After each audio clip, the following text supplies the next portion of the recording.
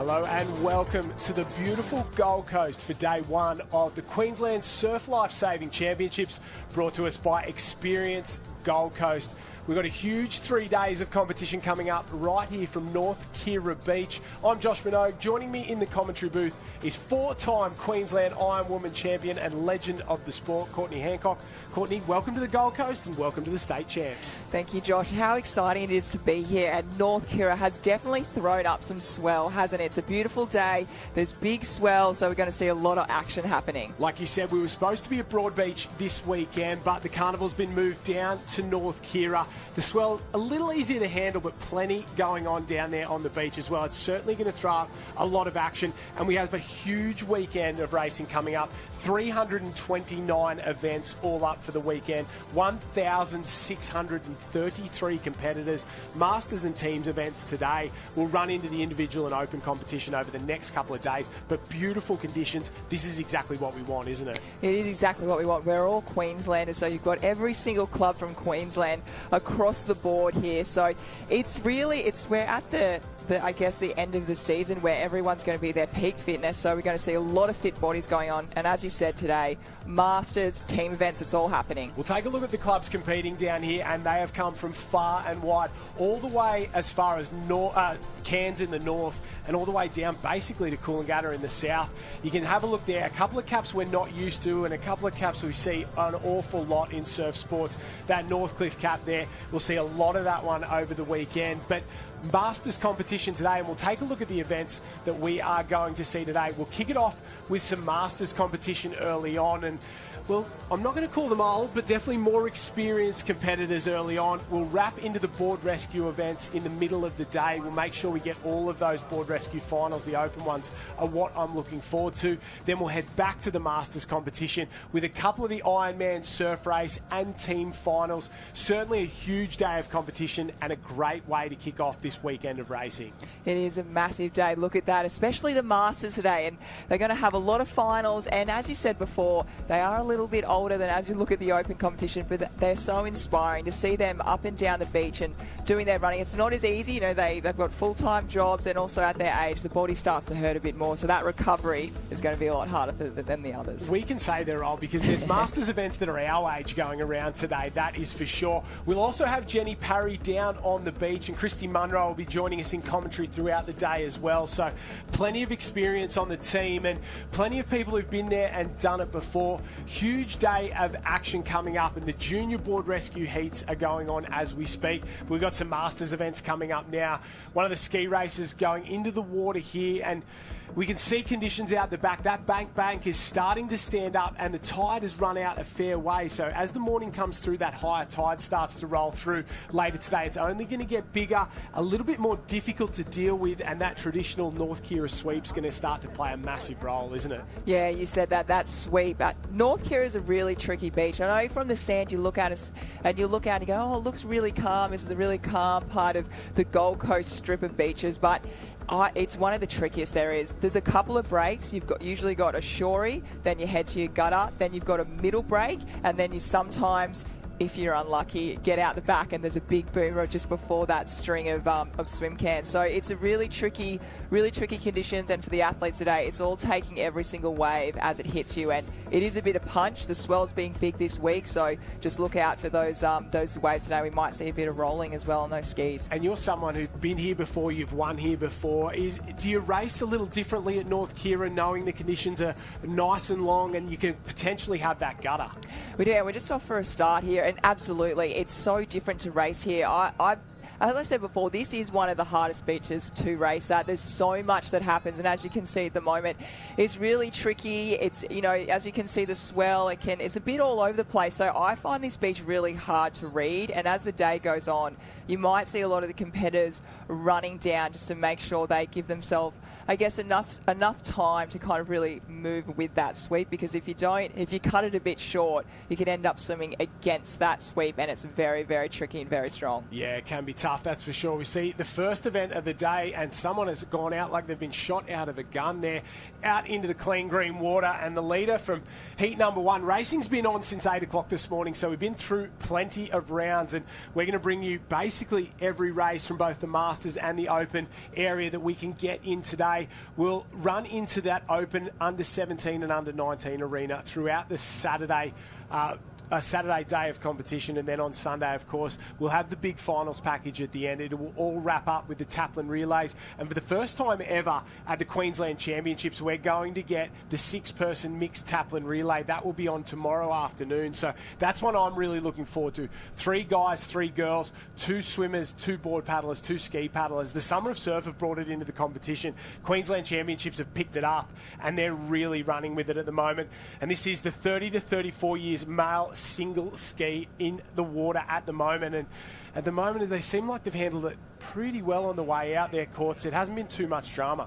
They've actually, I felt actually the waves when they first got on their skis was probably the trickiest. I think throughout the day we'll definitely see the waves out the back get trickier. We've actually got Pierre out in front from Surfers Paradise. He's actually been one of my training buddies, and he is a very, very strong paddler, and as you can see, I've actually gone for that sweep. We're going the opposite way, so the competitors aren't confused out there at the moment. That's the way we've started, and this is what happens with North Kira. You have to adapt when you're an athlete here because these kind of things happen, and as we see off here, Pierre's just coming around that last can. He's got the opportunity to be first on that wave out the back. I've just been told as well, this is the combined 30 to 44 years ski final. So a couple of these events, a little bit light on for 1 or 2. So we've thrown a few finals in there as well. I don't think Pierre's 30 as much as he'd like to think he is, but he's certainly paddling like a 30-year-old. And you can see a couple of nice little waves starting to roll through out here at Kira. And this is exactly what you want. Something he can get all the way to the beach, but nothing that'll be too tough. A couple of back markers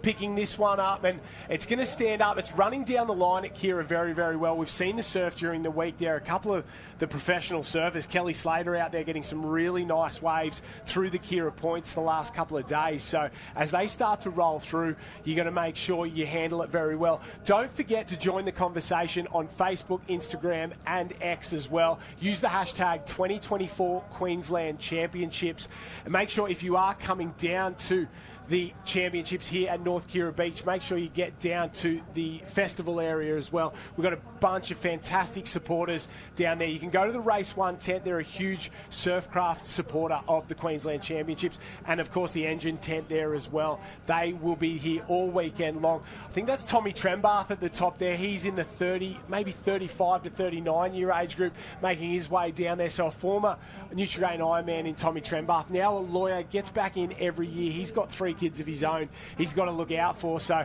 when he gets the opportunity to get in there and have a race, he does a really good job. Oh, Pierre's gone sideways there, not what you want at all, and he'll leave it for the North Burleigh boys to make their way back to shore, and our early leader is in a little bit of trouble on that shore break. Looks like Tommy Trembath will have no problems at all. His kids will be cheering at home. The big fella starts his day with a gold medal and one for North Burleigh. Yeah, certainly. He's always super fit, isn't he, Tommy? He was such an extraordinary Ironman back in his day, and I think he could really get into the Opens and I think do really Still well. Still be competitive, yeah, 100%. Definitely. But as we saw, look at the conditions. It's such a, as you said before, the surfers having such a great week with surfing. It is such a beautiful part of the world here, and those waves, it's going to be really, really exciting and definitely pick up throughout the day. Yeah, it's definitely going to get bigger, that is for sure. Talk about still being fit. Tommy, he ran 100 kilometres earlier or late last year just for a charity, decided to run basically from his house on the Gold Coast, went north for about 15k and then ran all the way to Byron Bay. So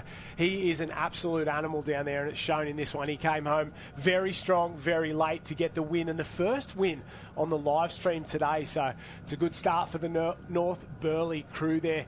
We can see they're just handing over, and plenty more action all day long, courts. The first one not too bad, and it's just going to get fitter and faster from these guys as we go on. We'll head into that open board rescue action just a little bit later, and it's a beautiful scene down here at North Kira Beach, one of the most beautiful parts of the Gold Coast, and it's a place we've come to a few times over the last couple of years for different championship events. It's a little bit nicer than that broad beach stretch in terms of when there's swell. It's a little bit more manageable. It certainly is, and as we're just looking at the beautiful shots on screen there, do you know what this reminds me of right now? The Coolangatta Gold running back. Yeah, miserable times. And this is, when you hit North Kira, you're at the home straight, but you're like, I've still got 1 kilometre to go. I cannot feel my feet. I've got blisters. I feel sick. I can't see where I'm going. So whenever I get to North Kira, I always think to myself, oh my goodness, I've got so many memories of this moment right here, or I've been abusing my handlers, my husband Nick, or someone like that. So this area, as beautiful as it is for those who have done the Coolangatta Gold, this is the end of a 4.5-hour race, and a lot of memories pop up here. I know for me, probably you do as well, Josh. I was going to say there's a lot of miserable people who've come through this stretch of sand, and while it is beautiful, it is a tough stretch when you're doing that Coolangatta Gold event, and we've spoken about it before we got on camera today, that the season has been so long so far. We've gone through so many events, and this stretch has really sort of tested the athletes. A lot of them are coming off a big start to the summer, and it's been a really, really tough couple of weeks for them. So we'll see who's still got some left in the tank. We'll see who's getting themselves really wound up for the championship end. And this Queensland Championship is the perfect opportunity to test yourself across a lot of events you don't normally do. We'll see these board rescues, rescue tube rescues later today, and a couple of team events that they don't normally get a run in. And it's going to be very interesting to see who has done what. And I've just been told it is the 45 to 49 years ski final on the line. I think that'll be next into the water. We can see a couple of guys I know there. Trent Robinson from the Mooloolaba Club in there. He is was a very, very good paddler. We'll take a look at the start list now. We'll run through them very quickly. Justin Gordon from Kurrawa, Benny Cahill from Currumbin, Chris Clark from Noosa Head, Gav Cole from Talabudra, Josh Meyer, a famous name, the Meyer name, from North Burleigh, Mark Rantle from Mooloolaba, Gavin Jordan from the Pacific Club, Cowper from Currumbin, Pete Weeks from Mermaid Beach, and Gary Scott from Dicky Beach up on the Sunshine Coast, Luke Patterson from Mooloolaba, Scotty Hargraves from Talabudra, Ross Fountain from Coolum Beach, Aaron Rogers as well, and the boys are making their way in, and they're set and ready to go. Tough one.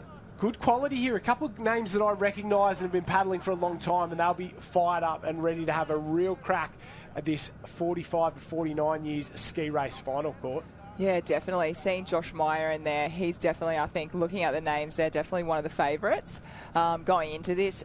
As you know, a couple of people, actually, I say a lot of people have told me, as soon as you take that moment to hang up the togs, retire, finish being a professional athlete, never stop moving the body, and keep on a board, whether it's once a week, a ski once a week, keep your swimming up, because once you lose it, it's very hard to get it back. So I guess, you know, to these men out here, they've kept going, they've kept on a ski, or some of them as well learning. I know Scotty Hargraves, he's from Talabudra, he's only just gotten back, he's only just learned how to paddle ski, and here he's in the final. So it's incredible. And but someone like Josh, he you know, amazing athlete, as well as, you know, his whole family, they've got such good genetics, that family. And it's so to keep on going, keep that up, and you can just see it's such a healthy, fit sport, isn't it? We're so lucky. That's it. And the opportunity to have a race with your club mates as well, off and away. And already Meyer out in front there. He's gone absolutely like he's been shot out of a gun. He's in the lead at the moment.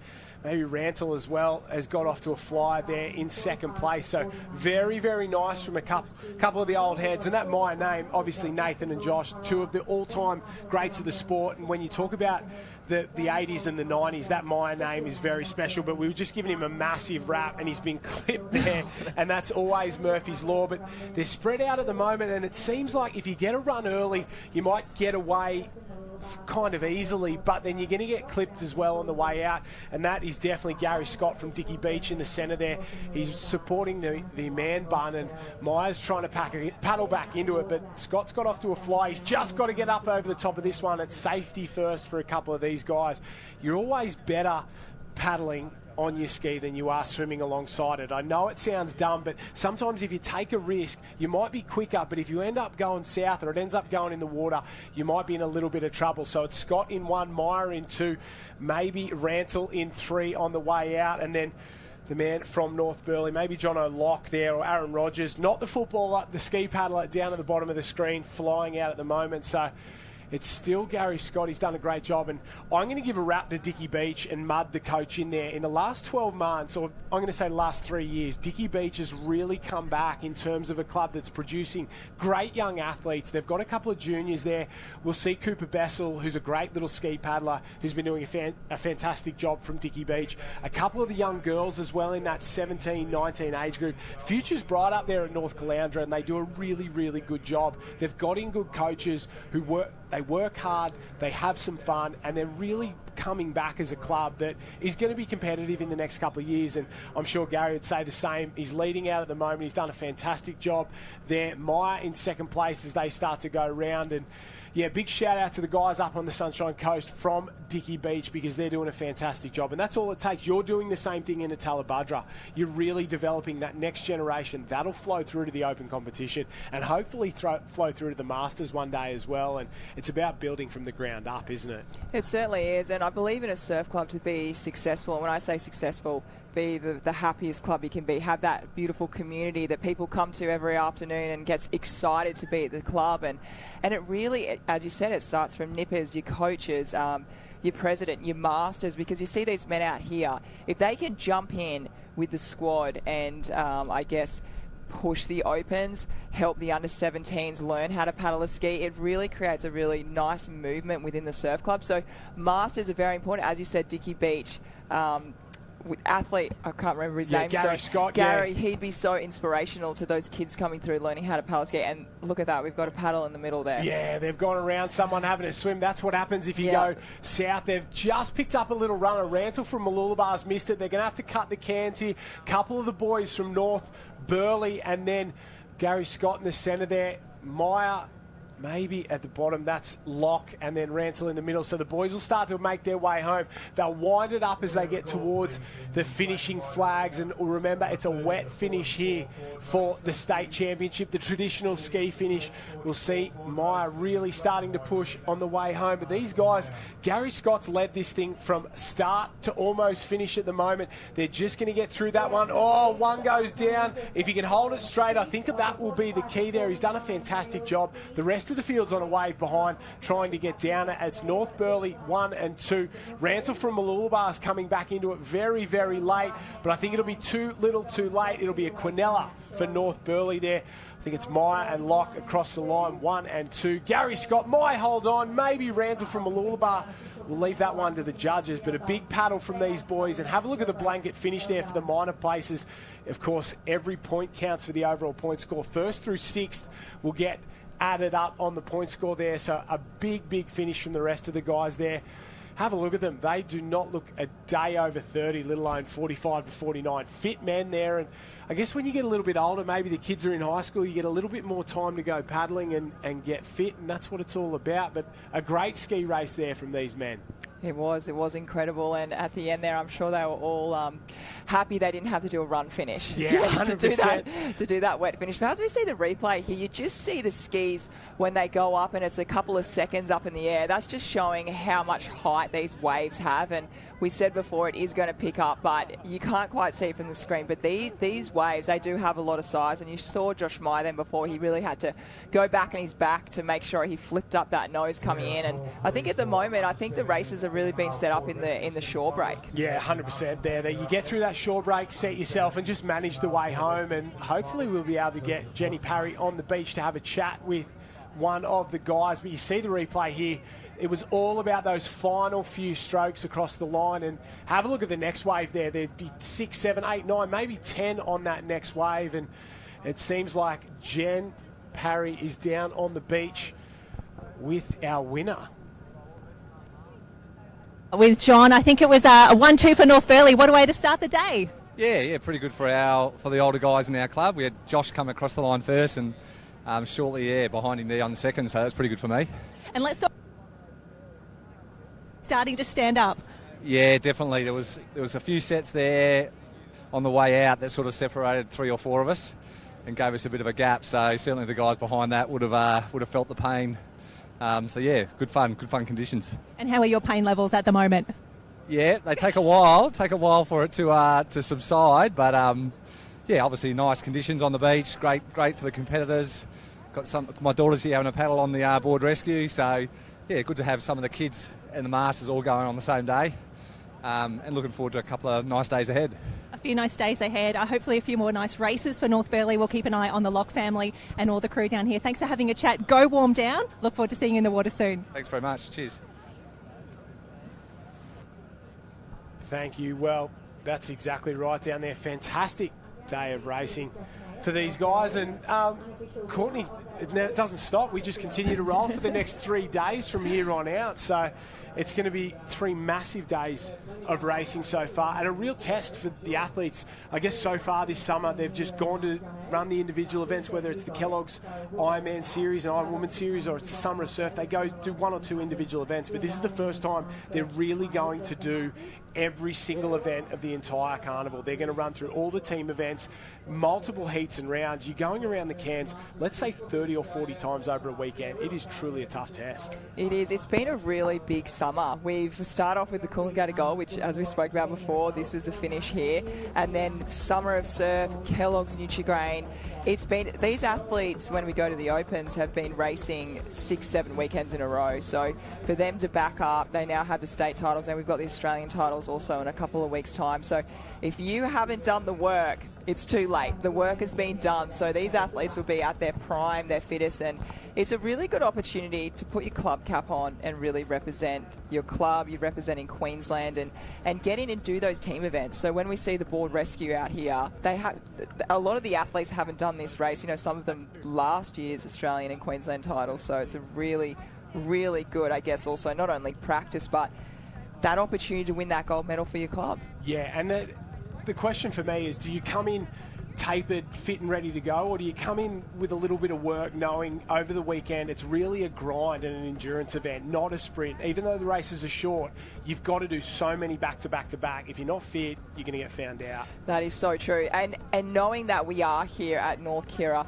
the races are going to be quite long at some stages, aren't they? Even though, yes, as you said, they are quite short, but when you do them again and again, and especially the board rescues, they've only got 8-9 teams are going to be in each heat. So you can imagine how many back-to-back heats, quarters, semis they're going to do. And it's, I think for a lot of the athletes, coming in and tapering and feeling fresh is really good, because you want to come to the beach every morning feeling good, feeling light legs. And then when they come into next week, I think that's where the crew who have raced over these last couple of days have to say to themselves, okay, well, I've only got a couple of weeks for Aussies. I want to get back into training but not push myself. You don't want to get sick, so that's kind of an area where the coaches will be really onto this and have that plan of attack, getting ready for the Australian titles after this. This is where the coaches earn their money, that is for sure. And it's going to be a massive weekend of racing, 100%. We're kicking things off with the Masters competition at the moment. Beautiful conditions down here for the Masters. And then we run the board rescue events all afternoon, as well as the rescue tube rescues late in the day. The men's double ski and belt races will also be going on throughout the weekend. So stick with us here on the live stream. Remember, if you want to get involved in the conversation, it is 2024 State Champs is the hashtag, or follow us at Lifesaving Queensland. If you want to let us know anything, send it in. We'll make sure we can get it done for you as well.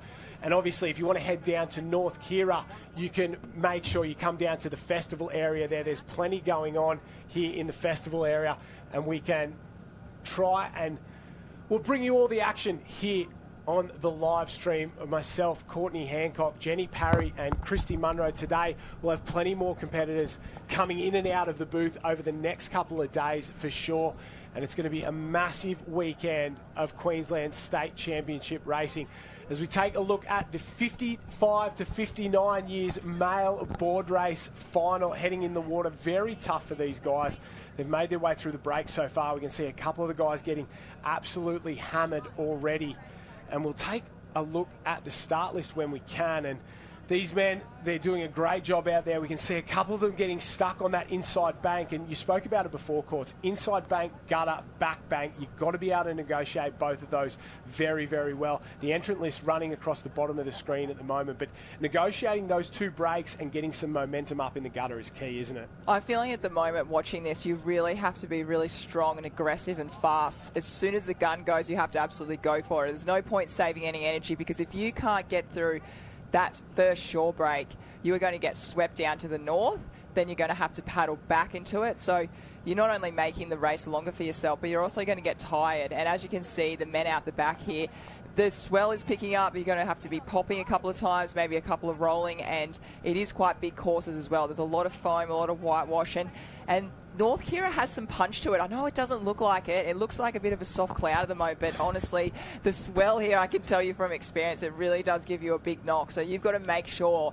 in this racing over these next 3 days, you've got a lot of power and a lot of strength. Yeah, I'll run through that start list very quickly. Paul Davies, Jeff Lamarsney, Carl Nyman from Noosa, Ian Martin from Noosa, Anthony Lambert from Nobbies, Craig Sly from Southport in Queensland, Rod Taylor, Emu Park, Michael Doherty from Metz, Scott Unicum from Northcliffe, Johnny Lewis, Big JL from Noosa Heads, one of Noosa's finest, William Beth from Southport. I watched his young bloke go round, William Beth Jr. He's a good young competitor as well.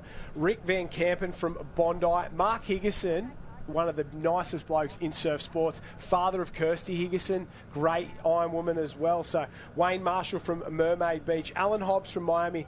Chris Pricey from up at Noosa. James Marsh from Noosa as well. And Bradley Marsden from the Coolangatta Club. They're out and about in that clean water at the moment, making their way out to that first turn in Cairn, and obviously decided to run backwards on the course today because of that sweep. It was really, really big yesterday. The sweep was massive yesterday and really made things tough. A couple of guys came down, did some warm-up and said it was maybe 50 to 70 metres worth of sweep from right to left as you look at it on the camera, and obviously the decision to run this way is the reason these guys are going around. So it's a good call by everybody in everyone's interest at the moment. Just make life that little bit more easy. Absolutely, and it's also a safety thing as well. You don't have, I guess, competitors crossing over each other because we've got a lot of racing going on at the moment, so crossing over each race and things like that. So it's it's also a safety call as well, which we have to look after the athletes. But at the moment, it just looks such a beautiful view out there on the Gold Coast. It's an amazing day down here. So,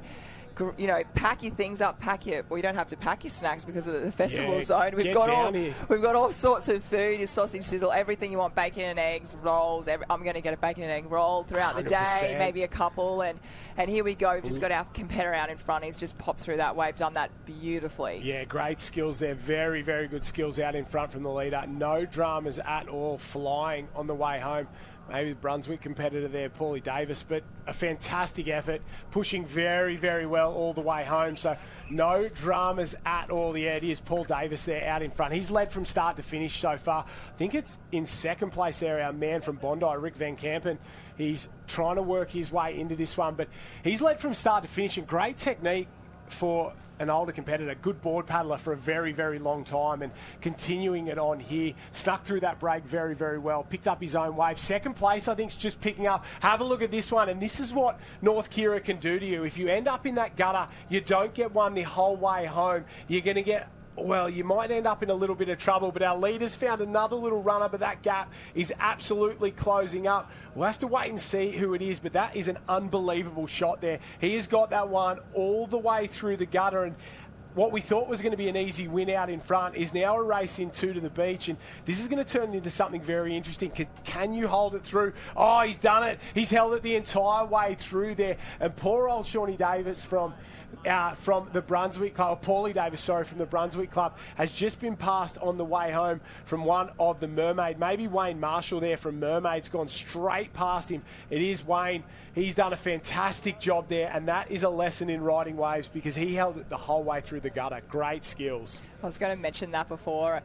It's with the North Kira on the board especially, you have to really keep milking every single runner. You cannot stop because it's not always going to take you the whole way through. You can get the one here and there that might take you the whole way through, but generally you really, really have to keep on working every single way because, as you said before, Josh, you look behind you, someone's coming through on a bigger one. And even a sprint there for second and third place there. Pricey up the beach there, maybe in bronze. So a big, big result there for Mermaid Beach. Gets a win, and they've had some coaching changes in the last 12 months as well, and they look like they're a very, very happy club. So Paul Davis maybe in second there. Chris Price has ended up in third. A couple more of these boys starting to make their way back to the beach. William Beth there from the Southport Club. Or is that Craig Sly? Sorry. From the Southport Club there. He's making his way up and across, looking very, very strong in the back half of that race. So a good finish from the 55 to 59 years, a bit of an upset, but we love a jag. And North Kira, you're going to see plenty of it all weekend long. So big result at the end of that one there, and what a start to the day. Wayne Marshall wins that one.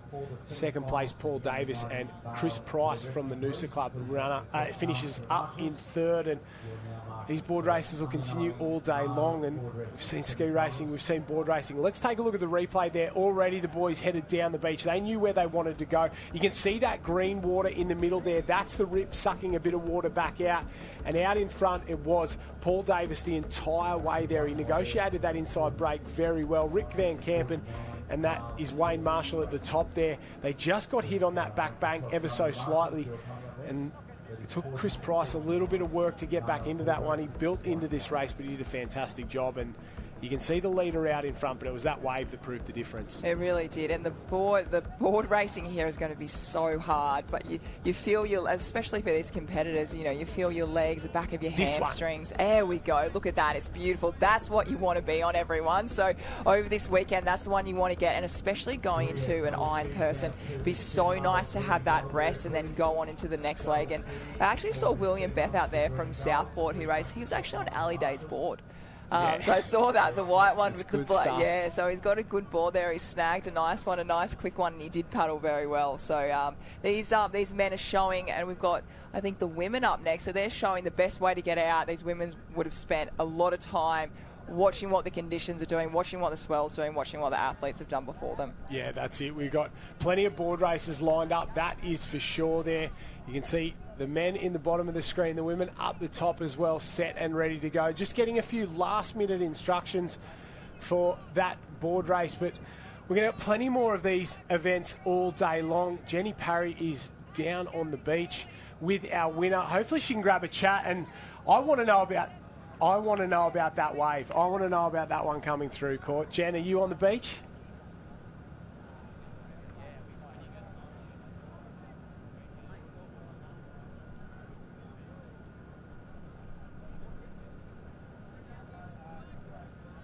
Through the break, so yeah, it was nice, great. Not specifically us masters, we just try and get out and around as best we can. So not specifically long courses, no. Now, having a look across the field here, there are no easy races at States, but you've got a particularly tough age group here. Yeah, competing with a lot of these guys over the years, it's always good fun, and it's not always about where you come, but just dedicating and committing and performing to the best of your ability. So, and I'm loving the mermaid. Masters have got a few teams, and all the young ones are running around. Yeah, they're all chomping at the bit and keen to have a go. I think we're on a big race this morning. Look forward to seeing you in action here and the rest of the Mermaid Beach crew. Cool. Thanks very much. Yeah, he did a fantastic job there, that's for sure. Very relaxed down there on the beach. Good way to start a 3-day carnival. You don't want to go too hard, too early. Just build into it, and make sure you got a long way to go, especially for these Masters guys. A very, very long way to go, that is for sure. They certainly do. And I was just having a look. It's really interesting with them, I guess, with our sport, and obviously Engine being our official swimwear partner for this event. The kind of smaller swimwear used to be in for the men's. You probably were part of that, time. So. And then the jammers have come in. I'm just noticing for the first time the Masters have actually picked up on the trend. The Speedos are gone, the jammers are in. I think everyone's happy with that. I don't think anyone will be upset at all. And now, for the first time this weekend, we're heading into the senior competition and the open board rescue here. We can see a couple of the guys on the line there. It's definitely Wes Gould from Northcliffe, Corey Fletcher from Burleigh as well. So we'll jump on and take a look at this. It will be one of the first heats of the men's open board rescue. The boys are on the line waiting for their swimmers to hit the cans, and it's a tough one, Courts. You've been there before.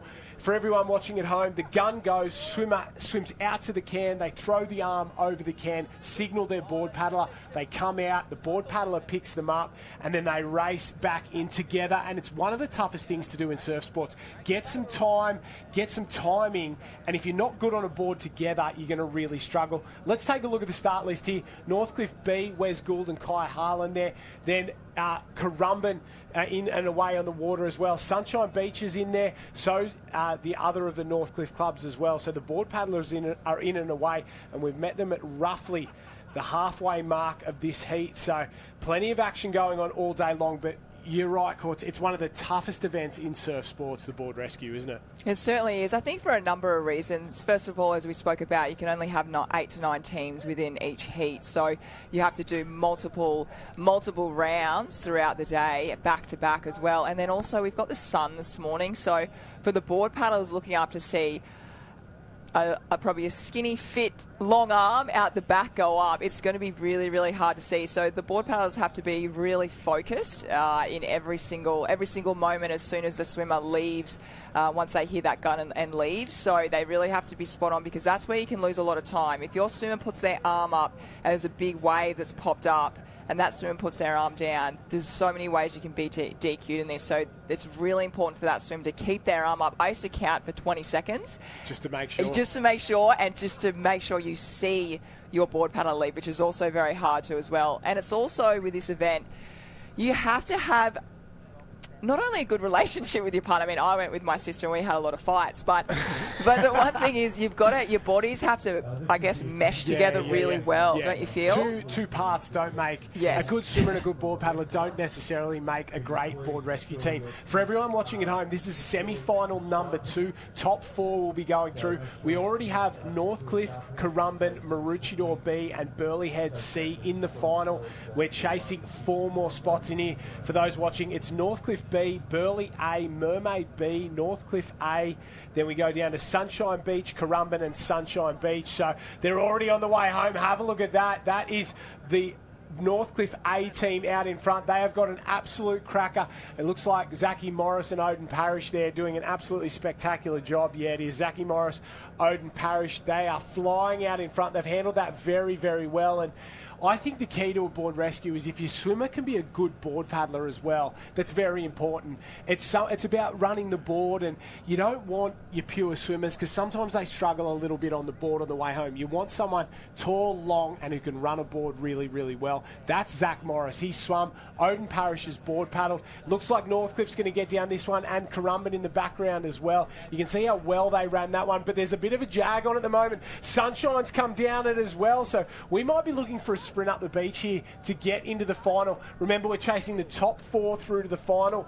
At the moment, out in front, it is Northcliffe A, Odin Parrish, Zach Morris. They have looked very, very good. Second place is Northcliffe B there. That's Wes Gould and Kai Harlan. They'll make their way up the beach, and then the race is on in third. It looks like Sunshine and maybe Currumbin A. And Sunshine, you wouldn't expect them to be doing that well in this one. Both their teams are in the mix. They're chasing the third of 4 spots. Currumbin as well. You've got to watch out for Sunshine in the background there as well. So have a look at these guys. They're across the line.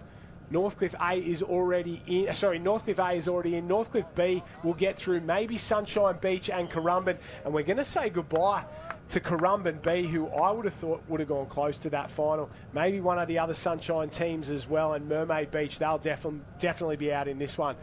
Not a boil over, but not what I would have expected. I would have thought the Sunshine teams might have gone out and you would have got those Currumbin boys through. That was a really tough heat. Wow. The boys, as you can see, they're blowing pretty hard. They had to go flat out then. You cannot risk board rescue. Anything can happen. And as you saw at the end there, it was actually Corey Fletcher and Kai Taylor come in. I don't know if they actually got in. They either would have got a 4th or a 5th right on the edge there. So it's really interesting. But I'm thinking, I know we've only seen one heat, but I think Northcliffe, I am thinking Zach Morris and Odin Parrish are going to be the ones to beat, I think. Yeah, definitely. Yes. You add Odin Parrish's board paddling ability to Zach Morris's speed off the line, and very, very scary stuff. It's it's going to be tough for them to beat. But as we saw, if you got the right lane, and that's the other thing in board rescue, the can you pull in the final will go a long way towards talking about how successful you're going to be. Because if you can get a good can, you can end up on the right end of a sweep or something like that. That will play a massive role in terms of how successful you'll be. So that's the Open Board Rescue semi-finals run and done. We have a final now, and the juniors will be up next, so we'll wait to bring you all that full action. But this was the replay. You see how far down the Burleigh Heads boys went into it. It was Northcliffe in 1, 2, and Sunshine in 3 and 4. But the Currumbin boys have managed to get themselves back into it. You can see this is how they led out. That's Northcliffe A, then Sunshine, Northcliffe, Currumbin. And have a look at this runner from our winners. They're absolutely flying on the way home. No dramas at all. Good skills. And as we spoke about, Zach Morris, very, very good on a board. So we go from the Opens to the Under-17 Board Rescue Final. That will Under-17 Board Rescue event. That will be the next one in this area. And it's going to be plenty of action all day long. Lots of teams in this junior event. We've got semi-final number 1 on the line, set and ready to go. Of the Under-17 Men's Board Rescue, Burleigh Heads Mowbray Park B, team of Dylan Howell and Geordie Yatanga. There, Maroochydore A, Byron Diekman, Oscar Scar Thomas. North Burleigh A, Taj Murray, Riley Rasmussen. Watch for them. 2 very, very good competitors in this age group. Sunshine Beach A, Darcy Lewis and Dylan Wilson. Watch for Dylan Wilson. Very, very good swimmer and board paddler as well. Noosa B, Charlie Harmer and Rory McKenzie. Chugan B there, Tom Damon and Ty Flint. You can see Dylan Wilson there just washing his board. Kurrawa B, William Mullen and Ben Cervenak. And Burleigh Heads A, Cooper Harrison and Noah Thomas. Courtney, a lot of the boys run a long way down to that far right-hand side to try and get onto that bank there, but allow for the sweep on the way home, haven't they? Absolutely. I was just going to mention that. It's the way everyone had their foot ready to go off to the south, and they all did. I think with this board rescue, as you mentioned before, Josh, everyone's got, as we can see, someone out the back with a beautiful barrel. Big barrel. There'd be a lot of surfers out there fighting for the waves, but what happens is with board rescue, everyone's got their own can to go to, so everyone will pick their spot to go. I think later on when we see more of the swim races, you want to be on that south side more so than the north. So for this one, it's okay, but as we see the boys going out there, it still is a really long course, even though the cans are in the gutter. Yeah, and you and I have both done it, swum in that board rescue, is you always sort of gauge yourself off the person next to you. So if you're that first red and yellow can and you run up, you want to run up 2 cans, the person on the can next to you may not have gone far enough up. So if you end up side by side to them, one of you is wrong. One of you has either gone too far or not far enough. And that's what makes board rescue racing very, very difficult. And you call it a bit of a novelty event because it doesn't come around often at the championships. Only at the state and Australian championships we kind of race it. So guys don't get a feel for it. They don't train for it. Some really do. Some focus on it. I know you and your sister, you didn't have that many team events, so you would have focused on it when you were young. I was the same. Small clubs, it was our only team event, so we really tried to make an effort. Some of the bigger clubs, you find out the morning of and you go, okay, we'll do it together. Let's go and have a warm-up. And that's why sometimes you see some really, really big upsets in these ones. And we can already see some of these guys making their way out. And it's been a very, very tough swim for a few of them. Chugan in there, really making things difficult. Noosa as well, side by side. They're working hard, but we have a distinct leader at the moment who's shot through and has no dramas at all. But these guys have got to get a wriggle on. First to the can, first opportunity for their board paddler, and that is what you want. They're only a few metres away from the cans, but they're absolutely and massively strung out at the moment. I think the first one's there. He is there, off and away, but these two boys are going to try and get there. Yes, he is. No dramas at all. That is Riley Rasmussen. This is Taj Andrews making his way in, so North Burleigh, they're in the lead. They certainly are, and you made a really good point before when you were swimming out and you look beside and you're both going for the same can and you just hope to yourself, I hope I've gone the right way and I hope I'm not the one that hasn't. So it's a very tactical race, and yeah, I can't kind of stress it enough. As you said before, you really need to have a good connection with your board rescue partner. It's not necessarily, as you said, the person, the best swimmer, the best board paddler. You've got to be sprinters, you've got to be be able to gel together on the board, and it's a really special one to win. I think we all remember that moment, and I'm pretty sure it was at this beach when we saw TJ and Trev Hendy win, and you just felt the that energy. It was incredible, and you know, when you do this with your friend or a sibling, or I mean, that was a father and a son. It's a really special race, and it has a lot of great history. You don't see it often, things like that, and a big, well, not drama at the start of this one, but somebody's decided to go a different way. Maroochydore, they've just run north and gone the complete opposite way to everybody else. So we'll wait to see if that pays off. Most of the board paddlers, they went less to the south than the swimmers did, that's for sure. They kind of held their line a little bit, but on the far left-hand side, Maroochydore has just shot out as the rain started to come in down here on the beach. So talk about 4 seasons in one day. We've had absolute beauty and sunshine, and now the rain's starting to come, but you can see conditions just getting a little windier and a little tougher out there. It'll be interesting to see whether that big move to the left-hand side as nooses start to make their way out. They've got a lot of work to do. Sunshine Beach, no problems at all. I think they'll almost be the first ones there because North Burleigh just got hit ever so slightly. So it's North Burleigh and Sunshine Beach side by side. Darcy Lewis jumps up onto the board there. Dylan Wilson on the back. And it's all about timing on the way home, isn't it, Courtney? You've got to find that timing. Absolutely. You've got to have someone's got to be the captain of the ship. So someone's got to do, whether it's counting 1, 2, 1, 2, or someone might have to has a slower rating, someone faster, and it's again about that connection. But the person on the back, the board paddler, or you can swap it around just depending on weight. If you nosedive, it's always the back person's fault. Were you the captain of the ship when you did board rescue? Of course, I'm older. Always. Sunshine Beach has done a fantastic job here. There seems to be one captain at the moment. Have a look at him chase that runner. Couple have got waves out the back as well, so this is going to be interesting. We're chasing, I think, 4 spots through the next round. So this is going to be very, very interesting on that next wave because I think we've got 4 teams on that next wave. No dramas for Sunshine Beach. Dylan Wilson, Darcy Lewis there.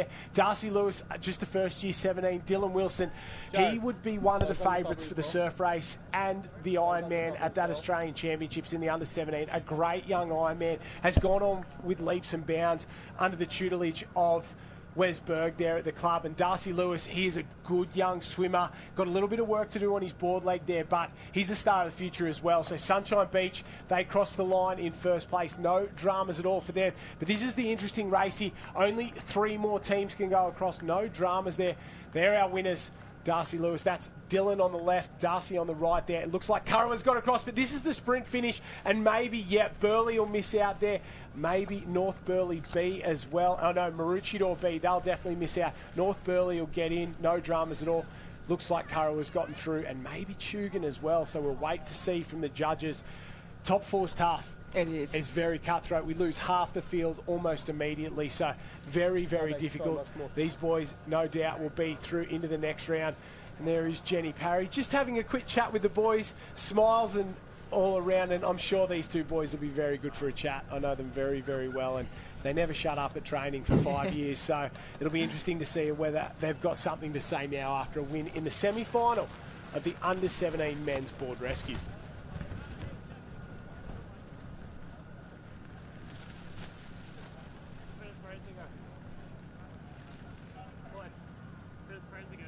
And Jenny up already. Darcy, what a race. What a great start for Sunshine. Yeah, no, it was just really amazing. It's just good starts, good finishes, good technique. It was just perfect. The perfect race there for Sunshine. You set it up beautifully in the swim. You had to run so far down with that sweep. It's such tough conditions.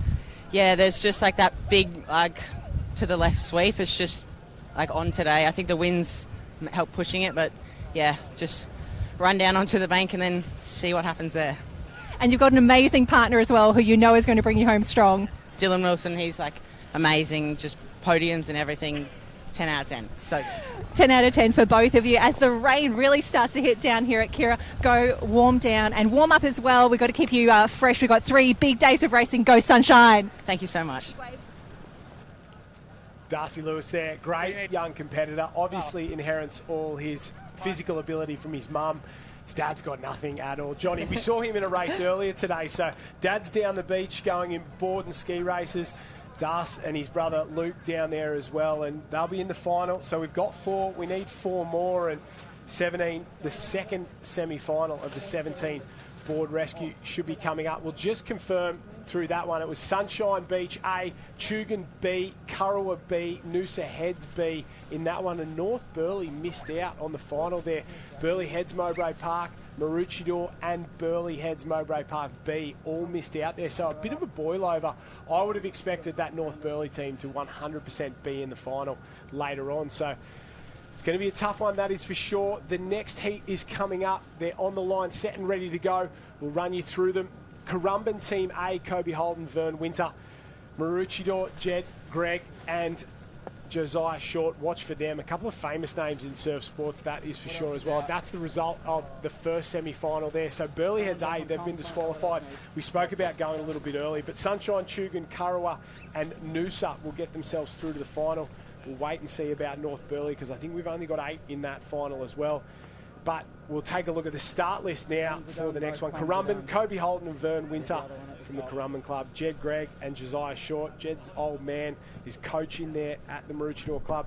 Noosa Heads in Capel and Dinage. Jake Mail and Veering from North Burleigh B. Alex A, watch from them. Kyton Pickering and Lucas Carter.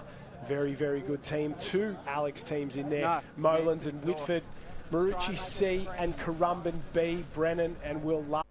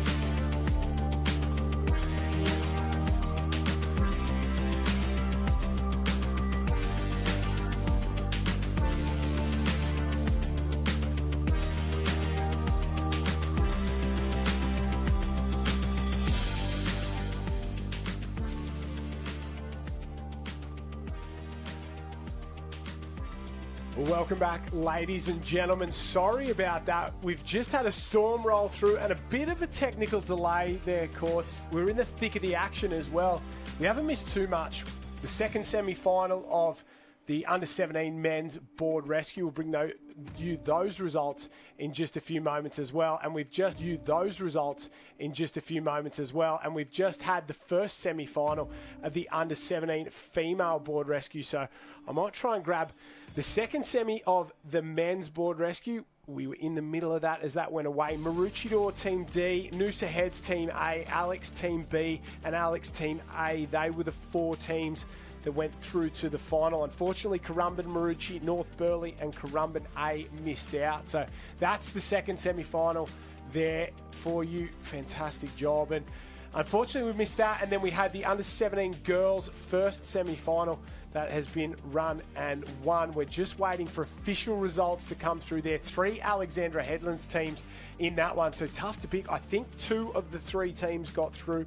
One of the teams, unfortunately, sent it down the mine early on. It's getting tricky out there. It's now wet, windy, and a little bit miserable on the beach, but we're expecting this to blow over and the sun to come out, aren't we?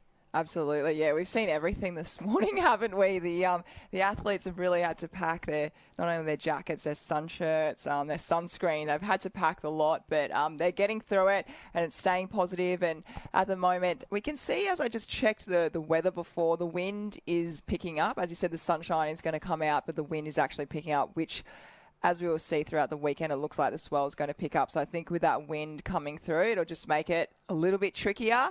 Got to focus a little bit more and certainly read those conditions. For everybody tuning back in, welcome to the live stream of the Queensland Surf Life Saving Championships presented by Experience Gold Coast, of course. And plenty of action going on for the next 3 days. Make sure you add the hashtag 2024 state champs there and get onto the Surf Life Saving Queensland Facebook, Instagram and X pages as well, because you can join the conversation, add a comment, tell us what you want to see, who you're cheering for, what you enjoyed so far, and we'll make sure we can make it happen here. Semi-final number 2 of the under-17 girls board rescue is up and away. I'm Josh Minogue. In the booth with me is Courtney Hancock, and on the beach is Jenny Parry, and she's having a chat with somebody in the sand. Oh, thanks so much, team. I've got the girls from Alexandra Headlands down here. Unfortunately, just missed the final here, but there were so many Alex caps in the mix. You guys are having the best fun on the beach. Yeah, we are. Yeah. So tell me, who else was in the race with you? We had all of our Alex teams in the first semi-final with us. Oh, tough semi. Yeah. Now, unfortunately, you did grab a bit of a big wave out the back. Can you tell us what happened? Oh, we missed the first one, and then this one jacked up behind us, and we just weren't ready for it. Nosedived. I tell you what, we all thought that moving down here it was going to be really flat, but at these conditions, they're really challenging. Yeah, the sweep is the trickiest part, I think, just navigating that. Who was swimming? Alrighty, come over this way. Now, tell us about the conditions out there, because the girls are about to head down. You had to run so far down the beach. Yeah, I ran down and then I thought I was fine, and then I got out and I got down again. Oh, so you had to swim back? Yeah, it's so bad. So if you had to give some tips to the competitors about to head out now in the second semi, what would it be?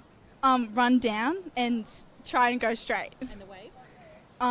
Just try and go to the bottom and don't get swept along. There you go. Top tips here from the crew from Alexandra Headlands. Ladies, cannot wait to see you and all of the Alex competitors in action. And of course, we've got these special centenary caps that you're wearing. Can you show us those quickly, ladies? They are the black and yellow corded caps. So if you've been looking for that stripy cap, it's a little different this year. Congratulations, Alexandra Headlands, celebrating 100 years of keeping our beaches safe. Great work, girls. Thank you. Yeah, 100 years for the Alex crew. They've done a fantastic job. 4 teams in that first semi-final. Not fair, but that's the way the draw comes, and they're a great club. Obviously, we spent a bit of time there. They've held the state championships before. Jack Hansen, the coach there, does a fantastic job along with J-Mo Porter and the rest of the team up there. They're a really, really great club, and 100 years this year, it doesn't come around for a lot of clubs, and special celebration, but it's tough to pick with those new caps. I keep thinking Bronte, Bondi, some other club. But no, the girls do a fantastic job. Very strong in that under 17 girls age group as well. Oh, they do. To have 4 teams in that board rescue all in the same race, yeah, they didn't get the luck of the draw for that one. They would have wanted all those teams through. But I think, yeah, for Alexandra Headland to have 4 teams in that, it's incredible because that age group as well, they're going through year 12, year 11 and 12. So they do go through a lot and they have to manage a lot going through, 11 and 12 with all that schoolwork. And our beach commentator at the moment, Christy Munro, I think she's a life member, isn't she? Yeah, at Alex. Yeah, she's been there since day one, and I actually hear that she's become an age manager for her kids as well. So she does a lot for that club, and it is a very special club. Yeah, we'll hear from Christy as well later on in the coverage. She'll be in the booth and on the beach, that is for sure. If you want to keep up with all the action as well, follow us at Life Saving Queensland on Facebook, Instagram and X there, and you can check all the results for yourself on Live Heats. If you go to liveheats.com, search Surf Life Saving Queensland. All the Masters results, all the Open and age group results will be there as well this week. And of course, we'll be back next week, Courtney, for the Queensland Youth Life Saving Championships from Burleigh Head. So the live stream will go on all 3 days from that Youth Life Saving Championship as well. Semi-final number 2, under 17 girls board rescues in the water. North Burleigh B, that's them right there. Tugun B, Northcliffe A, North Burleigh D, Kurrawa A, Maroochydore A, Emu Park. Good to see them from up north. Make the trip down. Dicky Beach, we spoke about them, and Noosa A. The girls are in the water, off and away. Couple from the North Burleigh team in this one, a couple from Northcliffe as well. So very, very tough. And the girls from Noosa doing a fantastic job. That's North Burleigh making their way out. We can see a few waves starting to roll through at the Cairns. So the girls, those pickups are going to become very, very difficult for the swimmers. They're really struggling there to sort of hold their place on the Cairns as those waves come through and clean them up. Yeah, it's really tricky at the moment. They've got much more than, I guess I was saying, the sun before to see their partner put their hand up. They've actually got waves coming over those Cairns where they will be out. So it's going to get trickier and trickier. And as we heard the girls before when they were speaking to Jen, both of them said about having to run so far. And the swimmer, she actually didn't run far enough and had to come against that sweep. So at the moment, these athletes, they really need to pick a point on the beach, run there. Don't follow anyone else. Got to make your own line and really make sure you run the whole way. Because sometimes when you're racing, you do like to cut it a bit short. You get a bit excited. I want to get out there. And it sounds like at the moment, I think something that we'll really see with the front runners over the whole weekend is who gets that correct, I guess, direction of which way they're going to run for that sweep. Do you think going further is better than not going far enough? You'd rather go too far. And talk us through how you make that decision. Who makes that call? Is that a coach? Is that an athlete? Or is it a combination of the two? I think it's generally a combination of the two. I think it's something that also you have to take in consideration. The day will change, the tide's going to change, so it's always looking out. It's always, so when you're under the tent, you're having a great time with your friends and chatting, but it's also really, I guess, just be mindful of what's happening and keep your eye on the races, and especially the race before you.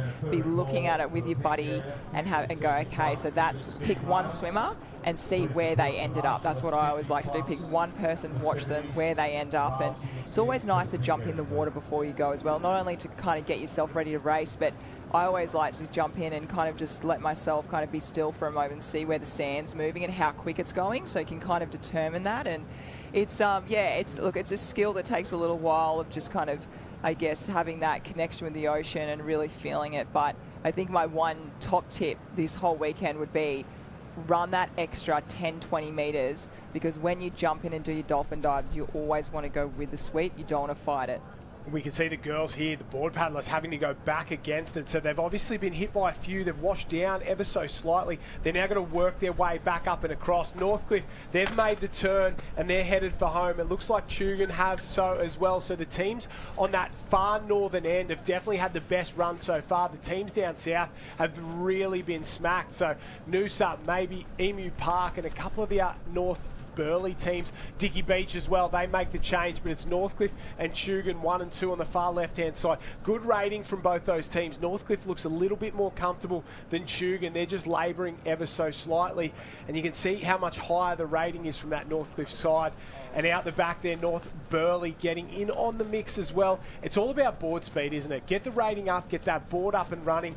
If you can sit in the right spot, but down on the far right-hand side, Emu Park's got one. So's North Burleigh as well. So that's how quickly this race can change. It's a bit of a lucky dip. Sorry, Maroochydore. I said Emu Park and North Burleigh. It's Maroochydore and Emu Park have picked it up. Out the back, Noose has gone over as well. So we've got a race in 5. Only the top 4 will go through. Our leaders have got to stay on it there. Northcliffe have done a great job. I thought they were going to fall off the back for a second. In the centre there, North Burleigh have done a good run. It's going to come down to who can get off here and go up the beach the fastest. On the far end, Emu Park are off it. Tugun are off it as well. So 5 will turn into 3. These 3 will go through no dramas at all. Northcliffe, North Burleigh, Maroochydore, 1, 2 and 3. No problems at all. She stops and waits for her partner there. But the real race is the next 2 across the line. I think Tugun's got there, and I think Emu Park, they will go home. A tough draw for the team from up north. They did everything right. They really did. Jeez, that was a challenge in the end, wasn't it? Especially we had one of the teams there. It was Northcliffe. She fell over and her front buddy didn't actually realise that she'd fallen off. I know, you got to stop. So as we spoke about before, there's so much that goes on in this race, and you have to be very, very on to every single little detail of this race. I think that was North Burleigh B there that had just got across the line. So Indiana and Riley there. Tiki and Ali Hughes from Tugun across the line, no dramas at all. Ava Crellin and Amy Newton, they were the Northcliffe club, and Bonnie Jarrett and Sam McGrath from Maroochydore, no problems at all as well. Unfortunately for Tatum and Renee from Emu Park, they did everything right. That was a great wave from out the back, but they're not going to be able to get themselves through. Let's take a look at the replay from earlier in the day from the men's board rescue. Now we're going to go back to live action there, and maybe Jenny Parry is on the beach with the girls from Tugun.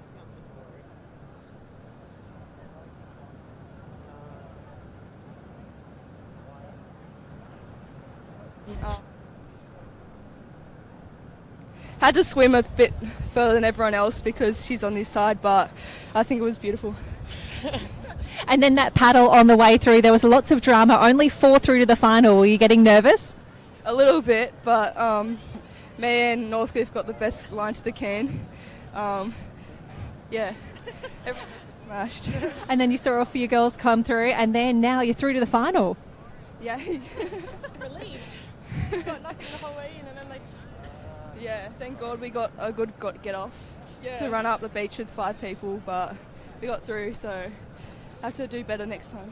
Yeah. Well, luckily you still have the final to go. Tiki and Ali, congratulations on a fantastic board rescue there. Cannot wait to see you in the final. Tugun will be cheering for you. Thank you so much. Yeah, the girls having a great time out there. Make sure you join the conversation on Facebook and X. Use the hashtag #ThisIsLifesaving if you want to get involved. We'll be checking that throughout the entirety of the day. So the girls 17 board rescue final has been set. They are ready to go. It looks like under 19 men's board rescue semis, I think, are up next. We'll take a look at the start list just in a few moments' time, but the boys are fired up and ready to go. Yeah, 2 semi-finals coming up from these guys here. Cannot wait to see these. A couple of big names of surf sports and some breakout stars we've seen in the last couple of years. The Morris boys, I'm keen to see them, Jake and Mitch in that age group. But the man who we've all been talking about for the last 12 months after a huge performance at Alexandra Headland is Ethan Callahan from the Burleigh Heads Mowbray Park Club. These under-19 men, they have really come to play. That man as well, Harland, he is one to watch in the mix, but there are some real superstars in these under-19s, and they're not just superstars in their own age group, they're superstars of the sport, aren't they? They really are. You absolutely spot on everything you said there, Josh. They've just, you know, when you sometimes get those age groups and they're just super, super strong, and every single athlete is pushing each other to do better and better. And we saw a couple of these names that you just said are in the professional Nutrigrain Ironman series. And I mean, that's the Opens. They have to kick up and really put the pressure on the Opens. And as you said, Ethan Callahan, he won the Next Gen this year, and he's come through, had breakout win in the summer of surf, and he wasn't lucky. He really did that all on his own, and he's definitely going to be a future superstar. And as we move into the swim right now, I saw Riley Harlan. He ran in there. I don't know if he's with his brother, but he's certainly got... No, Levi Mays. Yeah, there you go. So he in the future he might be with his brother, but he's a phenomenal swimmer. We saw in the Nutri-Grain series he was always up the front, and it's just the talent and the depth here is incredible, and they will be pushing each other throughout this whole weekend. When we talk about how good they actually are, we've got Riley Harlan, who you just spoke about. He finished 4th overall in the Open Swim Series, so the 4th best swimmer in the country right now going into the Northcliffe Club. There, Ethan Callahan, he's the 4th ranked Ironman in the country. He is that good going around. Also, Mitchy Morris there with his brother Jake. Like, Mitch Morris, 6th ranked board paddler. Really, really, really good competitors, and they're very, very good. We talk about Levi Mays there. Jenny Parry was just saying that he's from South Africa. He's come across some of those big clubs have got a lot of internationals that come over and race. So he's in the South Australian team, South African team, or trying to be part of their Open team for the World Championships as well. So very, very good mix of competitors there. That start list: Northcliffe B, Riley Harlan and Levi Mays; Currumbin C, Ty Smith and Vern Winter; Burleigh Heads, Mowbray Park, Darby Meyer and Fletcher Warren. Watch for those boys. They'll be very, very good. Mugridge and Archie Mulkerrins from the Tugun Club.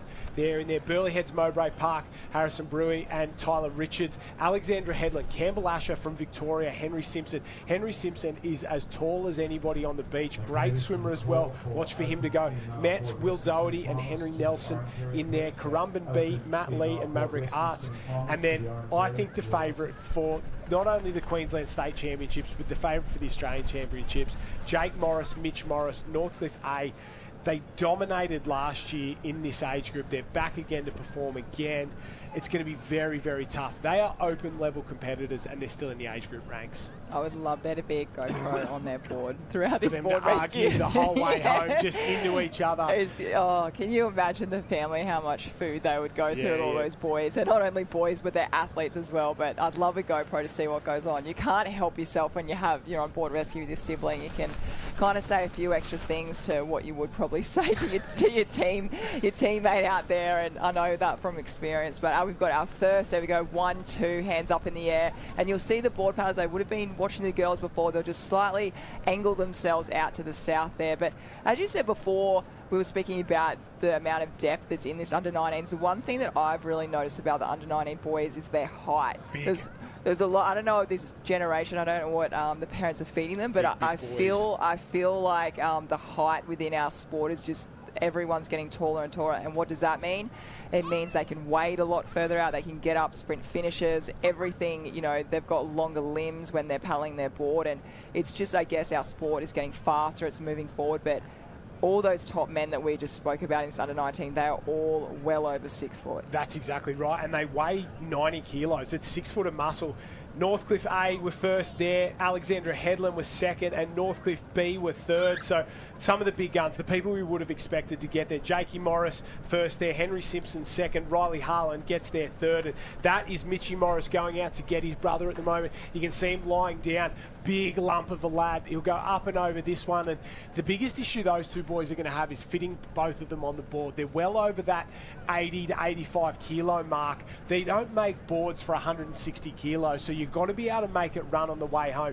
Those two boys, the other thing, they're the defending Queensland champions. They won this event last year at this championship as well, so they're looking to go back to back. It doesn't happen often because normally, obviously, those age groups, you've got kids who move up into the next age groups, guys who come up into it. It's tough to do. So big target on the Morris boys back, but I think if any day is the day, it might be here. Have a look at this swell starting to come through. Very, very tough. It's still Northcliffe 1, and maybe Northcliffe's moved up into 2 at the moment. Alex just got hit ever so slightly on that bottom end there. Maybe Currumbin and Currumbin working their way back into it as well. Tugun trying to get a wriggle on. Burleigh Heads, Mowbray Park, got a bit of work to do. We're just chasing the top 4. Our leaders on that far right-hand side starting to work for home. They've just ducked in behind a wave at the moment. They seem like they've got a pretty good run of it there. That's great technique, isn't it, Court? It is, and you can see the board, that nose. You always look at the nose to see where you need to be positioned on the board. It looks like it's really nice and stable. It's not digging underneath. It's not too far up, and here we go. They'll get down this wave nicely. Perfect wave. That's how you get onto a wave in board rescue. Textbook stuff from the Morris boys there. Obviously, their older brother Zach will be going around in the opens later on, but these two have done a fantastic job. And like you said, that nose runs. They know as it starts to fill up, they've got to keep the board momentum going. You can see as we say it, they start to get it going. That nose is pointing in the air, not where you want it to be. They'll slide up that board and get a rig along, and it doesn't look like they'll be challenged all too much to get through to the final. And they've done it in a canter so far. The race for second, third and fourth is really where it's at. Here comes Burleigh Heads, Mowbray Park. They were the team we spoke about before. Darby Meyer, Fletcher Warren. Watch for them. Fletcher Warren just made the jump across from Surfers Paradise to the Burleigh club. Burleigh, pure numbers at the moment. One of the biggest squads you will ever see. 60, 70 people at training every afternoon under coach Michael King. And it's a lot of athletes, and it's a lot in that, I would say, that second tier of future generation superstars. There is a lot of people in the next couple of years, you'll know their name. Absolutely. Michael King, as we know him, is Kingy, and a few other names I'm sure he goes by, but he's definitely, he's not only a wonderful person, but he's just an incredible coach. He's been there and done it himself, and I think that's part of why he's such a good coach as well. He understands the athletes, what they're going through, and he's just got such a good program down there and so much experience. And it's, from being a coach myself, there's so much to learn from him. And as you can see with these athletes, he really gives, as you said, like 60, 70 athletes, but he gives all of them the time, and he wants all of them to do so well. And it wouldn't be an easy job to have, but he certainly does it very well. Michael gives himself to everybody he coaches, that is for sure. And Burleigh Heads Mowbray Park, it's a club on the rise, and it has been for the last 4 or 5 years while he's there. They're one of the best in the business. I think we've had Burleigh Heads, Mowbray Park, maybe Currumbin and Tugun get across there. We'll wait till the judges. There was a couple of tight little dive finishes in there. Alex and Northcliffe early on, they got hit on the way out. They had a bit of bad luck on the way home, so not what you want. And the post-race debrief from everybody. No, I was leading. No, you were leading. No. And everybody has a different idea of how that race played out. It can be tough because you're in your own little world. You don't sort of look around and you think you're doing maybe better than you were, but a very, very tough one there in semi-final number 1 of the under-19 men's board rescue competition. Very, very difficult conditions out there for these guys, but the Morris boys were flying at the moment. And Jenny Parry is on the beach. Oh, fantastic. I'm down here with Levi. Different cap on your head. What's going on? I managed to do my bronze award a couple of weeks ago, and now I'm racing under the awesome cap of Northcliffe, so very happy about that. And you've also snaked your way into a B team. Tell us about your amazing partner here. Oh yeah, Riley's a phenomenal swimmer, so I'm just lucky to have an awesome team. We struggled a little bit on the way, and we just didn't have any waves coming our way, but it was still super fun to paddle together, and always nice to have a great team behind you. Some of those sets out the back looked absolutely fantastic. Were you hoping for one of them on the way home? Definitely. There was a lot of hope and prayer that went into that, but unfortunately, maybe not this race, the next one. Now, you're over here trying to make the Worlds team for South Africa. Obviously, we've got an Australian Worlds in just a few months' time. How's the training going? It's been really awesome. I actually head back to South Africa on Monday to go and race at our Nationals, which will be next week. So lots of racing coming up for me in the next couple of weeks.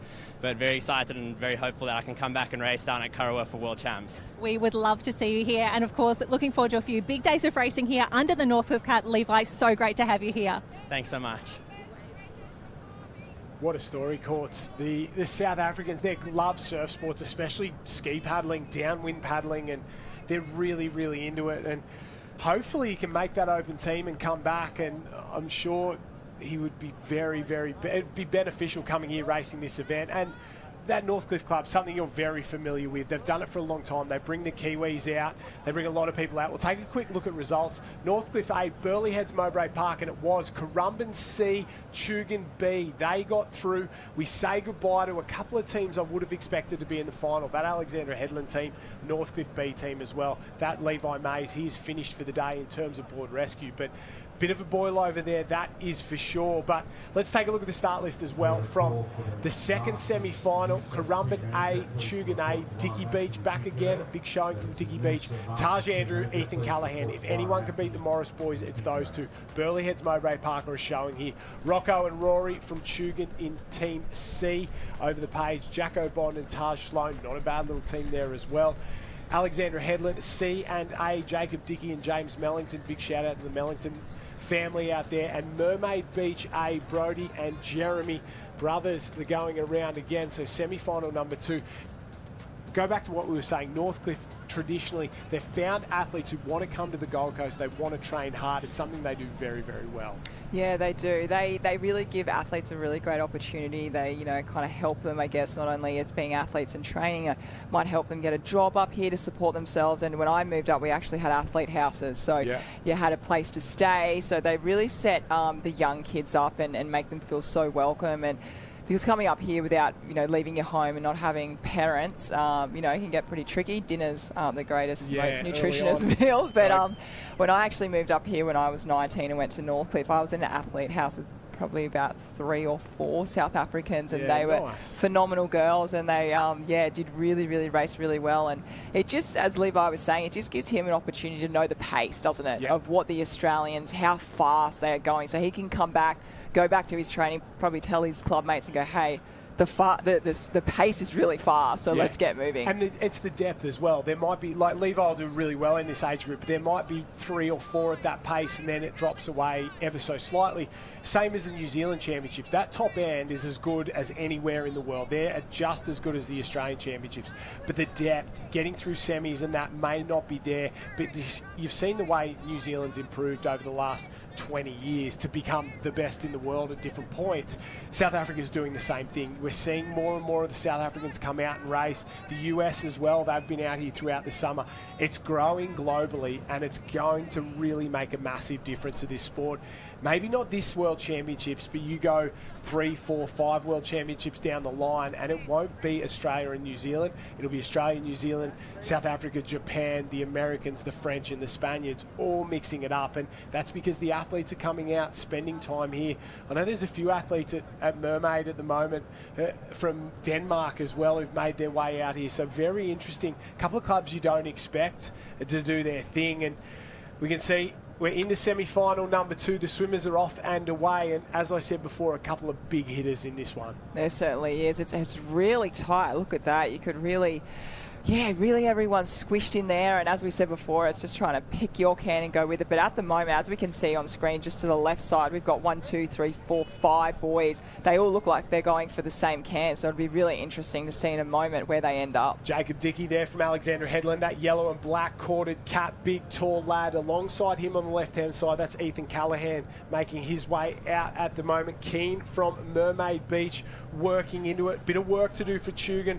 They're a little bit behind, and they have plenty to get back into this one. 2 Alex caps at the moment, but that's definitely Simpson out in front, absolutely flying there. And you can see there they're up and down at the moment. The swell pattern at the moment means those waves are so close together, still beautiful and clean, the offshore wind coming through, but they're so close together, they're just up and down at the moment. And maybe Alex has just gone off kilter ever so slightly. He's seen his can, taken a big right-hand turn to head back across to that one, and then a couple of the boys have gone too far to that right-hand side. They're going to have to take a left-hand turn and go back, and you want to be swimming from right to left and not the opposite, because that's the way the sweep is going. Yeah, certainly, and this Kira sweep, can't stress it enough. It's so powerful and it's so strong. And as we see, our first competitors going up, that is Currumbin. They are, as you said before, a very strong team. Riley Brennan there swam for them, got off to an absolute fly. One of the best swimmers in the sport. I think he's ranked 14th in the country in the open division in the swim, so he will be one to watch as well. Don't count Currumbin out of this one. It's not all Northcliffe and Burleigh, that is for sure. So Currumbin off and away. The rest of the boys, you can see them they're just bouncing up and down. Someone's there from Alex. Wait to see if his swimmer's going. Yeah, they're board paddlers. They're up on their tippy toes trying to see. Mermaid Beach is there as well. You can see the left-hand side. That is the Well, the swimmer's there, and now they wait. They get up over that can, they have a rest, and it really is explode to the can, wait for your board paddler to come. We can see the first of the board paddlers just popping into screen there at the bottom, making their way through the bait. Then when that transition comes or that changeover comes, get on as quickly as you can and then hit it hard for home. That's the key. Once you turn, it's basically the race starts at that turning can, doesn't it? It certainly does, absolutely. It's getting that rating, getting that up at the moment. But yeah, the competitors and the board paddlers, they're really getting hit really hard there. So it's definitely not an easy race at the moment. And as we saw before, it was really hard for those board paddlers to try and see their swimmers right up on their tippy toes and going from there. But as we can see, I think we've still... That's Karawa out in front. Yeah, Taj Sloan there. I think he's had a fantastic paddle. One of the best board paddlers in the sport, without a shadow of a doubt. He's gone straight past Currumbin, straight past Burleigh, and he's in the lead. So bottom right-hand side of your screen, that is Karawa out in front. Second place, Burleigh heads Mowbray Park. Third is Currumbin, which, Burleigh just gets smashed again. So does Currumbin. So, like we spoke about before, the right can, the right line can make a massive difference here. And it seems like Karawa and Taj Sloan have done a fantastic job at the moment. He's absolutely flying out through this one. He's out there to pick up Jackson Bond, his board paddler. No problems at all for them. Good shot of the changeover here. He'll come in to that can, sit up, stop, prop. No, he's just going to paddle the whole way around. So he's on the front. The swimmer jumps on the back, off and away. There's two ways you can do it, isn't it, Courtney? You can either keep flowing through like they have, or you can sit up, stop and prop and have a look at the rest of the team start to come through. Burleigh's in there. That's the more traditional turn. Stop, let the swimmer get on the front. Alexandra Headland, Mermaid Beach as well. Currumbin at the top of the screen are in. So the race for third, fourth and fifth is on at the moment. Our leaders are flying out in front. That's the Karawa Club. They are out of shot at the moment. I think they might have almost picked up a wave, but second, third, fourth, they're working very hard. Here's fifth in there. They're not out of it at the moment, and the rest of the back of the pack are just going into the turn, and they're going to need a wave, and there's plenty on offer. There certainly is. Here we go now. We've just got our front runners who've just been caught by Burleigh. So Karawa and Burleigh on that wave, as we can see at the moment. But going back to that board pickup, that was so fast. As you said, there is two different ways you can do it, and that was incredibly quick. It looked like they'd practiced that. Also, there's two ways you can paddle in. You can have everyone lying down, as you see on screen now, or you can actually have the back person actually kneeling up and do the double arm, which we've seen. We don't see that often anymore. We don't see that often, especially here when it's a little bit tippier, isn't it, when you get into that water area. And we can see out in front, Karawa, no issues at all. Burleigh relaxing, no problems. Those two teams will be through, but it's not 1 and 2 that we're all that worried about. It's 3, 4 and 5 because we're chasing places in that final. Very relaxed from these two teams. Karawa, not a team early in the day I would have said, oh yeah, they're a shot, because there is some really, really good teams in this one. But after this semi-final, I think they're a chance, and they're a big, big underdog. We've got two through to join the rest of the finalists. Let's take a look at who else can get through. No problems from Burleigh, and this is the race for third and fourth. Oh, out the back, everyone's picked one up, but it might be too little too late. Tugan and Mermaid, they will go down one here. Oh, Mermaid's off the back. That's drama for them. Tugan will go straight past. Mermaid are looking over their shoulder. The Keen boys there. Tugan have gotten through this one, and Tugan have been fantastic this morning. They keep producing in these board rescues, and I think some of the big guns, Alex, Currumbin, Dickie Beach, they are all out, and these three teams, they're out. These three teams, by my count, they will not be in this one. They're still going to sprint to try and get through, but I think it's too little too late. It is. Wow, that was really close just then, and I'm really excited that Tugan made it through. Have a listen to the first names of those two boys, Rory and Rocco. Love it. The boys on fire. They've done a fantastic job through that one there. Big, big results. There's also Jake and Kai from the Tugan Club, so we'll wait to see who gets across. We say goodbye to one of the Alex teams, that is for sure, and maybe Currumbin as well, a team that I thought would have gone very, very close, but you know better than anyone, Courtney, board rescue racing is very, very tough. Huge day of action down here, the Friday of the Queensland State Surf Life Saving Championships. It's all happening and presented by Experience the Gold Coast. What a place would you rather be? This is where legends are born. And stick with us, we'll be back in just a few moments' time. This is the Queensland State Surf Life Saving Championships.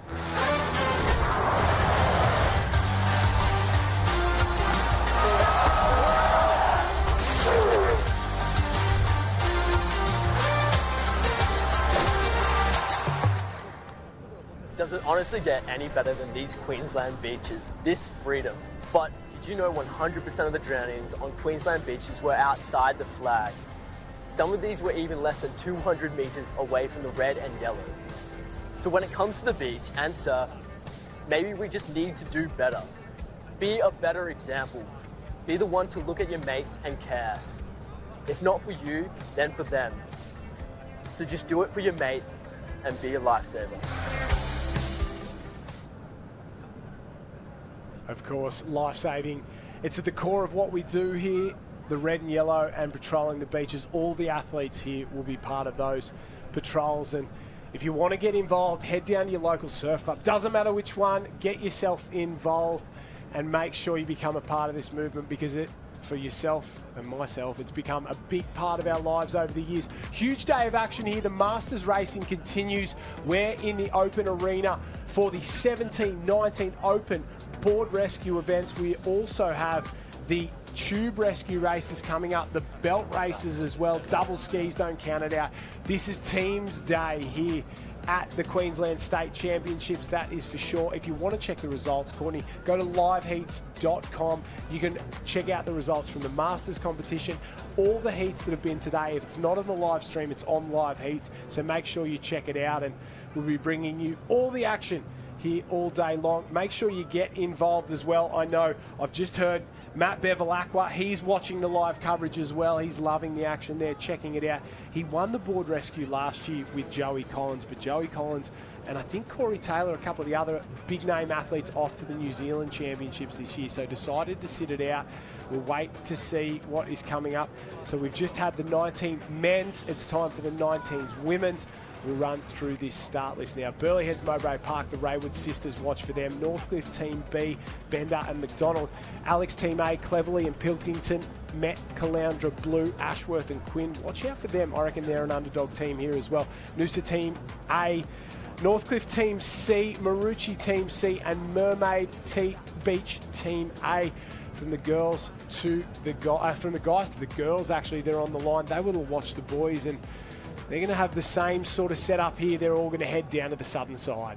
Yeah, they certainly are, and they definitely cannot cut it short, as we've seen so many times, time after again. Even the board paddlers had to paddle back as well, but as a swimmer, having to swim back into that, it not only is obviously slower, but it also wears you out, and it is a big 3 days. So as much as they are going as hard as they can in every single race, it's also, if you can conserve and not have to swim back into that sweep, it's just by the end you get to that Sunday afternoon, just got that little bit more extra energy, which you want. 2 semis again, top 4 through to the final.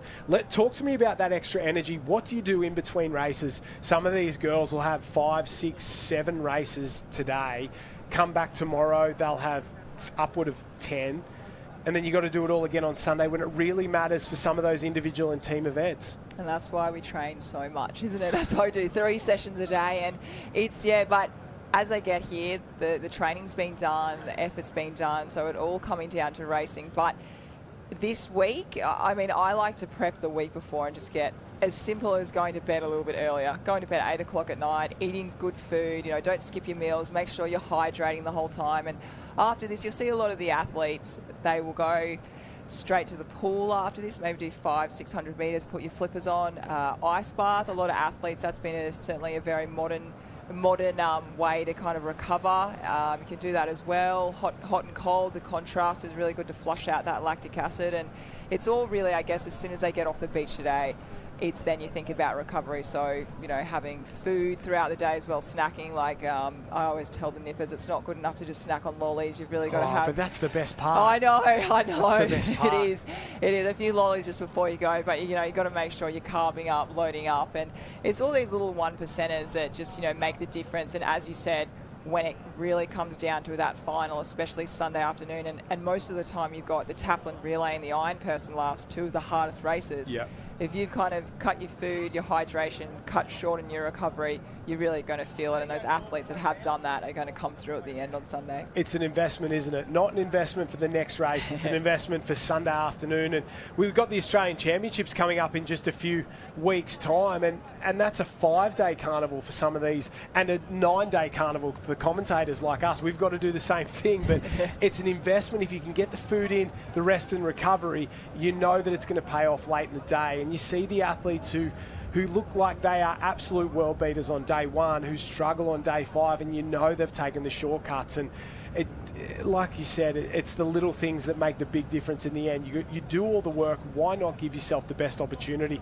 Northcliffe a mile out in front in this one. I haven't seen a lead this big halfway through a board rescue race in a long, long time. So you picked the right line and it's really paid off. And for the first time in any of the races, it really is the girls strung out where their cans are. You can see the red and yellow, the black, the blue, all that down the line. You can see them making their way towards them now, and that northern end has been the best end. Well, no, I said it was a big gap. It was side by side. She was just out of shot.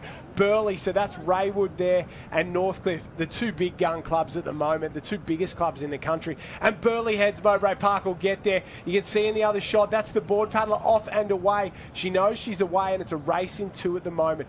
Won't take too much notice of who's around you. Just get off, get away clean, get a wave home, get yourself into the final, because you can't win it here, but you can definitely lose it. You can definitely lose it because a lot of the board paddlers, they just can't see their swimmers. And Jasmine Raywood, she just went off with her sister Bianca there, and she wasn't actually overly that confident when she left. She kind of questioned herself a bit, and I don't blame her because it's really, really difficult to see. And I think actually the competitor Northcliffe next to her, I reckon she would have at least wasted about 5 seconds just trying to wait for that wave to kind of pop over and see. So you certainly can lose it and certainly waste a lot of time, and it's for going through, you just have to treat it like a final. You've really got to put the head down and really make sure you go.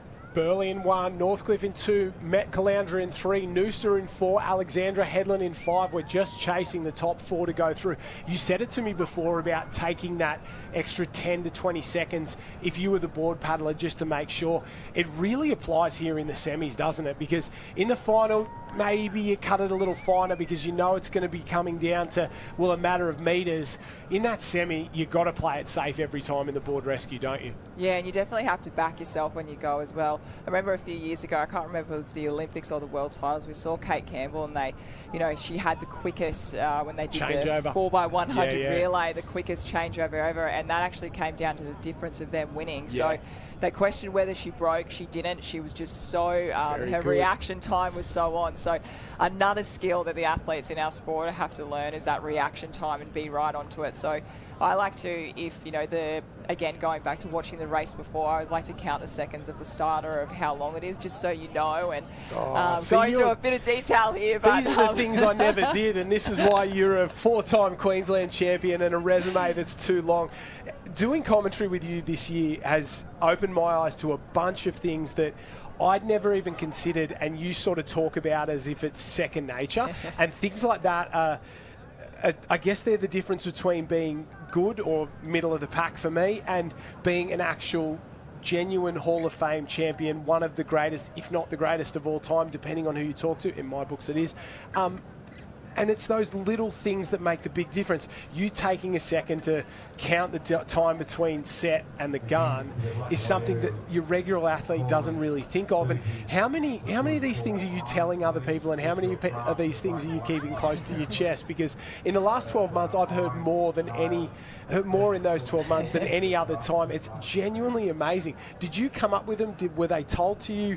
What was the where did they come from is what I'm asking, to be honest. I was figuring out how to try and answer this. I'm super competitive. I told no one all of this. So I love it. Commentary, if I come back racing, everyone knows all my things now. You're done. I'm done. But I love it. Yeah, I think, for me, it's just, I guess, come over a lot of years of learning, and I'd watch, I guess not necessarily people telling me things, but I just watch other competitors that I really looked up to and see what they do. And I think if you just watch and learn and I think for me, the one thing was I left my home of Sawtell to move to the Gold Coast to become an Iron Woman, the best Iron Woman I could be in myself. So I was, in my mind, I'm going to do everything I possibly could to be number one. So why wouldn't I count, the seconds at the start and also the seconds between each waves in the sets. And I think to every athlete, if you're listening to this, I would count the seconds between each waves in this set, because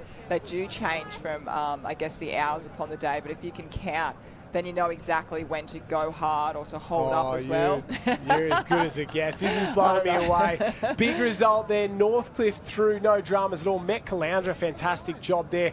Burleigh Heads, they are through, and we're chasing one more. So we saw Northcliffe, who led early, have gone off the back there. Not what you want. Here's the race for the last spot in there. Maroochydore, Noosa and Alex. It's an all Sunshine Coast three-way race to the line here. We'll wait to see who gets up first. Oh, someone's thrown him off the back. Noosa, not too bad. She's going to grab first. Maybe it'll come down. Marucci, Noosa, Alex are out of it, I think. Maybe Noosa just missed out there. I think Alex and Noosa have missed out. Marucci might have gone through, but no dramas at all. Big result for a couple of teams there. Not what you want for a couple. These girls, they will say goodbye to them. They were on that wave as well, but they have gone home. So it will be Burleigh, Northcliffe, Met Caloundra, and I think maybe Maroochydore will be the fourth through to the final. That's semi-final number one, the under-19 female board rescue. The live stream will continue all day long and all weekend long. We'll be back next weekend as well. Courtney Hancock will be spilling all her secrets all weekend as well, and I'll be taking notes for athletes. And you got a lucky team in there at the club there that you're coaching at the moment, because if you pass just a little bit of that on, I'm sure they will be very good athletes. This is a huge day of racing. Things are starting to clear up as well. The surf's been pumping. It looks fantastic. The crowd, not as big as we'll see it all weekend, because we just have board rescue, double ski, belt races, tube races today, as well as some Masters events as well going on down the beach. All the Masters events. If you want to check out all the action, go to the Facebook page for the live stream and make sure you head to live. Jenny is on the beach at the moment.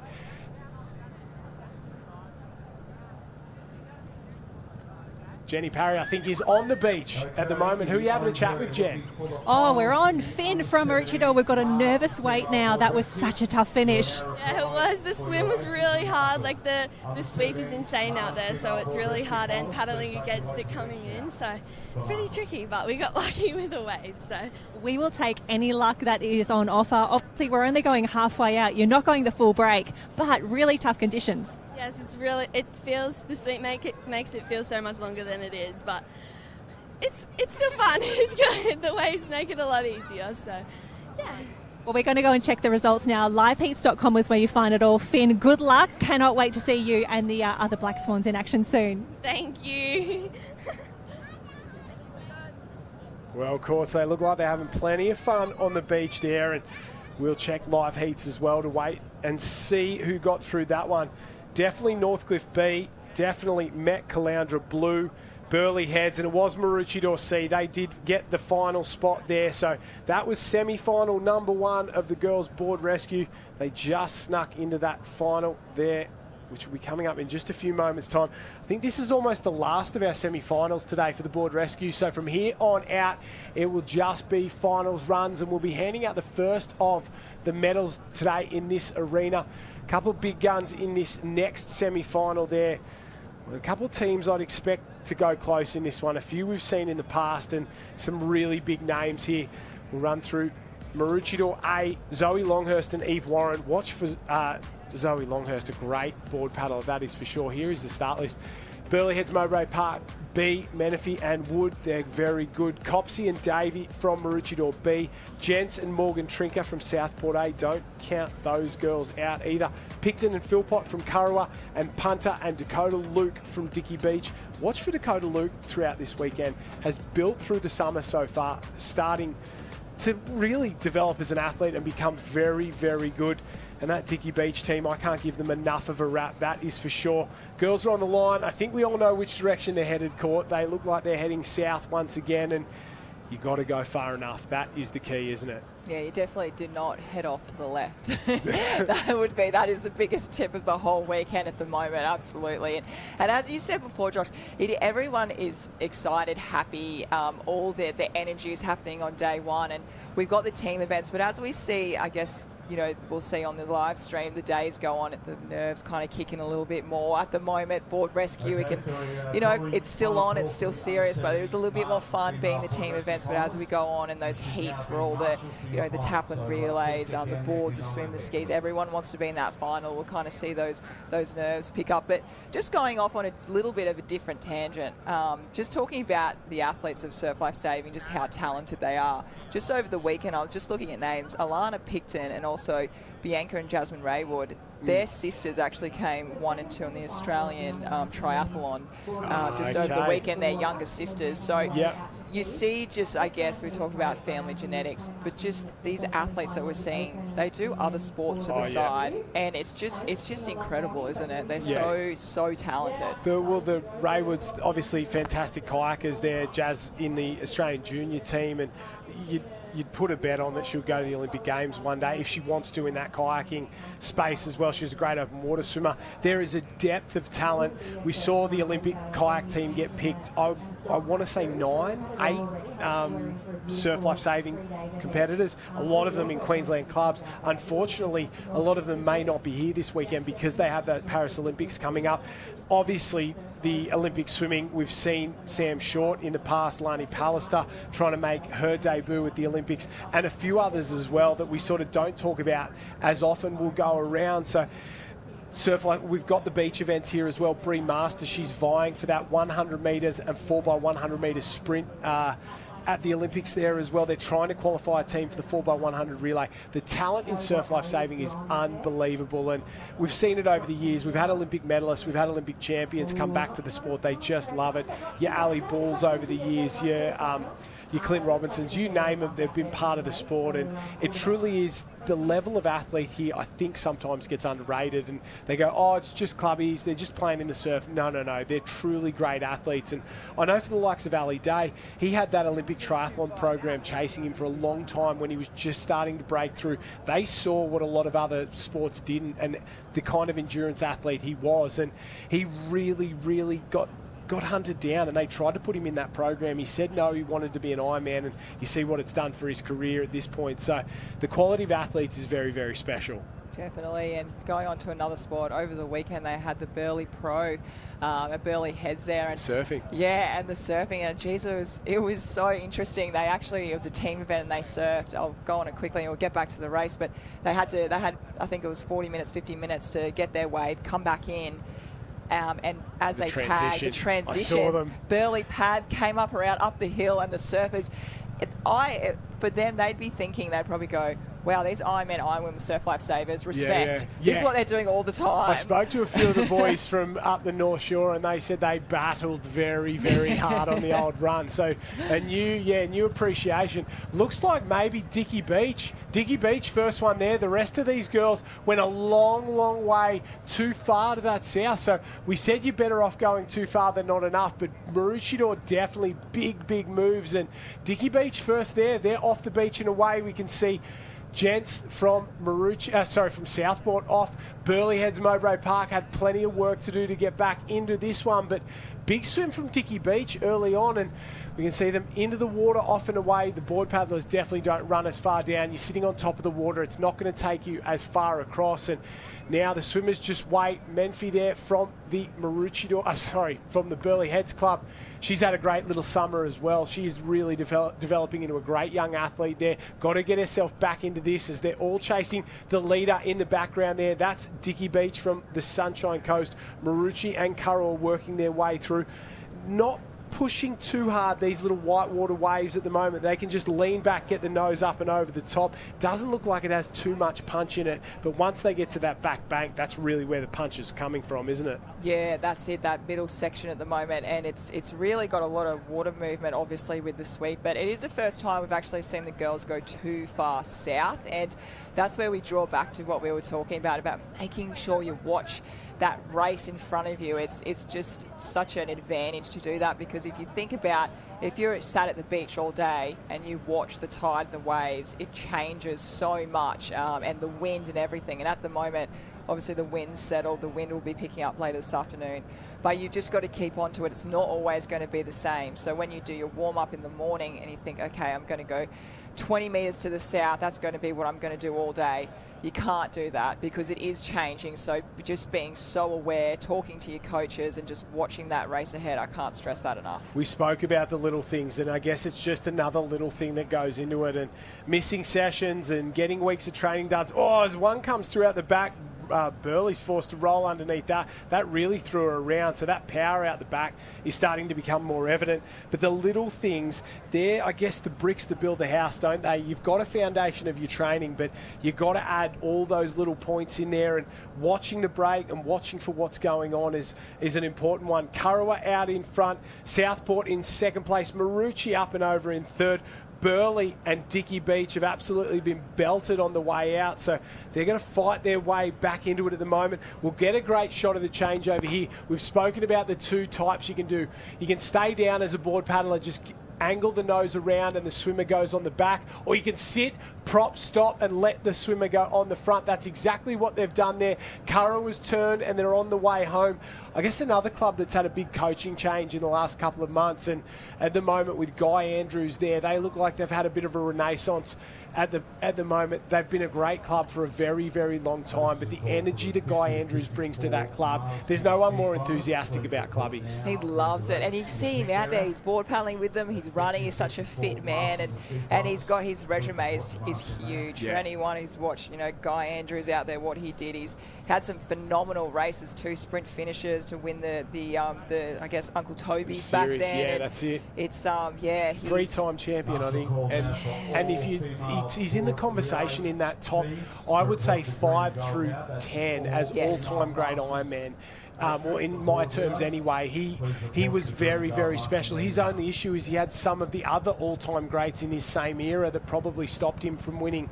Instead of just 3 titles, maybe he would have won 5, 6, 7 along the way. But he was and he's one of the best coaches in the country as well. Absolutely, yeah. He's, as I said before, as we see on screen, that is Southport coming down. They did really, really well to get down that wave. And with board rescue, you can't go back on the board until you're actually on the wave. So many times you see so many teams absolutely learn from that. If you go back, you can imagine you've got the weight of 2 people that push you off that wave. So if you can get down it, almost kind of nosedive and quickly, I guess, not abandon ship, you don't want to do that, but quickly get back to the back of those straps. Yeah, that's it. Gents and Trinker out in the front at the moment. This is second and third there. That's Gents and Trinker up the beach. No problems at all. Gents with the swim, Trinker on the board. Great performance there. Maroochydore and Kurrawa, they will be 2 and 3 across the line. No issues for either of those teams to get through. And here we go, the race for 4th place. Marucci, another one of those teams. Burleigh heads Mowbray Park. Oh, that one's going to be very, very tight. Leave that one to the judges there. Very, very difficult from Maroochydore.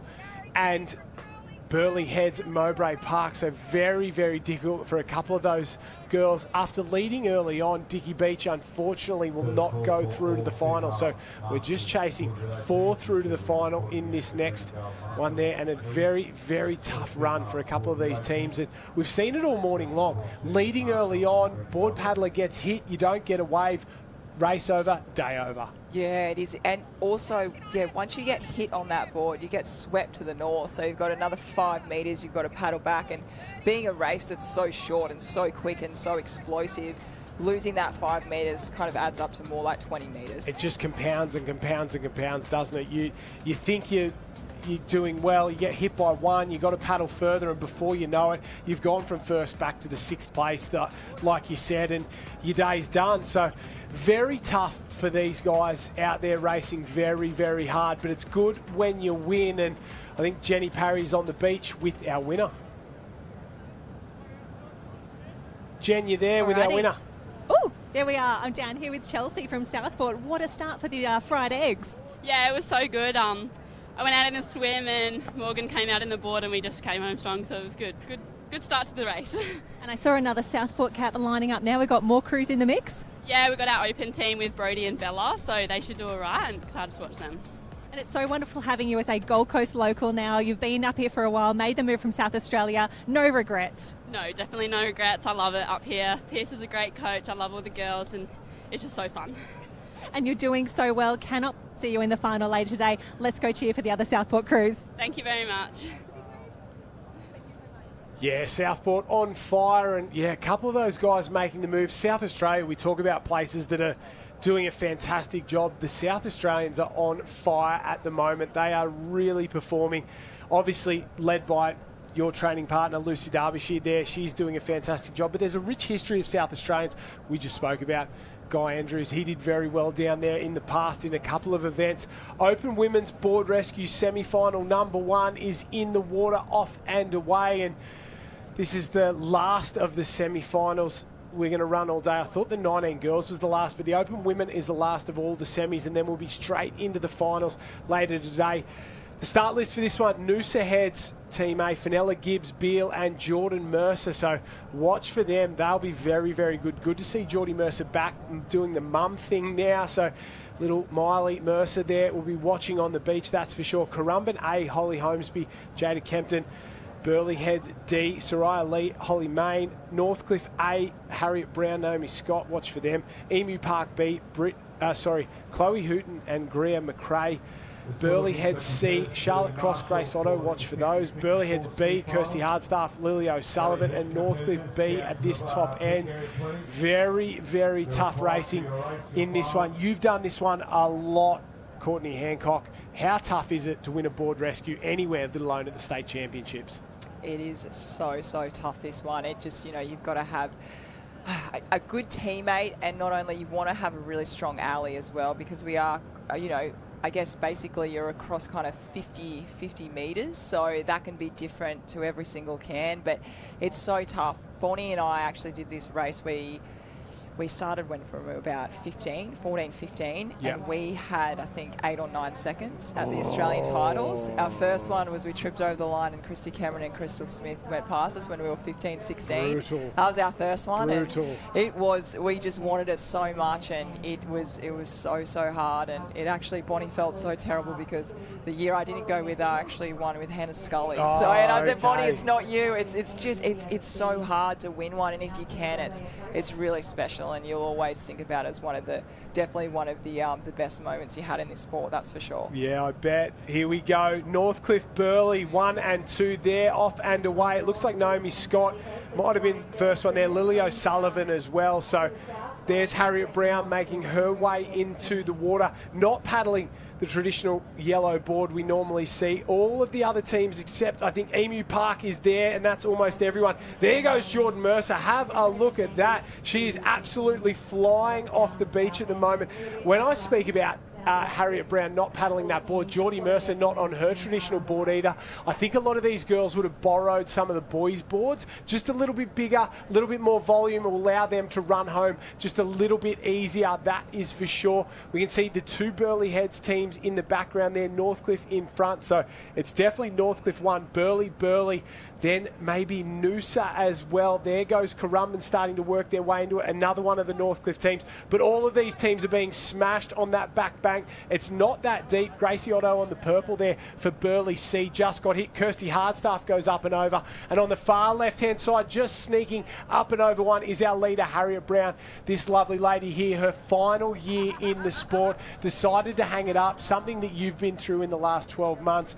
She's someone you've raced your entire career, Courtney. How good is Harriet Brown? And she just continues to be great. As somebody gets absolutely smashed there, she just continues to be great 15 years into her career, doesn't she? Absolutely, and I think the wonderful thing about Harry is where she first started, she came from Victoria, so we know what the weather's like there. It's it is trickier through those, I guess, that pre-season winter months.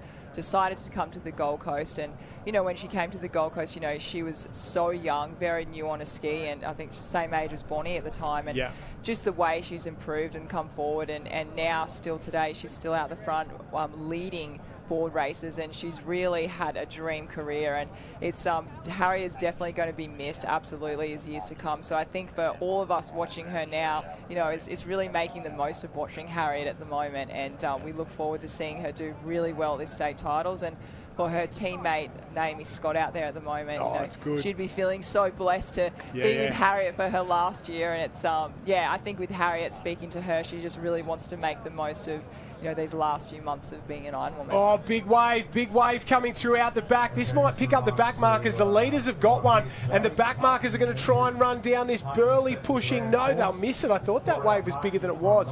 Naomi Scott, Harriet Brown, they don't look good, but they're going very, very quickly. They're a bit out of time. Out the back, Northcliffe might get down one. This is Burley in second place. That's Burley in third place coming down. Oh, drama for Burley. Will they get it? Yeah, very, very good. Northcliffe out in front.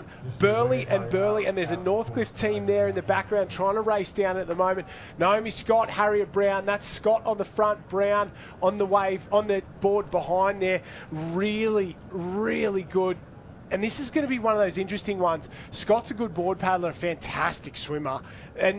But do they run well together? Because they don't look in time. They don't look comfortable. I haven't seen them do this together in the past. Last year, the winners were Hannah Scully and it looks like Georgia Miller. They're the defending champions, so I don't know if they're going to go around in this one as well, but they've done enough to get the win. You're going to have to think Naomi Scott will be one of the best swimmers in this field. She will be the first to the can almost every single time.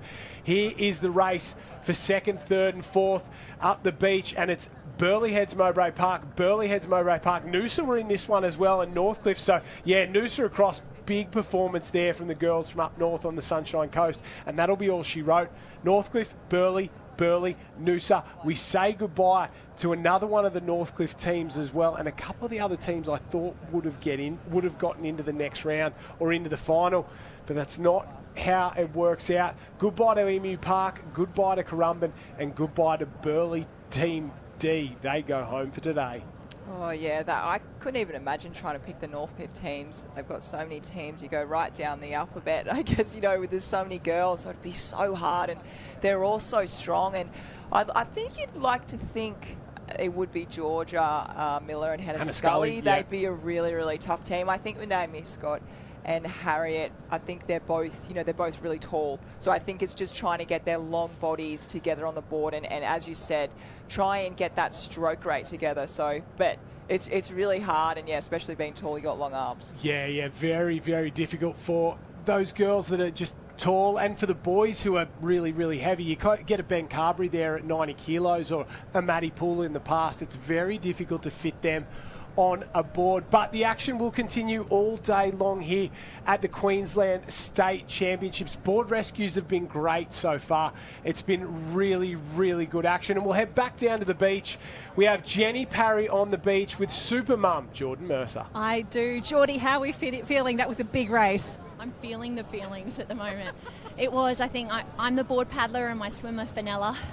Watching the swimmers, it's quite phenomenal because it's a massive run for them to then counteract that sweep. But not only that, they swim through the gutter, then they get up and run on the bank. So I'm still puffed, but I think the swimmers really have got it tough in this board rescue event today. You've done an amazing job, and the traffic behind you was pretty intense. It was so great to see Noosa get through to the final. Oh, it's just awesome. I think there's probably no funner event than the board rescue, and I think it definitely does represent the essence of who we are as surf lifesavers. But I guess it's just such a blast. I mean, you get a wave on your own, it's the best feeling ever, but to share it with someone, you're just far surpassing best feelings ever. You got someone like Fenella on your team. So excited for the crew. So excited to see so many Noosa caps on the beach as well. We're cheering for you and the rest of the crew all weekend long. Oh, I appreciate that. It's actually, today has been lovely because we've obviously got 17s, 19s opens in the one area. It's not often that, for me as a coach as well, that I get to work with all the athletes. You can see all the action, and as a Noosa crew, we're kind of talking to one another like, oh, what worked? What should we change? So it's been a real beauty with today's setup. There you go. Hot tips in the Noosa tent today. Geordie, go warm down, warm up. We'll see you soon. You and Fenella, hot tip for the final. Oh, I appreciate that. We're going for the waves. It's the only way. Thanks so much. Big waves down the camera. We'll see you soon. Geordie Mercer, what do you say about her? One of the happiest people on the beach. She enjoys it. And this is, I guess, Geordie Mercer 2.0. She was the Iron Woman champion. She was the pinnacle of the sport for a long time in a lot of events. Australian champion, you name it, she did it.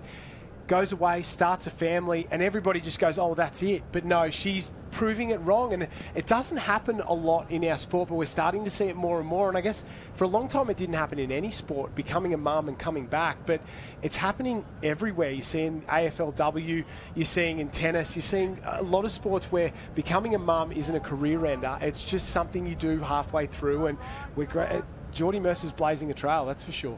Yeah, definitely. We saw at the Olympics some of the women that were breastfeeding just before they were going on to competition. Sorry, they didn't show them on TV, but I know that they were, and I just think that's a really beautiful thing. I think being a mum, it's so natural and such a beautiful moment, and I guess position to be in life. So for someone like Geordie to come back, why can't she? Why can't women come back and race and compete? And it's a really natural thing for a woman's body to do.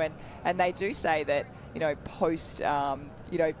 post having a baby, that the hormones and what you go through actually gives you a lot of, they say, the super mum power. So there's no and look at Geordie. She's got a six-pack. She looks fantastic and fit and healthy and happy. And there's no reason why I couldn't see Geordie back in the Iron Woman series. That's it. It's a scary sight, that's for sure. And it's a hell of a lot of work to get back to that fitness for anyone. Not just mums, but to become as fit and as competitive as she is, it takes a hell of a lot. So credit to her, and we will watch this final with interest, that's for sure.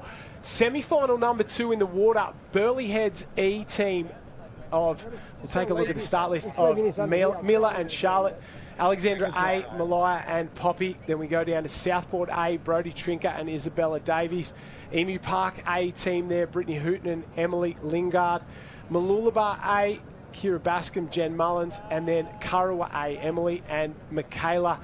Burleigh Heads, Mowbray Park A at the bottom there, and that is Brielle Cooper and Claudia Rose Slavin, and I think that is them. They'll be second to the can, maybe they'll be second to the can there. So wait to see. The girls on the beach waiting. This is Burleigh Head's E team closest to us on screen on the right-hand side as we watch the swimmers, and they are very, very spread out. This is the most spread out race I think I've ever seen at the moment. These girls, a couple of them have absolutely flown to the can, and a couple of them are really struggling just to get to the back of the bank. This is crazy because I think obviously the lane you pick makes a massive difference, but at the moment there'd be maybe 30 seconds between first and last in this board rescue. Yeah, definitely. I'm just watching at the moment, as we can see on screen, a lot of them have overdone it a little bit and missed the can. So that's why we're seeing such a spread out race. I'm not too sure what's happened there, as we spoke about before. That sweep is changing, and sometimes you can, and it's very, and I want to really say it is very hard to get that right. So if you see athletes who absolutely go right, spot on, they have done incredibly well, and sometimes it is, you just have to guess. You can I guess line it up as best as you can. But one thing I have to mention, we haven't really seen too many of the athletes, I guess, the professional Iron women in this board rescue, and I feel like a reason for that is due to having that 6-7 weeks of racing back to back. They're probably taking today off just because racing 3 days in a row might be a bit much and a bit of sickness going around. But certainly at the Australian titles, I think we will very much in this race see heats, quarters, semis. Oh, very much multiple. so. Yes. Well, talk to us, and you'd be someone who'd understand that at any club at any time, you would be in the A swim team, board relay, ski relay, Taplin relay, board rescue team. How do you pick which events you do? How do you pick which events you sit out? You combine that on top of, you're obviously going to do the Ironman, or Iron Woman, sorry. You'd always do a surf race. How do you pick which team events you put your hand up for, and how do you not spread yourself too thin? Do you want me to go into my thoughts again? Yeah, I mean, I'm here for it. I'm here for it all weekend. Okay, what I would do, I get the program, I set it out, I talk to my coach, go through it myself, and go, okay, what's the workload that I can handle? Yeah. Obviously, I finished up at 35. A 35-year-old, I couldn't handle as much as a 23-year-old. So at 23, 24, 25, 26, board, swim, ski, iron, every single team event.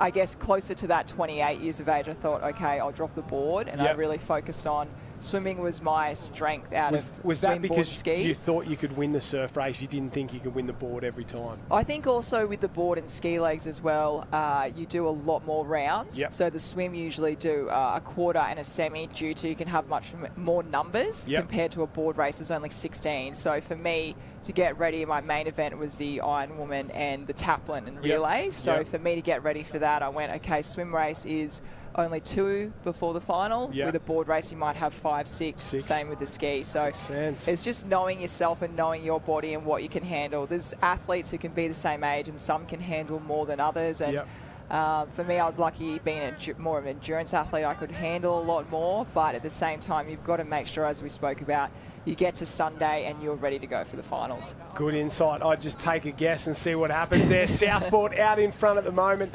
Brody Trinket jumps off there. Burleigh heads Mowbray Park.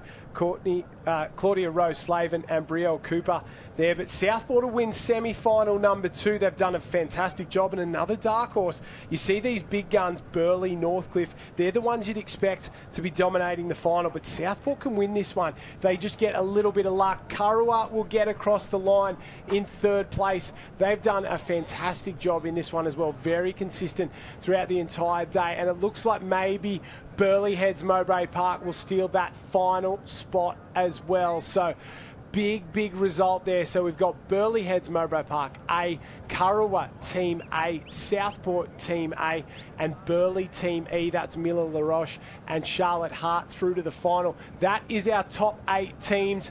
They will be on the line in, well, just a few moments' time. And Brody Trinket, I always give her a rap. She is one of the most underrated board paddlers. That's her on the right there. One of the most underrated board paddlers in the sport. Nobody can deliver on the big stage like Brody Trinket. She's the defending board race champion at the state championships, and she continues to deliver for Southport and the club year in, year out. And she's a star of the future, that is for sure. Watch for her later in the carnival, especially when we get to that board race final. But I think they might be able to steal this board rescue if they just get a little run. Obviously, they're not the favourites, but if things go their way, that's the key to winning a board rescue. You've got to be there, you've got to be fit, you've got to be fast, but you need a hell of a lot of luck as well. Certainly, and there's only 8 teams, so when you get to that final of board rescue, anyone can win. 8 teams, your top 8, you've got the best in Queensland. And yeah, Brody Trinket, she's such a phenomenal athlete, and she's always so fit as well. She backs it up really well. And as I was speaking about before, those board races, you have to do heat after heat, quarter after quarter. Yeah, round after round. Jenny Parry is on the beach with the lady we were just speaking about. Oh, fantastic. Thanks so much, crew. Brody, we were just saying tough conditions out there, and you're coming off some illness as well. Yeah, that's right. I had a bit of tonsillitis earlier this week, so lucky that's all cleared up now. I'm feeling a little bit cooked, but it's good to get a couple races done and warm up for the rest of the carnival. So it's tough out there. You sort of got to nail that swim and the board, like how far you run down the beach. So if you can get that right, then you're in a pretty good position. And it feels like the program is so perfect for you as well. Get a few board rescues done, work your starts, get in there with the team, and then you're ready for 3 big days of competition. Yeah, that's right. Today is a bit more of a chill day, I think, compared to the rest of them, as it always is on the Friday with the Masters. But, I mean, I definitely love this racing. Short and sharp is definitely my forte. I love an explosive off the beach. So, yeah, it's good to get some racing done with my teammates and have a bit of fun while we warm into it. You've had such an amazing season already. We saw you in the Super Surf Teams League. Now you're back with the Southport cap on your head. You must be so race fit at the moment. Oh man, I think, I mean, you kind of get sick of it after a while. No, never sick of it, but it's tough going back to back. I mean, I didn't have it like the Nutrigrain girls did. Fortunately, I had a couple of weekends of rest in there, but it's hard to get into a routine with training when you're going racing every weekend and you want to taper, but you still want to get some hard training in. So, but yeah, so far so good. It looks like you're doing everything right at the moment. Cannot wait to see you and your partner in the final, as well as that big open board race later today. One of the races of the weekend. Brody, go and get ready for a big 3 days. Awesome. Thanks, Jenny. Yeah, massive 3 days. That is for sure. Massive 3 days on the beach. And, well, all the semi-finals have been run and done. I think it's finals time, and for the first time of these championships, we are going to hand out some medals. Gold, silver and bronze is what we're chasing. The under-17 boys is first up here the Under-17 men's board rescue final. We'll run you through the start list as soon as they get off and away, but these boys all charging down. They would have watched the girls as well. They're into the action, and it seems like, well, a bit of deja vu every single time they all charge down there, but there is only one plan at the moment in this arena. Head down, make sure that the sweep takes you back to your can, pick the right line, and then get that hand up high in the sky for your board paddler. Well, the start list, Tugun Team B on the far side, on closest to us. Sunshine Beach Team A through there. That's Lewis and Wilson. Tugun is Damon and Flint. The Noosa Team B is Harmer and Mackenzie. Alexandra Headland Team A, Molins and Whitford. Lucas Carter and Kyton Pickering from Alexandra Headland Team B. Maroochydore Team D, Jed Gregg and Josiah Short. Noosa Team A, Capel and Dinage. Kurrawa Team B, Mullen and Cervenak. Big Sunshine Coast contingent on this one. 1, 2, 3, 4, 5, 6 of the 8 teams from the Sunshine Coast. Only Kurrawa and Tugun representing for the Gold Coast here. So the future's bright on the Sunshine Coast. Already it's Alex in 1 and 2 on either end of the screen at the moment. Maybe Alex pushing up into the mix at the moment. Maroochydore is there as well, and so is Noosa. No sign of Tugun, no sign of Sunshine Beach either, and they're just having to go down deep underneath a couple of these waves, and it's such a good shot at the moment. You can see them. That wave starts to come. They dive deep down underneath it and pop over the other side. I would have thought they'd gone a little bit deeper there. A couple of boys just letting it wash over the top of them.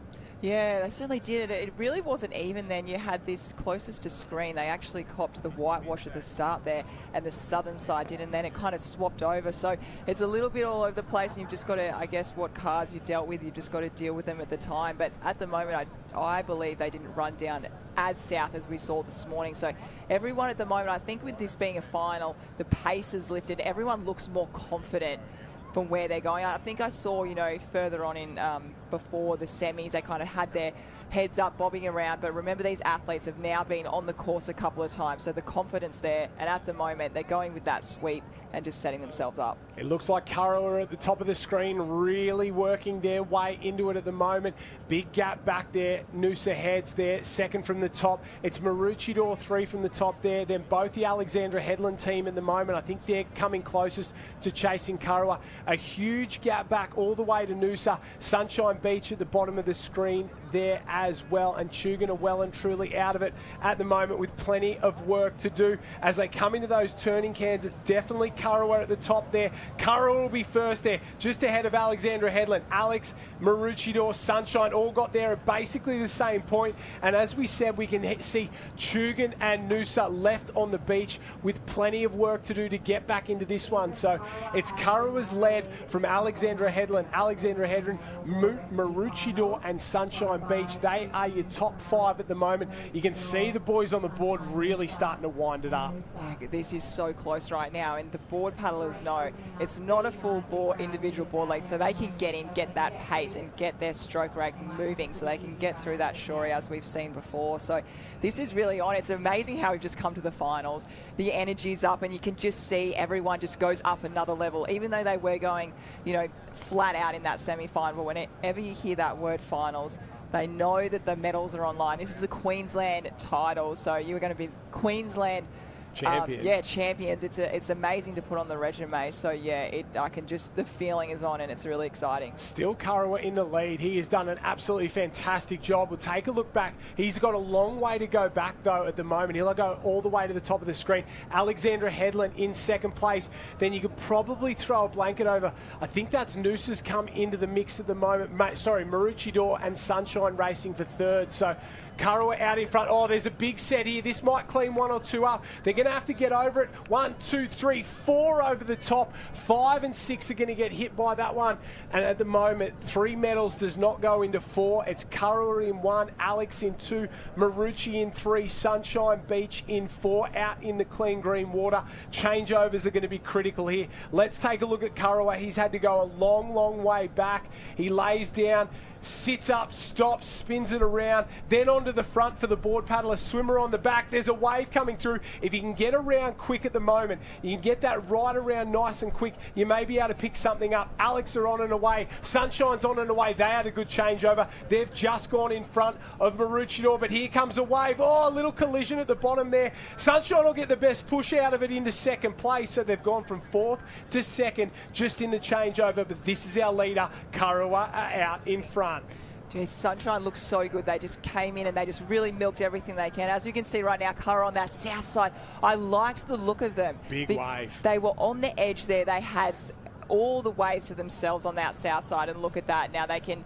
I'm pretty much going to say this one's going to connect and go all the way through, but I don't want to say that too early. You've called it very early. Board rescues are known for disasters, but Will Mullen and Ben Cervenak have done a fantastic job. Oh, have a look at this one coming through. 3 on the next wave. They're chasing second and third at the moment. Our leader's still out in front. I think that race is run and done, and Kurrawa will be the champ. But it's Maroochydore, Alex, and Sunshine Beach in the race for second place at the moment. Kurrawa's on the sand. Well done, Will Mullen and Ben Cervenak. First gold medal of the Open Championship goes to Kurrawa Beach for the under-17 board rescue. Here's the race for second place. Oh, Marucci's up. They've had a trip. Sunshine have left their man behind. Alex are in trouble. Marucci will get second. Sunshine third. Alex in fourth place. Brutal race for the minor medals there, but no one can take it away from the Kurrawa crew. They are on top in the first final of the day. And they didn't worry about not being on their home beach at Kurrawa. They came to North Kira and they just absolutely took that right from the start line. The swimmer just set it up perfectly, got to that can. As soon as they turned the can, the rating was on straight away. And being on that south side, they had no one on the left side of them. They just took ownership of that area of the swell and did really, really well. I really thought Sunshine they were coming in really hot towards the end there, and I love watching the finish of board rescue and that second paddler disconnects and they almost got their own sprint finish to catch up and just grab that handle and dive across the sand. They've done a fantastic job, that is for sure. Everything right. They led from start to finish, and we were talking about the Sunshine Coast Clubs and how well they were doing in this one, but Kurrawa stole the show there. Basically led from the start, did everything right. Will Mullen and Benny Cervenak there handled the break well, and they found a wave on the way home. It was well deserved as well. They did everything right. And the first gold medal of the championship has been sent to Kurrawa, where we were supposed to be today for this championship. Obviously a little bit too much swell, but it doesn't seem to have impacted these boys all that much. They have done a fantastic job to win this one.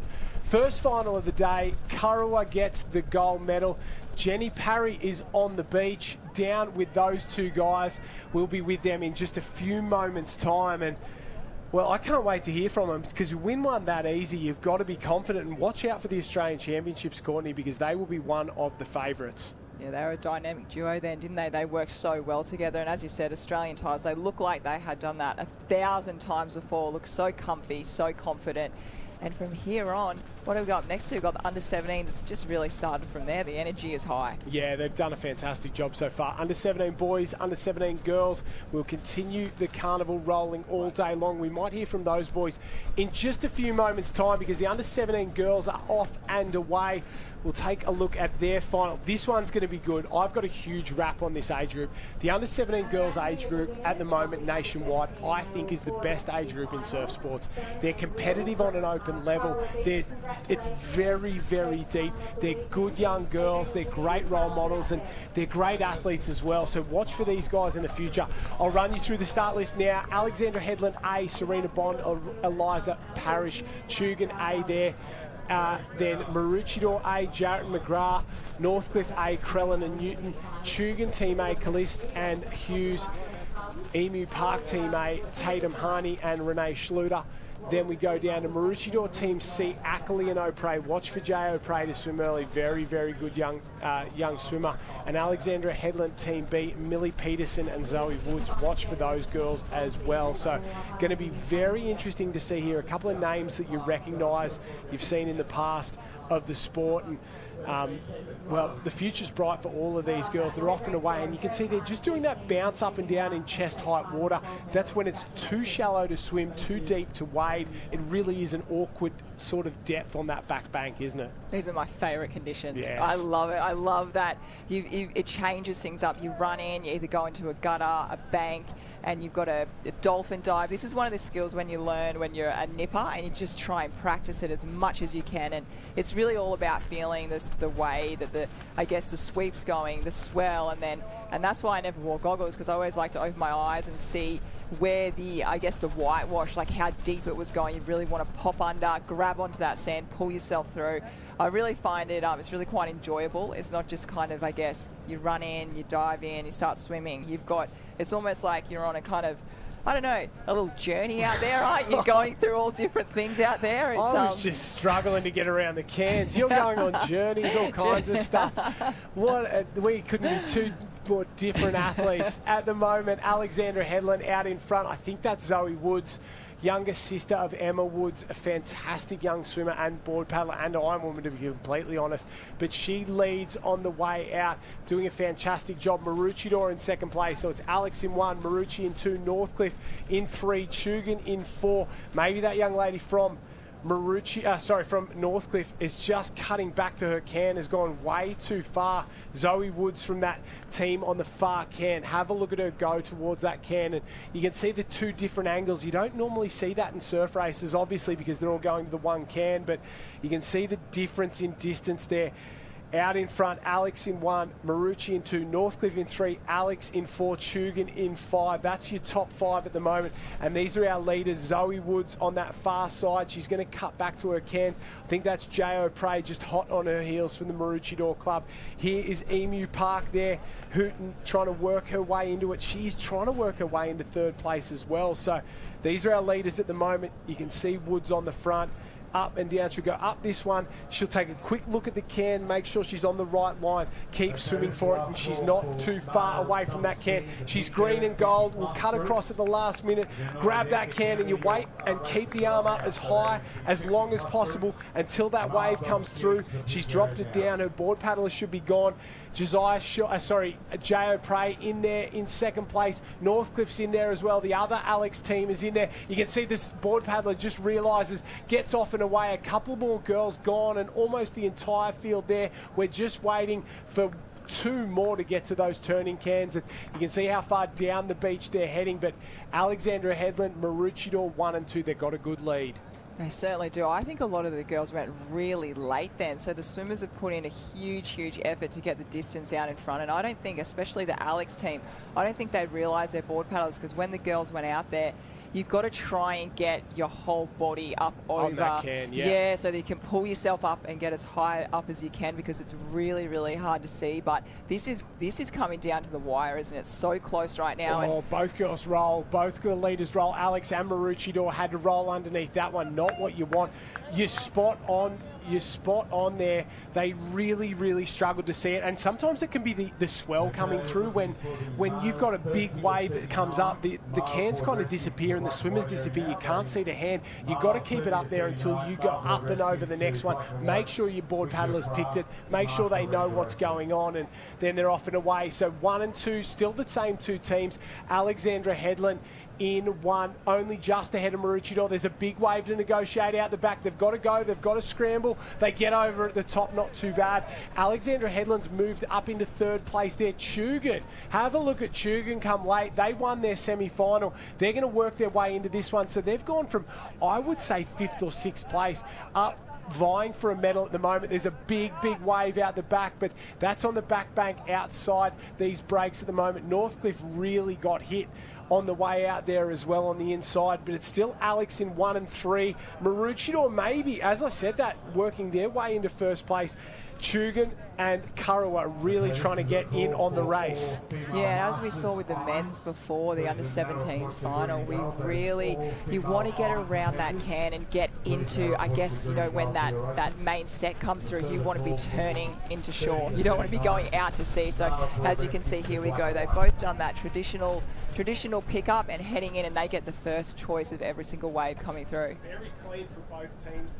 Very clean from both teams, that is for sure, as they start to work for home, going at a rate of knots side by side. Maroochydore and Alex, Zoe Woods on the front of this team there. You can see the Maroochydore girls starting to maybe just get an advantage, maybe a quarter of a board length, if that. It's going to come down to runners, and it's going to come down to who can find them and milk them the longest. Maroochydore out in front, I think, at the moment. Alex just struggling ever so slightly. You can see the Maroochydore rating so much higher and so much more in time than those Alex girls, and that is proving the difference. Big waves out the back at the moment, really big waves, and if they can get this one, it might be enough to guarantee them a medal, but what colour will be the big question. Maroochydore should get down it. Alex will get down it. Maroochydore got to get over the top. They're going to come down late. Oh, I thought for a second there, Court, they were going to miss it. A race into Alex and Maroochydore. They did so well to get down that wave there, Maroochydore. They're used to waves. Maroochydore always puts on a good show, and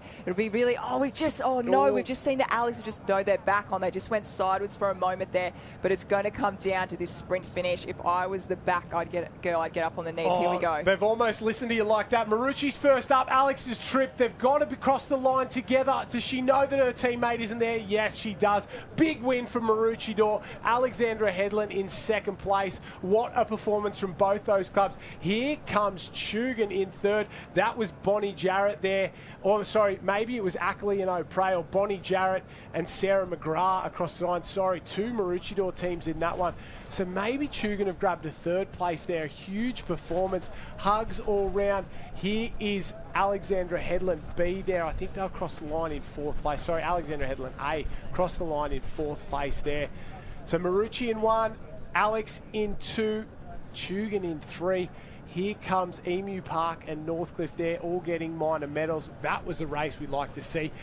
At the exact moment you said I would have got up at that point, that's when Maroochydore got up, and that was the difference. And it was Ackley and Jarrett, I think, the two winners there. No, Sam McGrath and Jarrett, sorry, Bonnie Jarrett.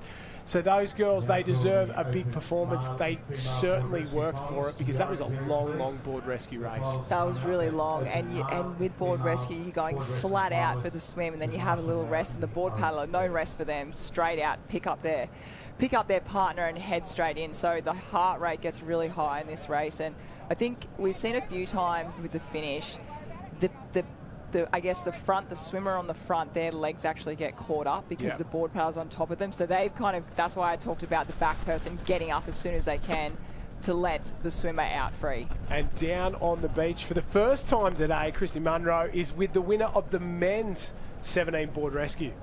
Thanks, Josh and Courtney. Yes, I'm down here with Ben and Will from the Kurrawa Surf Life Saving Club, who've just taken out the under rescue. The conditions look beautiful. Pretty strong sweep.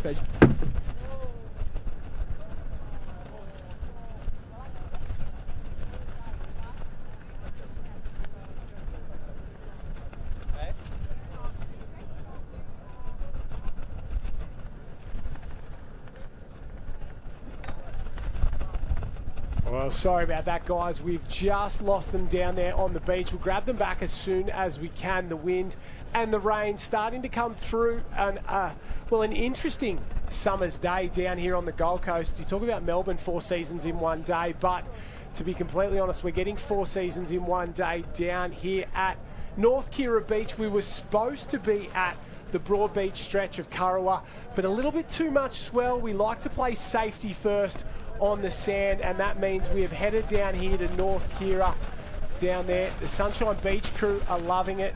I'm sure Az there, he's doing a bit of handling for his daughter out there. I know Az very well. Great swimmer. He's a fantastic competitor and a good dad as well. So really loving to see these guys down on the beach. And we'll try and get back down the beach and see if we can talk to Christy Munro and the winners of the under-17 men's board rescue. They are back down on the beach. We'll see if we've figured out a few of the bugs there, and we can have a chat with them as well. We shouldn't be too far away from grabbing those guys, but stick with us here on the live stream.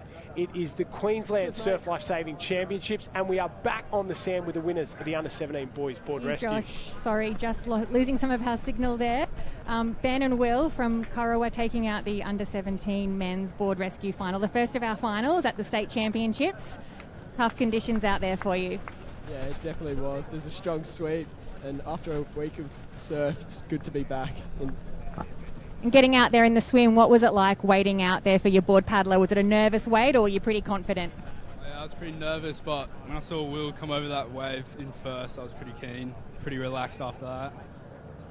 And how have your combinations been going? You've been paddling together all season, or this a bit of a one-off? This is the first time we've paddled together. We're also the B team for our club. Go the Killer Bees. Well, congratulations, under 17 men's finalist winner. I've also got the finalists, the winners of our under 17 women's board rescue, the team from Maroochydore. You guys were so strong in the semi, done it again in the final. Congratulations. Thank you. It was amazing. We were just trying to stay a cool cucumber the whole way. Is it as fun as it looks out there? Yeah, no, it's actually heaps of fun. Like, the waves are so good today. Like, it would be better if we were out the back, but we make it work in the gutter. So, yeah, it was heaps of fun out there. Yeah, it must be a nervous wait sitting in the gutter, not knowing if those big backbreakers are going to come and clean you up as you wait for your board paddler. Yeah, it was pretty nerve-wracking. You can't see the board paddler coming, so I was just like trying to bop over and see. And will you combine together again for the Aussie titles? Yeah, we've actually been partners like for 6 years now. We've been together since under 11s, and this is actually the first time we've ever won a board rescue together, so it's been so good. Yeah, it was amazing. I'm just so proud of us. We've like been friends since we're like this big, and just to win is just amazing. That is a beautiful story. That hard work has paid off. Well, I feel like there's some good omens coming for Aussies. Good luck. Thank you. What a story that is for sure. Maroochydore, Alex Chugan. Jenny Parry, you are off the beach and into the box up here at the moment. 7 years, 8 years as board rescue partners. Obviously, that's special, and that's what this sport's all about. Absolutely. There's a lot of combinations down there on the beach who have been doing this since Nippers, and I love that we had the C team there for the girls, and in the boys, that Kurrawa B team coming through for the win as well. It's been, so I'm just fresh off the beach. It's really great down there. And for the board rescue, something that I did not appreciate until I was down at the water's edge is just how tough it is for those board paddlers to see the swimmers out the back. There was one race we could, the team was doing so well, and you could tell the crowd was like trying not to say, you've got to go, you've got to go, you've got to go. And it is really tough down there. So if you get a gold medal at States this weekend, you have done an incredible job. You certainly deserve it. Courtney and I had that conversation. We couldn't figure out why a couple of those board paddlers weren't going off the line. The next race is in the water. It's the under-19 men's board rescue final. This is one I've really wanted to watch all day long. A couple of big guns in this event who can really go a long way and probably do well in the opens, to be completely honest. We saw the semi-finals. They were very, very tough. Take a look at the start list. Mermaid Beach Team A, Northcliffe Team A, the Morris boys. They are the red hot favourites and the defending champions. Currumbin Team C, Kurrawa Team A. Watch for them. Bond and Sloan. Chugan with Muggeridge and Mulhern. Then Caliste and Randall. Burleigh Heads Mowbray Park, Taj Andrews and Ethan Callahan, they'll go close. Darby Meyer as well for the other of the Burleigh teams. They are an underdog in this one.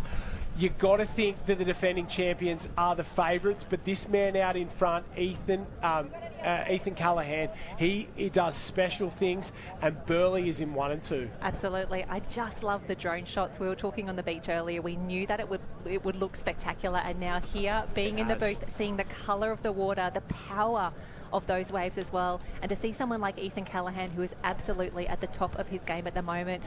He had such an incredible breakout race at the Hayden Kenny Classic to start the season. And there's always that worry of like, is this a flash in the pan? Yeah. 100% it is not. He's an absolute superstar, and I'm not even going to say of the future. He's a superstar now. Well, he finished up, 5th or 4th overall in the Open Iron competition at the Summer Surf. That's against the best in the best, and he's just a first-year under-19 as well. That's the scary part about it. He was on the dais, and they had the champagne, and he said, I can't really drink it, I don't really like it. Diet Coke. Yeah, that's something like that. That is how young and how good Ethan Callahan is, and he's got a bright future. He comes from good stock. He's at a great club. There's not enough nice things you can say about him. He's just a good, humble young lad, and he's leading them a merry dance at the moment. You can see on the way out.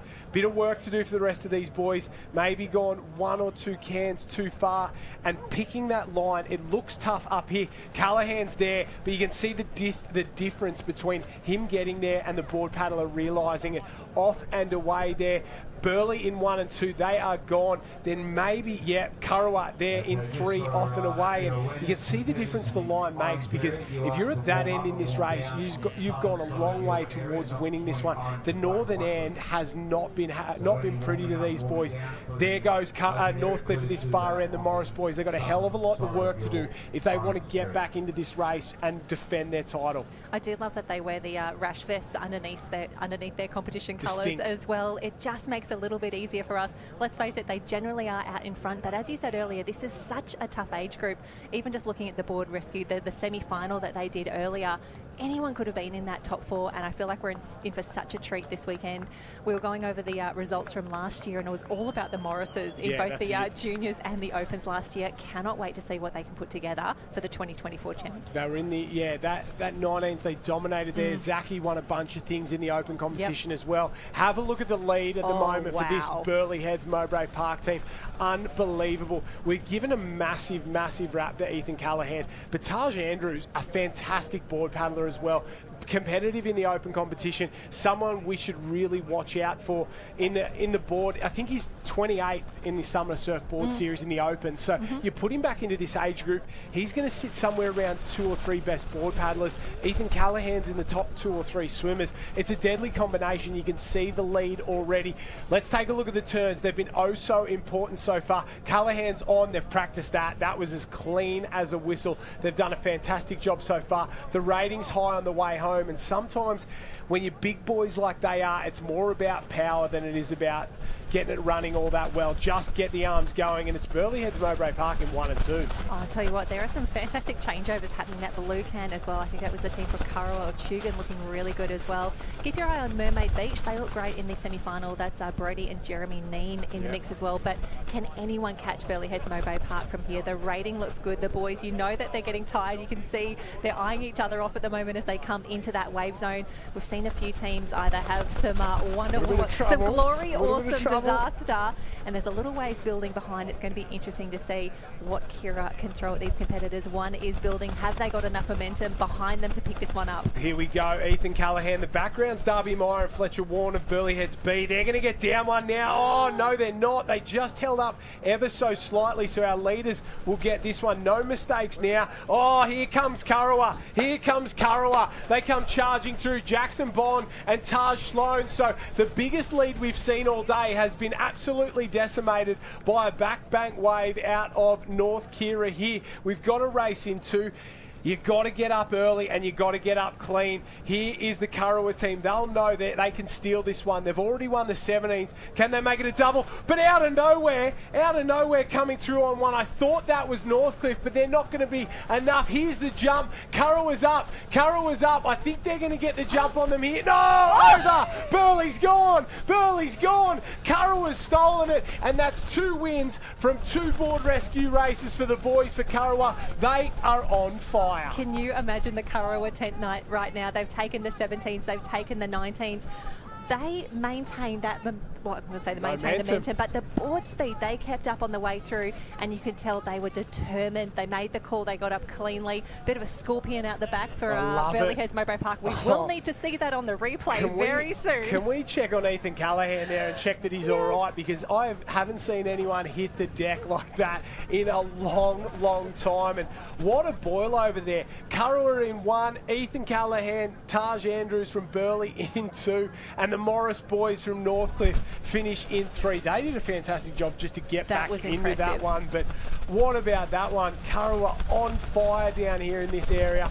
They win the 17s, they win the 19s. I don't know, I don't think they're in the open final, but can they get that one done as well? Someone call Tannen Linden, find him a partner. Get him going. Let's go the trifecta. That was an incredible race, and I love that it's barely lunchtime on Friday. Barely lunchtime time on day 1 of 3 for the Queensland State Championships, and this is the sort of racing you can expect all weekend long. You got to feel for Taj Andrew and Ethan Callahan. Oof. Led, did everything right. Even Darby Meyer and Fletcher Warren from the B team there, they were in second place and Easily. looking very... Easily. We thought they were going to get a wave together to go up the beach in a Burley 1-2, and in the end, Kurrawa, they deserved it as well. They worked hard to get down that wave. They did a fantastic job, and credit where credit's due. They are on fire at the moment. Guy Andrews, if he's not off running, lifting, racing a car somewhere, he'll be very happy with himself at the moment. I think he's doing the CrossFit Open at the moment as well. Of course he is. He's the fittest man in the world. He's the world's fittest 50-year-old. That is for sure, and he is on fire at the moment, and so is the Kurrawa Club. They are happy with the change down to North Kira at the moment because they are absolutely flying, and, well, they're into a good thing, that's for sure. What a way to start. Christy has our winners down there on the line, a happy team from Kurrawa. Thanks, Jen. I'm down here with Jackson and Taj from Kurrawa, back-to-back for the club, for the under-17s and now the under-19s board rescue. Bit of a sneaky win there, but it's not over till it's over. No, definitely not. As soon as we saw the 17 boys win it, we knew we had to back it up and even do better, so real stoked for Taji here. And it's the conditions that we love with surf carnivals. It's boring when we can predict the finals, and it's a really tricky gutter coming through here, and you guys just milked that wave the best and had the best line to the finish. Taj, was that the tactic all along? Yeah, the tactic was that if we saw a wave coming, we just paddle like animals, paddle as hard as we could, and then hopefully pull down something. Our get-off was really clean, so got it over the other boys coming up the beach. And are you a combination that have been together for a long time, or what's the training been like? No, well, I've only been at the club for a few months, so the first time we've been on a board rescue together was yesterday at training. So, but we've had it in the making for a while. We knew we'd do all right, so stoked to win our first one together. Well, you've set the standard high for the rest of your races, and all the best for Aussies. Thanks very much. Oh, straight down the camera. Kurrawa on fire there, and Jenny, I think that's the key. I think all the winners so far have said, well, the two boys winners so far have both said, we just put ourselves together yesterday, and the girls winners were like, we've been together forever. So there's no real rhyme or reason to board rescue. It's a bit of a lucky dip. Let's see what happens in this one. The girls under 19 board rescue final is coming up now. The girls are on the line and set. We all know which way they're going to go. They're going to head down the beach, that is for sure. And we've got an all-star lineup here. This one's going to be tight. Absolutely. I did speak to Chelsea Jensen, Morgan Trinket. They are on the red and yellow can. Probably the worst of the cans at the moment in terms of that sweep, but they combine so well together. We've also got Shalise Menifee and Chelsea Wood from Burleigh Heads. Eva Ashworth, Daisy Quinn looked amazing in their semi as well. Marucci, Team C, Finn and Isabella. The Raywood sisters combining there, Bianca and Jasmine in the final. Alana Picton and Annalie Philpott from Kurrawa. Another Maroochydore team, the Black Swans, loving the board rescue, Zoe Longhurst and Eve Warren, and then Kyra Bender and Emma McDonald from Northcliffe rounding out the field. And I'm loving seeing the different decisions that are being made by our swimmers as they head down. It's a real. I love seeing the decision making that the girls are doing here, because they've done a few semis, they've been in the water already, but it's a final. Do you change your strategy? Do you take a chance? Do you just hope for the best? Do you know what's interesting is the entire field is within probably five body lengths kind of thing, and they've got to go the entire string, so there's obviously a clean way to get out. And then do you take that line? Does it give you enough advantage to get back to your can, or are you just running too far down and some aren't running far enough? And like you said, it's the decision making that really comes out when you get to these finals. 19 women, they should be old enough to make decisions for themselves. They should be experienced enough to go on through it. But I think each and every one of them will double check with the athletes around them. They'll double check with their coach. They'll make sure that what they're looking at is the right thing. As a couple of the boys are warming down there, as the girls are making their way out through this break, and you can see already that shallow back bank has just gotten shallower and shallower as the day goes on, and it's gotten that little bit tougher for these girls. So out in front at the moment, Burleigh Heads, Mowbray Park, Northcliffe as well. A couple couple of our rescue tube rescue swimmers are trying to get out of the way. Get out of the way, boys. Get out of the way. Oh, no. They've just stopped in time. One hasn't there. Dramas aplenty for the boys warming up. So those two need a wrap over the head, that's for sure. But I don't think it's slowed them down all that much. Burleigh in 1, Northcliffe in 2. Burleigh in 3, maybe. Yeah, Met Caloundra in 4 there.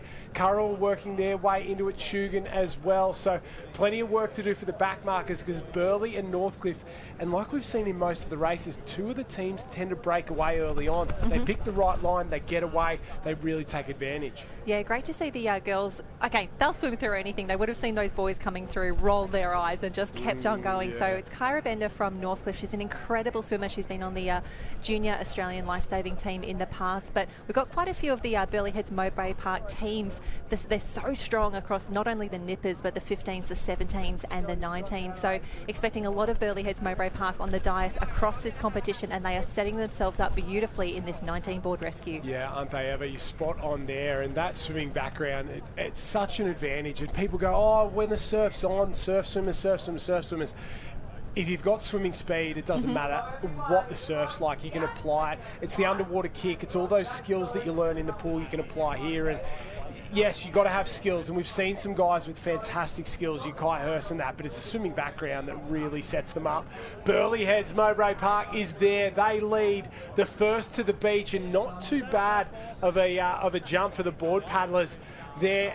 Northcliffe gets there as well in second place. That was probably 3 or 4 seconds gap. Couple more teams. It looks like Met Caloundra's there as well. Bang, they're off and away. And a couple of these girls, oh, they're just waiting. They're just waiting. I think she's waited too long. I think Metz is there. I think she's got to go. You can see she's stepping back to have a look. Oh, Burleigh doesn't know as well. The indecision. Just go. It's a final. Don't worry about it. Josh said it's Don't fine. wait. Yeah, and this is a massive drama for these. You can see them looking around, asking each other, am I gone? Finally, she's gone. They've realised, we spoke about it with Courtney in the box, sometimes that can goes down, you lose the swimmer, and the swimmer pulls their hand down too early, and that is a huge mistake for Burleigh Heads Mowbray Park.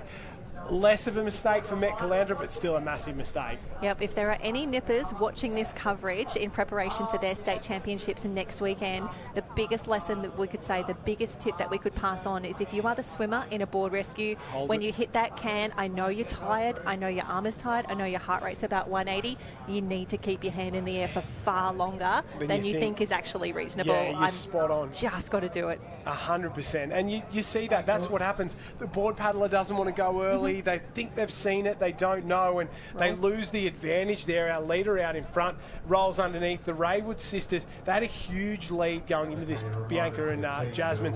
But now they've just been hit ever so slightly. That gap's certainly closing. There it is there. The gap from Burleigh to Northcliffe in 1 and 2, and the rest of the field's still working their way through that break.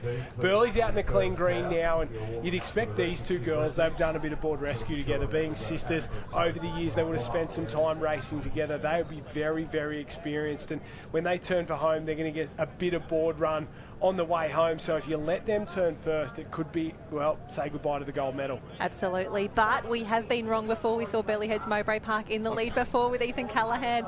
But I love this shot that we now have starting to look back towards the beach. Not only do we see that lead that the sisters from Burleigh Heads Mowbray Park had back to Northcliffe, but there was a group of 3 behind that in the chase. And those girls are definitely still in the race for a medal, if not a state championship. Yeah, Maroochydore, Met Caloundra in the thick of it there as well. Burleigh, after leading early on, that swimmer will be wondering what happened there, because that would be an absolute drama for them.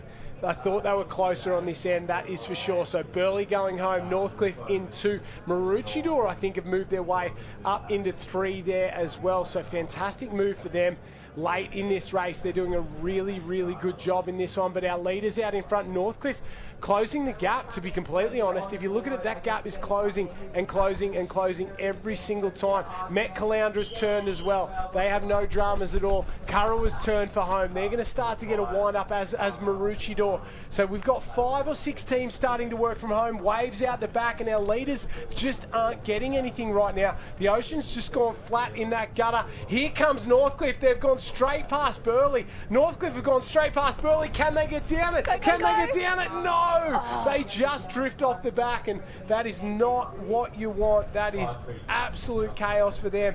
It looks like we're going to have a couple of teams maybe on this wave. Northcliffe have really paddled their way into it. I thought this race was over, but Northcliffe, they're on fire at the moment. That was a really impressive paddle. We could see in some of the earlier long shots they were getting a few little nudges of the waves, but the way that they have combined together, the way that they are repositioning themselves constantly on this board, as we see Burleigh Heads Mowbray Park trying to pull down something. It looks like they're there, and this is where we're going to set up a fantastic finish. Back into it. Will this one come over the top of the leaders? They're going to get that all the way to the beach, but Northcliffe at the top of the screen have done a fantastic job. They've done enough. Really, really good performance from the Northcliffe Club. They are absolutely on fire at the moment. Emma McDonald, Cora Bender, what a performance from these two girls.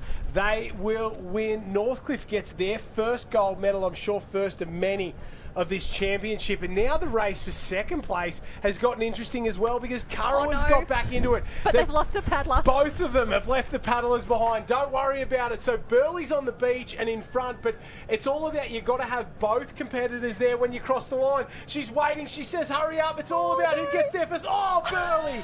Burleigh from Currawa. So it's Northcliffe, Burleigh and Currawa. 1, 2, 3.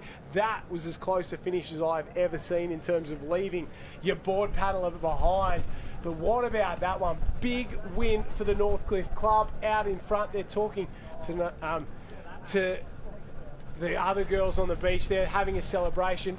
Southport, I thought they were going to be better in this one as they crossed the line down in 5 and 6. And then Burleigh, so much indecision from the other Burleigh girls. You got to feel for them there. It was drama aplenty, but that was the 19 women's board rescue final, and a big, big win for Northcliffe. Oh, that's what we're here for. We love the drama, especially when we're not part of it. 100%. That race had everything. We had the early lead from Burleigh Heads Mowbray Park. We had the indecision for when the board paddlers were heading out, and then the way the girls really worked the waves on the way home, and then one team nearly finishing without their board paddler as well. We had everything. Can Northcliffe make it a deadly double here? Zachy Morris firing up, ready to go. High fives all round for the big fella. He saw his brother struggled into third. They were a long way down for a long time. I thought they would have gone a little bit closer in that one. So we wait to see what's going to happen in this open men's board rescue final. After we've had the junior stuff, men's and women's still to come. It's a good field too. I really like this race. It's going to be a flyer. Excited about the open men's board rescue. I actually remember, and I don't remember a lot, Josh, but I remember the race last year down at Mooloolaba. It was Joe Collins and Bevy, and it was one of the best races I've ever seen. It was incredible. Of course, we've got the New Zealand champs this weekend, but I think we've got Christy down on the beach. Christy, let's have a chat to Northcliffe. Again, I'm down here with Emma and Kyra. An absolute show in that under-19 women's board rescue final. Did you think you were in with a good shot when you had the best alley? Yeah, I think we always knew that we had a good shot, but there's great people out there, Jazz and Bianca and so many others that we knew. We just had to try our best and trust each other, which we did, which was great. We had a few of our board paddlers having a huge amount of trouble spotting their swimmers, but you were right onto it, didn't miss it straight away, and that probably gave you a huge advantage. Yeah, definitely. I just made sure I was eyeballing that can. As soon as I saw a hand go up, just go. And you milked that wave through the gutter. There's a little bit of a rip. The water's running backwards. Waves were coming from behind. Did you just keep focused on the finish line? Yeah, Emma was yelling paddle, and good thing she was yelling at me, and yeah, I'm just glad I could do it with her. Such a key in the board rescue, paddle all the way to the finish. Yeah, definitely. Well, good luck for Aussies and for the rest of the state championships. Thank you. Oh, fantastic work there, the girls of Northcliffe, and I love seeing a team that is so happy to win as well. We want to see claims. We want to know how great you are. We want to celebrate the amazing racing that is happening down there. Spot on there. That's it. It's all about the passion. That's it. This is where legends are made, and we're loving the action down here at the beautiful, the southern end of the Gold Coast. It is one of the most spectacular beaches and stretches of sand anywhere in the world. If you're planning on heading down, don't forget there's the festival area down here on the beach as well. We have the Race 1 tents down there. You can get some great deals this weekend on Surfcraft. They're the official Surfcraft supplier of the state championships as well. We've got the engine tent down there. See the boys rocking the engine gear there as well. And it's all happening, and we'll be back in just a few moments' time. This board rescue final is just about to kick off.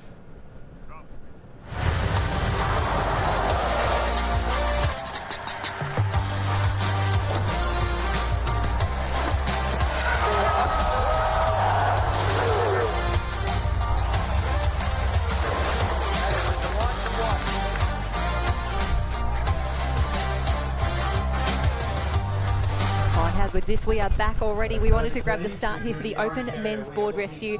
Josh, you and I were looking through the start list just before. You're backing Zach Morris and Odin Parrish, and that is a tough one to go past. They are the Northcliffe A team.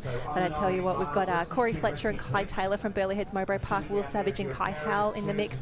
Don't go past CJ Brennan and Nick Green as well. They are from Currumbin. That is the white and green quartered cap. The speed, it's definitely increased over the past few races. Loving seeing these boys.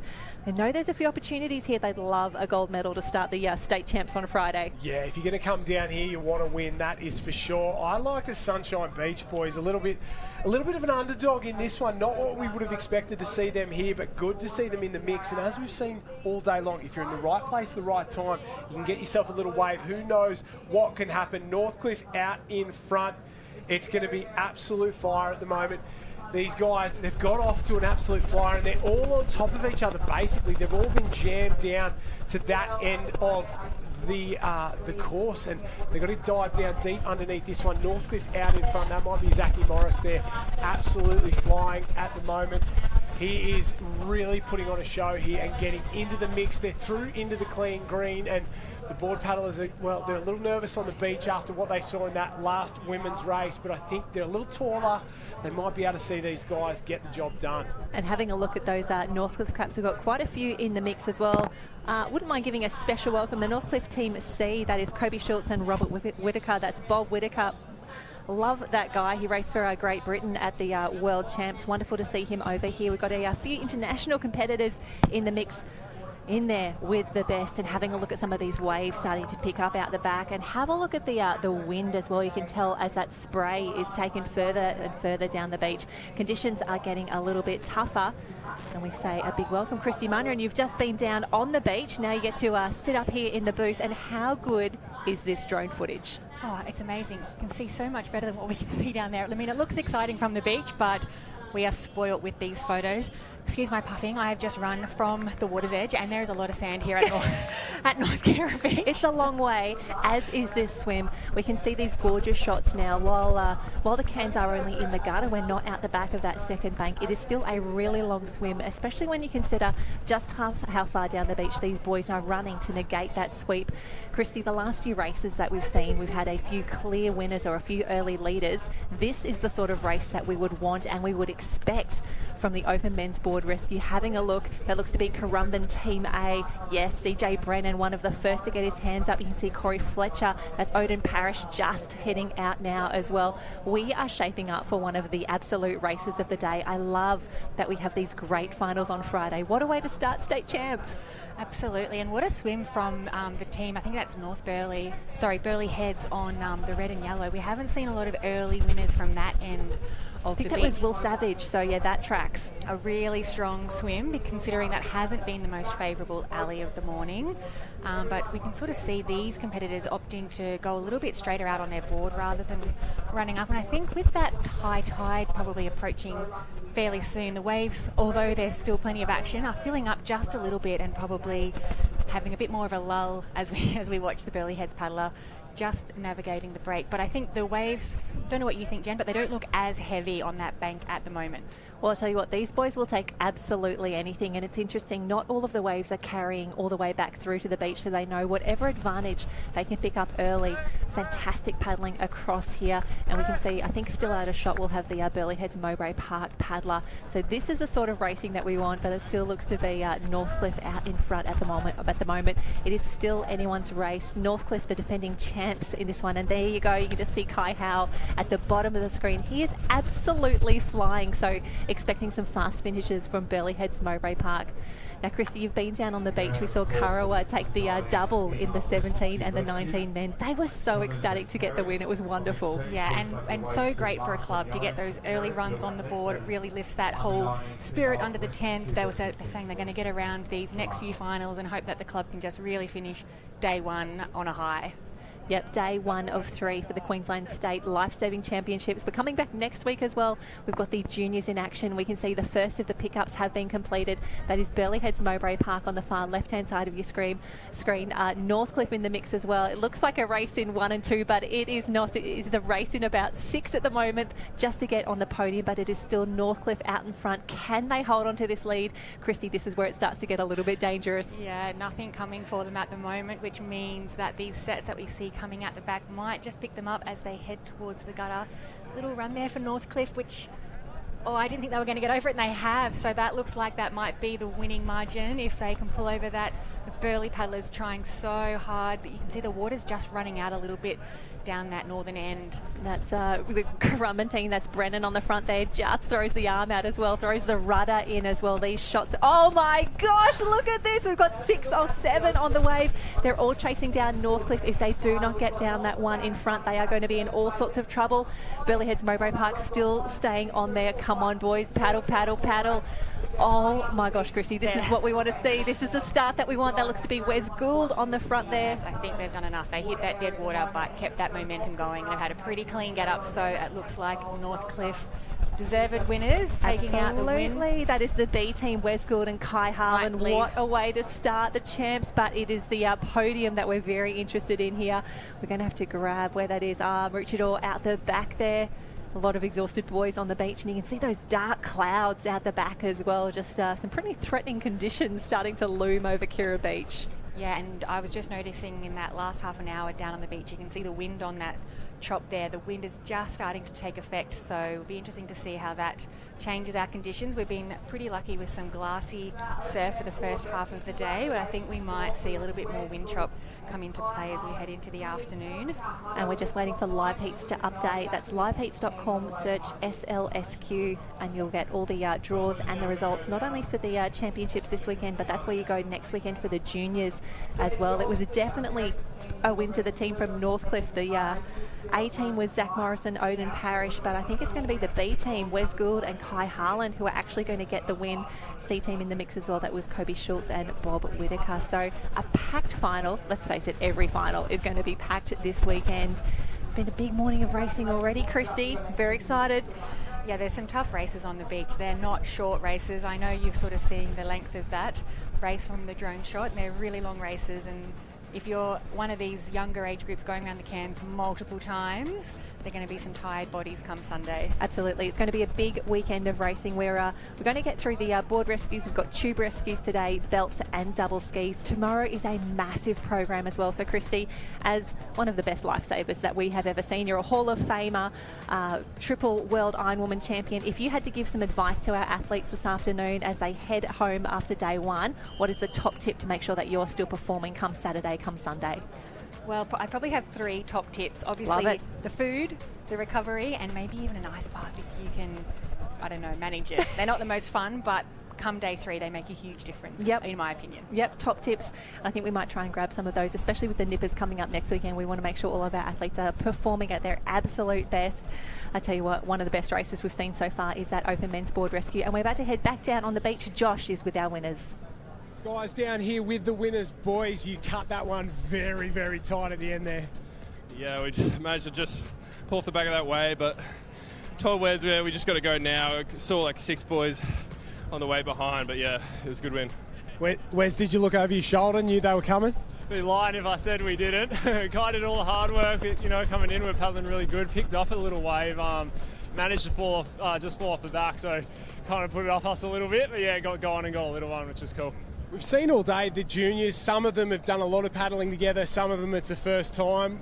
Tell me about you boys. I'm guessing first time. Yeah, well, in the semi, I was just like, yeah, let's just wing it. We've never been on the board together, so yeah, we just wing it and just it clicked. How good's winning a board rescue? I think it's the little appetizer to the rest of the carnival. You have a bit of fun. You get to do it with a mate. Yeah, totally. Team race is always good fun, but especially like that, kind of just have a crack, wing it, and it paid off. We gelled really nice, so it was good fun. Big weekend coming up, but boys, day one, good to get a gold medal away. Have you got anything else today? Yeah, I got the belt race to do today, land the Arvo, but yeah, teams and individual stuff. Yeah, it's going to be a big weekend. But a great way to start. Yeah, ripper way to start, so here's to a big weekend. Northcliffe on fire, Open Men's Board Rescue Champions. Back to you guys. Oh, thanks so much, Josh. And a huge congratulations to the team of Northcliffe, Wes and Kai combining for their first state championship. And Christy, I love that they said, we're just going to wing it. We're going to give it our best shot, because individually we know that they are incredible paddlers, incredible swimmers, but they combined to take out a state champs. I know, they were playing it down a little bit there, weren't they? I think they, like most competitors, when you get to a final at state championships, you are taking it seriously, but that's the fun of these board rescue events. While it's a gold medal on offer, and our competitors have trained all season, it's one where anything can really happen. So I think the competitors just let their guard down, have a bit of fun. Wing it if they can, and if you're in the final, really anything can happen in these board rescue events, particularly at a beach like North Kirra. Absolutely. We can see a few nervous ladies on the line at the moment. This is the start for the Open Female Board Rescue, a final at the Queensland Champs. We've got Emily Bear and Michaela Whitney closest to us on the screen from Kurrawa. We've got Mila LaRoche and Charlotte Hart from Burleigh Heads Mowbray Park, next door to teammates Charlotte Cross and Grace Otto. Geordie Mercer and Fenella Gibbsbill from Noosa, Brielle and Claudia Roselaven from Burleigh Heads Mowbray Park, Kirsty Hardstaff and Lily O'Sullivan, also Burleigh Heads Mowbray Park. Harriet Brown, Naomi Scott from Northcliffe, and then Brodie Trinker and Isabella Davies. What a lineup. There's a lot of Burleigh Heads Mowbray Park in the mix. I love that they are fielding such high quality teams. They do have such amazing depth at the moment, and they've had a really strong junior program for many years, and I think we're seeing that sort of 4, 5, 6 years later coming into our open categories, and they always seem to be up there in the team events with multiple teams in so many events. So I guess we'll be looking out for them in this. They've got some competition though with I think Harriet Brown and Geordie Mercer, as you mentioned, out there. They're very seasoned competitors, have done multiple board rescue events, and they'll be ready for any kind of conditions out there. Absolutely. Top of screen we can see Naomi Scott. She's had a fantastic start, and she is absolutely one of the best surf swimmers in Australia and has been for quite some time. So expecting her to be up the front there and giving Harriet Brown the best possible start there. Harriet, of course, is racing at her last ever Queensland State Championship. She's been, I can't imagine a State Championships without her, actually. I feel like she has been here and she's been dominant for such a long time, and I love seeing her go out on her own terms while she's having such an amazing time, and she's still at the top of her game. Yes, and I don't think we will lose Harriet definitely to the sport. I'm sure she'll be around in a coaching, mentor capacity. She's got a great program that she runs with Lizzie in sort of helping young female athletes. So I think she'll definitely give a lot back to the sport, and we're excited to sort of see that part of her, because she has so much experience for where she has been through in her career. Yeah, we might even try and get her a few little commentary gigs along the way. Different voices, different opinions, always valuable. But Naomi Scott, she looks good at the moment, fresh off the back of 2 Taylor Swift concerts as well. She's a huge Swiftie. Absolute respect there. I won as well. No shade at all. And to see her now backing up. And Chrissy, what I love about some of these ladies, they have done so much racing this season. I feel like it's been a solid 2 months or so of racing. They are just fit, they are fast, and they are so focused at the moment. I know we talk about 3 days being a massive program, but for these athletes, it's probably not that much out of the ordinary. For us, now ordinary people, that seems like an absolute huge task to undertake.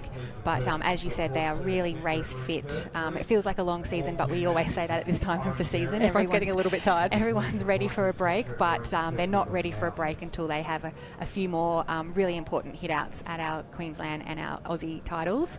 Yeah, Aussies at Maroochydore, Alex and Mooloolaba, and there she goes. Yes, that is absolutely textbook. You want to get up and over the can there, and you can see Harriet Brown. She saw that so cleanly. Naomi was so high in the water. Textbook perfect, but have a look how close behind Burleigh Heads Mowbray Park is. They are not going to give this up without a fight. We can see that's Hardstuff and Brielle Cooper in the mix there. The girls they're chasing it down. They are gunning for Harriet, and as you mentioned, they would have had some advice from their coaches on the beach or learnt from watching some of those earlier races that in conditions like this, you really need to leave that arm up till you've looked back and seen your board paddler leave the start line, and we wouldn't expect much less from our open women competitors. They've had so much experience in these races. We see Geordie there take to the water.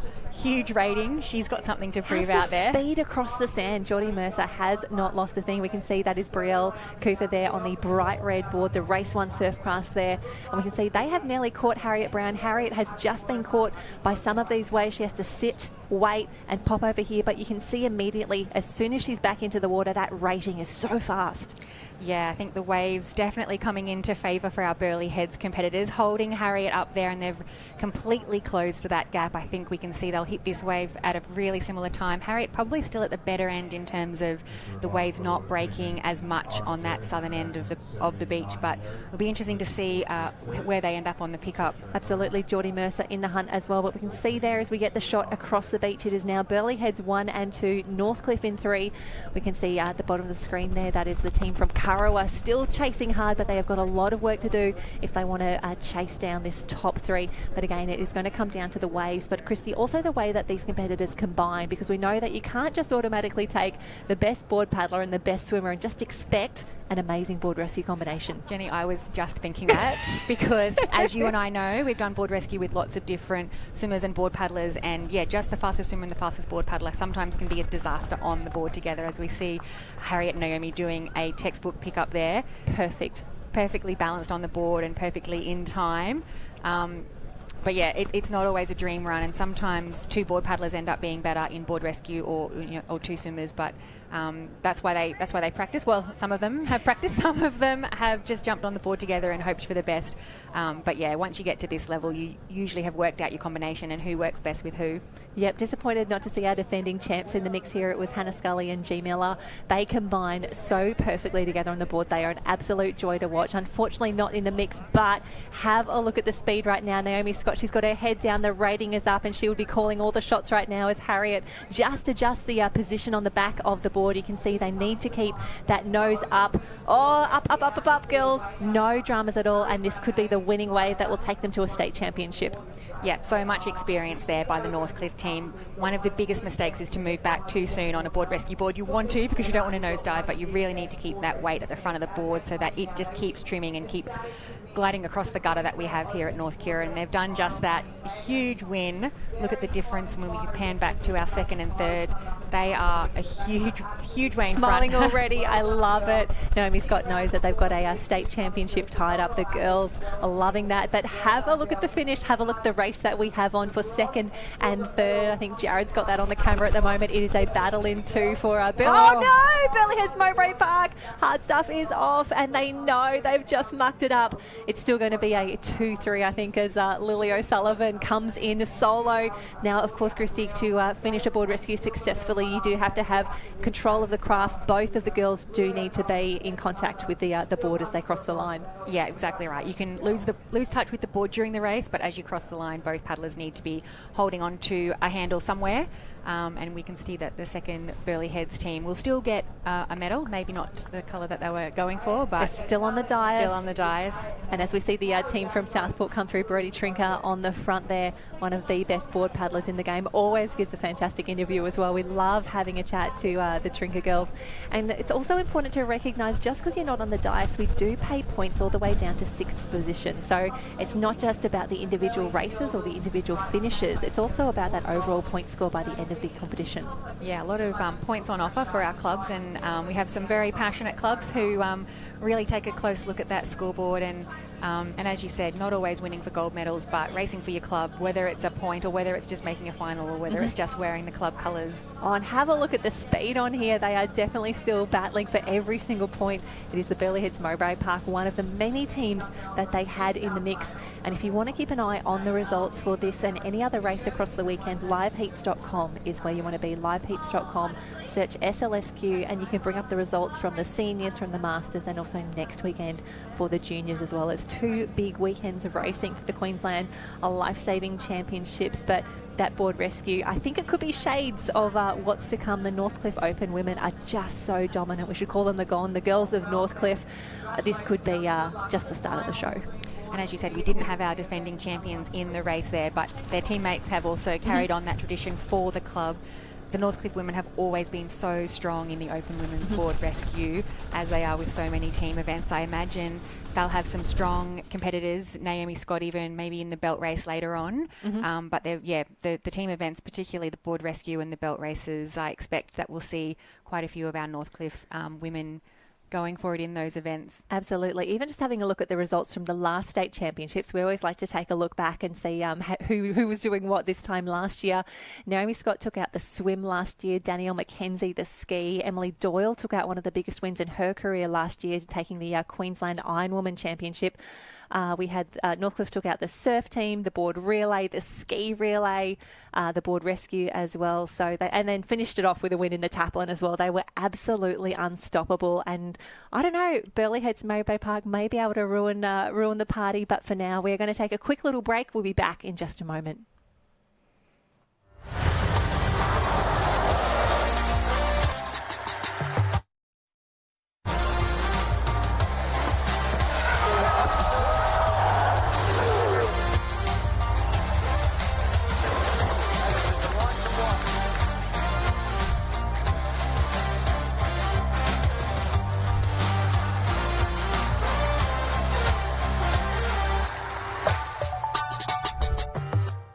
Be a lifesaver. It's not about being a hero. Or missing out on plans with your mates. It's actually just giving as little as 1 day a month, a few hours a week, or even every other weekend.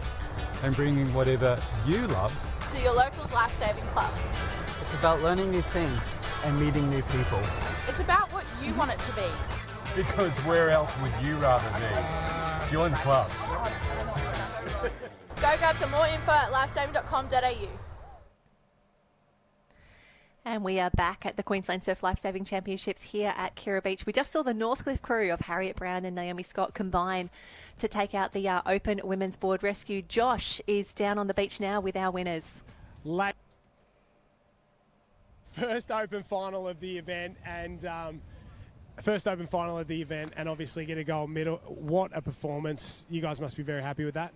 Thanks so much, Josh. We are really happy. We had a game plan. I think we discussed it for probably half an hour, just trying to plan everything, which is kind of what I love about this sport, is actually the tactics of it as well. And I think we just executed it really well. So that's such a good feeling. And to win is awesome as well. But to have a really good dream run was the nicest feeling. Scotty, you said you love this event. It's just the most fun out of everything. Why do you enjoy it so much?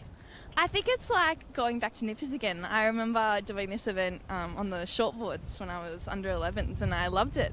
And it was one of the things I loved so much about racing at state back then was getting to do board rescue with my partner. So, yeah, being able to continue that sort of special race through into the Opens, even though we're all big kids now, it's really special. And first event of what is a massive weekend for you guys, obviously a lot of team events. How do you sort of work your way through it, not do too much too early?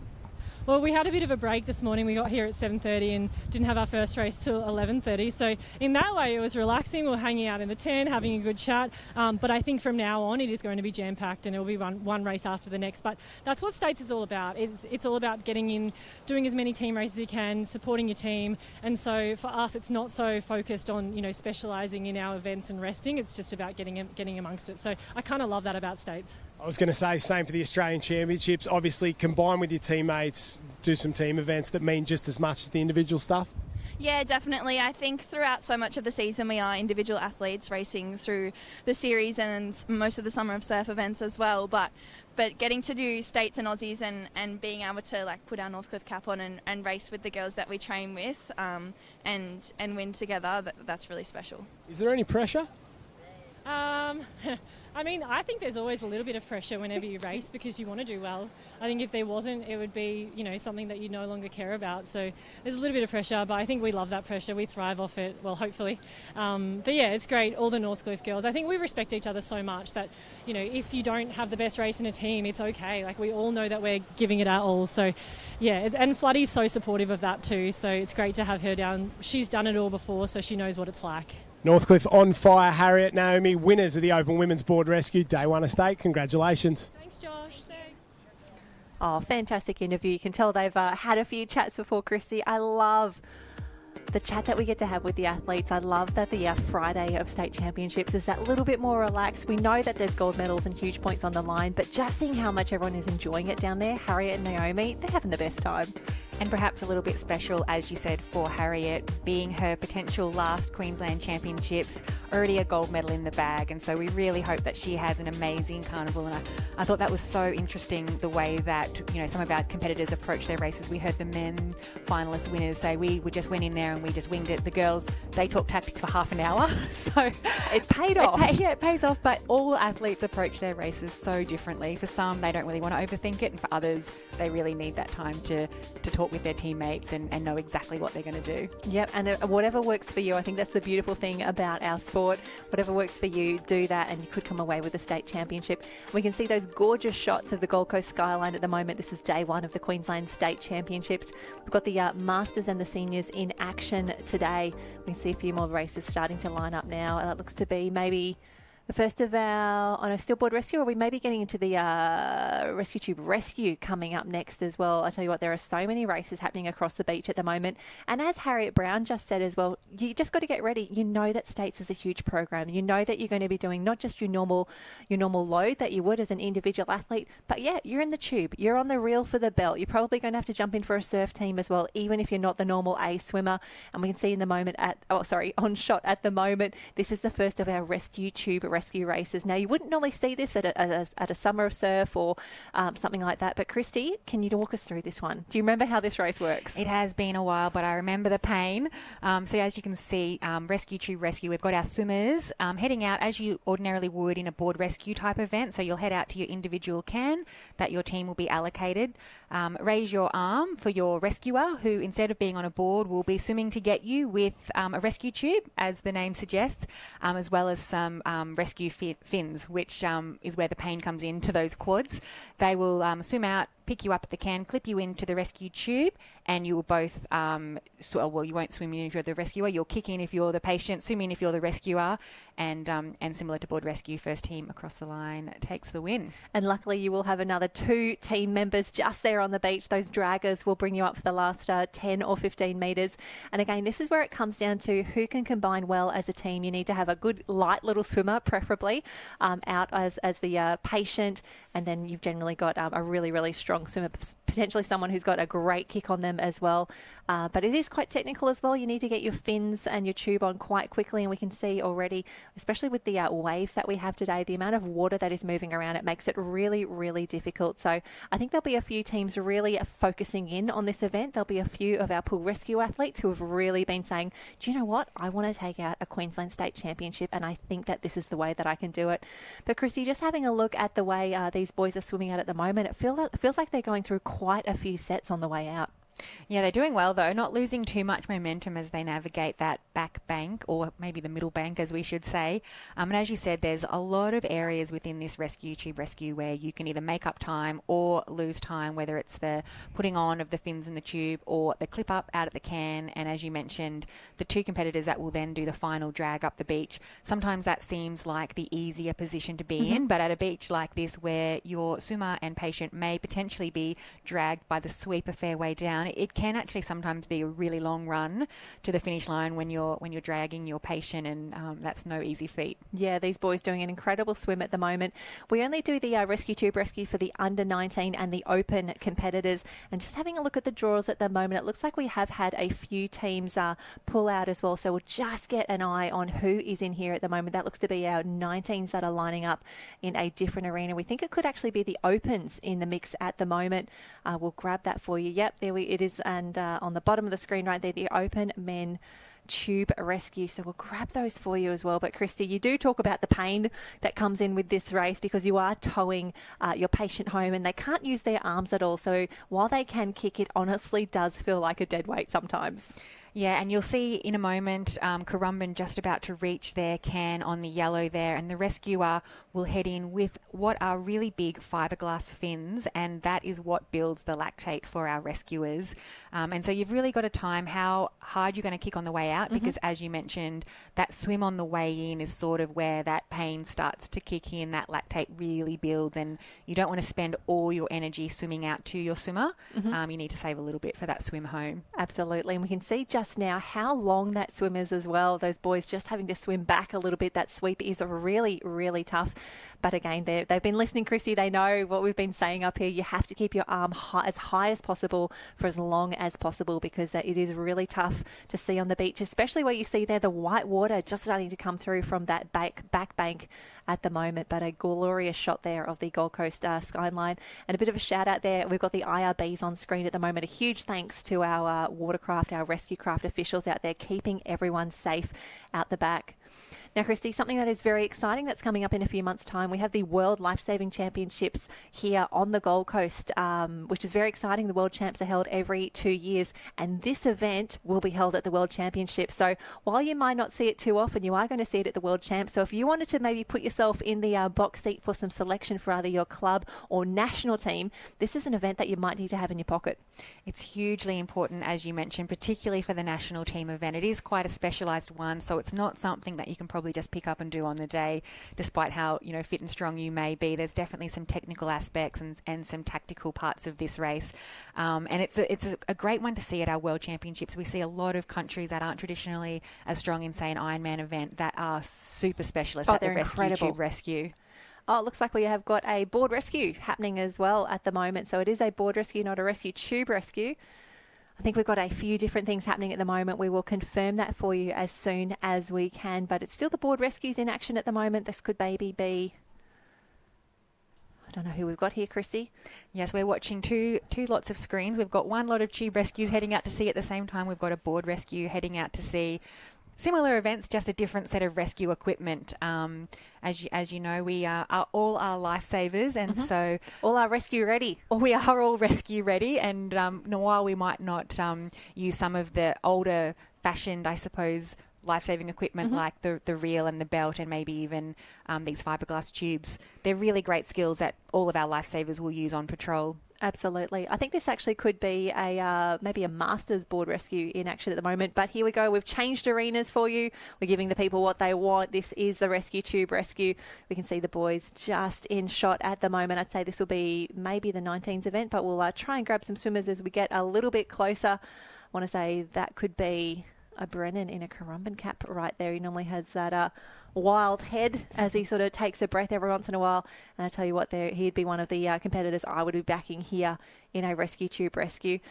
And something, Christy, that that you're probably not thinking about too much, but as they go out through this white water and as they head under, it's not just getting yourself and your fins underneath, but you also have the drag on the tube behind you as well. It just makes it that little bit difficult. And a huge thanks to Josh Minogue, who's down on the beach, and he has confirmed this is the 19s rescue tube rescue in action at the moment. Yeah, that tube certainly can come into play, especially as our swimmers negotiate that really shallow bank. You dive under and you just get a little bit of a jolt back as the white water hits your tube, but it hasn't really affected our 19 swimmers too much. As you mentioned, we've got one of our Brennan competitors out there, and he's so strong. That's Riley. My apologies, Riley. He's so strong in our pool life-saving competition, which really transfers well over into this rescue tube rescue. And you have to have very strong shoulders, but you also have to have very strong quads. Absolutely. And this is actually a final. It is the final now for the under-19 men's rescue tube rescue across the beach. We have Northcliffe Team A, that's Riley Harlan, Jake Morris, Dylan Askew and Lucas Miller. Lucas Berwick, Riley Brennan, Luke Carl and Kobe Holden from Currumbin. From Maroochydore Team A, there is Oscar Star Thomas, Joey Short, Thomas Basford and Connor Hale. And then from Alex, we've got Campbell Asher, Jodie Burns, Dylan Pilkington and Henry Simpson in the mix. So a state championship on the line, and the first of the changeovers happening. And have a look at the kick on the patient there. That is impressive. That's a lot of white water. That was a pretty smooth pick up from our Currumbin team, and just watching the rest of our teams negotiate that clip up. You really need to lean forward if you're the patient so that your rescuer can get a fast clip up and start that swim back into the beach. Still anyone's race, I think. 100%. There's so much can happen as you head into the wave. Tricky to catch a wave towing a patient, but it absolutely can be done. And just need to clarify that if you are the patient, if you are being towed home in the tube, you cannot assist in any way with your arms. You can kick as much as you want, and you can see most of the boys there choosing to be in a very streamlined position, but they cannot use their arms under the water. So you can imagine as they come into the wave zone, that's where it gets really, really tricky. Their rescuer may actually try and pull them down the wave. They might reach back, and you can see on the far left-hand side of the screen there, that was Currumbin trying to pull their competitor home. And that looks to be the team from Alex starting to come through, doing an incredible job there. Again, that cap, it still trips me up, Christy. We've got the 100-year centenary of Alexandra Headlands this year. It still looks to be Currumbin, though, on the top of screen here. That is Riley Brennan, Kobe Holden, Luke Carl and Lucas Berwick doing an incredible job. The boys going, are we nearly there? When can I be finished? It's You're a looking tough for your job. rescuers, aren't Tough you? Just job. almost wanting them to meet you halfway out. Please. But Currumbin still doing a fantastic job. But Alex really closing, finishing strong. Currumbin are looking for a wave, hoping to get a bit of whitewater assistance. Both teams now turning around and pulling their swimmer. Alex probably getting the slightly better run from that wave on the south side there. So they'll be eyeballing each other as they come in towards this gutter. You can see the rescuers now making their way down. They won't go out too deep because you've really still got to drag them all the way up. So they'll probably only go up to about waist depth of water. And I understand that also the patients can't assist in the drag. No, they have to be, they can be stiff, but they have to be a dead weight as they come up the beach. They cannot walk up the beach. They can't use their legs there. And it's definitely advantage Alexandra Headlands. They've had an incredible swim home, the patient and the rescuer combining beautifully. And this is where they dump the rescuer. They say, we're done with you. We just want the patient. And again, it's very much simulating a rescue scenario where they have to bring their patient up to the beach. And looks like a state championship in the bag for Alexandra Headlands. And I tell you what, Currumbin need to motor if they want to stay in second position. Yeah, amazing job there from our Alexandra Headlands competitor. Currumbin, slightly a different style, letting the patient drag along the ground there, but just as effective coming across for the silver and Northcliffe team there for the bronze. Oh, fantastic work. That looks to be Maroochydore will come in fourth. And again, slightly different techniques used by all of the clubs. At this stage, you're just doing whatever you can to get across the line. But a fantastic win there. The team from Alexandra Headlands in their centenary year. The team of Campbell Asher, Jodie Burns, Dylan Pilkington and Henry Simpson take a big win and a state championship. How good is that? A straight final for the Rescue Tube Rescue. Yeah, well done to the Alex team. I just saw Henry taking off his fins and walking up the beach. Sometimes you take a moment in that white water just to wiggle your legs out because have a cry. Have a cry because you're in a world of pain. But it's also important that they come up and they want to celebrate the win with their teammates, and hurts a little bit less when you win. Oh, absolutely. And again, the boys know not only a state championship, fantastic points for their club as well. And it looks like the ladies are lining up already. A huge congratulations. Our officials doing an incredible job, really moving things along very quickly down there on the beach. This could be the 19 female Rescue Tube Rescue, I'm thinking. Let's have a look. Yep, we've got Emu Park Team A, Northcliffe A, Burleigh Heads Mowbray Park, Maroochydore, C, B and D on the line as well. So half the field is Maroochydore. We have 6 teams in the mix here for the 19 Rescue Tube Rescue. This will be another close race. And is this the final of the women's finale. under 19s? Fantastic. As you can see, some of our teams that you've just called out. And while you said not a big depth necessarily in this particular event, but that's just because it is so technical and so difficult. Some of our typical iron competitors will choose to maybe opt out of an event like this because it is so taxing. It really takes so much energy to get through a Rescue Tube Rescue. So the competitors will really need a lot of recovery after an event like this. Absolutely. You've also got a few specialists that rock up for these sorts of events as well, the belts and the tubes. So I can imagine for a lot of the competitors, they're like, do you know what? I just want to see who we've got here. But it looks like Josh is down on the beach with our winners for the 19 boys, the team from Alexandra Headlands. Thanks, guys. I am here with Alexandra Headland. Big win from the boys. Great way to start the carnival. Campbell, I'll start with you. First swim out the back, mate. How tough is it out there in those conditions? Yeah, it's pretty hard. With the current, you have to kind of figure out a line you want to go at, and I kind of went a bit far and I missed the bank, so I wasn't very close to the front up the start, but Henry pulled us back and got us at the front, and then, yeah. Tell me about getting dragged home. What's that like? Is it the easiest ride in sport or what? Not really. I have to kick pretty hard. My legs are pretty gone, but no, it's all right. It's a lot of holding your breath under the waves and stuff, but it was all right. New to the club as well. Must feel good to get a big win here. Yeah, it's great. It's so good. Everyone's so welcoming, and yeah, it's good to get the first good hit out. Talk to you, Henry, mate. You look like you had the hardest gig out of everyone. Come over this way. So you had to get out, grab that big lump of Aladdin, drag him all the way to the beach. How do you feel now? Yeah, it feels pretty good to get the win, but like going through the waves, especially on the way out with that current as well, you go under and you feel like you're going fast, and then the tube, the slack goes and pulls you again, and then clipping up was good. We got off to a good start, and then I got down a little runner, and then as soon as the slack went, it yanked me back up, and Campbell washed up on top of me a couple times, but we managed to get in and then hand it over to the other two boys to drag up and take the win, but it felt pretty good to do it with these boys that you train in every day with. And the gold medal must make it a little bit easier? Oh yeah, it definitely helps getting the gold medal, but more so just as the team event, to do it with the boys that you train with is pretty special. Love it. You two boys, easiest job in the sport, draggers. Do we think this is the career from now on? Yeah, it was good fun. I mean, first event coming into the weekend. It was really good to do it with the boys. And yeah, it was just great enjoyment. Yeah, it was good to take the glory leg, take the easy part of the job, but nah, Henry and Campbell held up their end of the bargain, made our job easy, so just got them to thank for all of it. Take credit, boys. I love it. Alexandra Headland, winner of the Under-19 Rescue Tube Rescue Race. First one of the day, first goal of the day. Congratulations, boys. Oh, fantastic work, Josh, and absolutely perfect timing as we pick up the ladies in the Under-19 final. We can see the first of our swimmers just reaching the can now. Christy, how good is it to see when the girls hit the can? They are up, they are high, and they are signalling there for the swimmers to come out and grab them. It is textbook. And another close race. We've had about 4 or 5 swimmers hit the can relatively at the same time as we see the rescuers heading in. Navigating, as you can see, still running a long way to the south. That sweep has not let up, and this is an event that you don't want to overshoot. You can and have to swim further than you have to.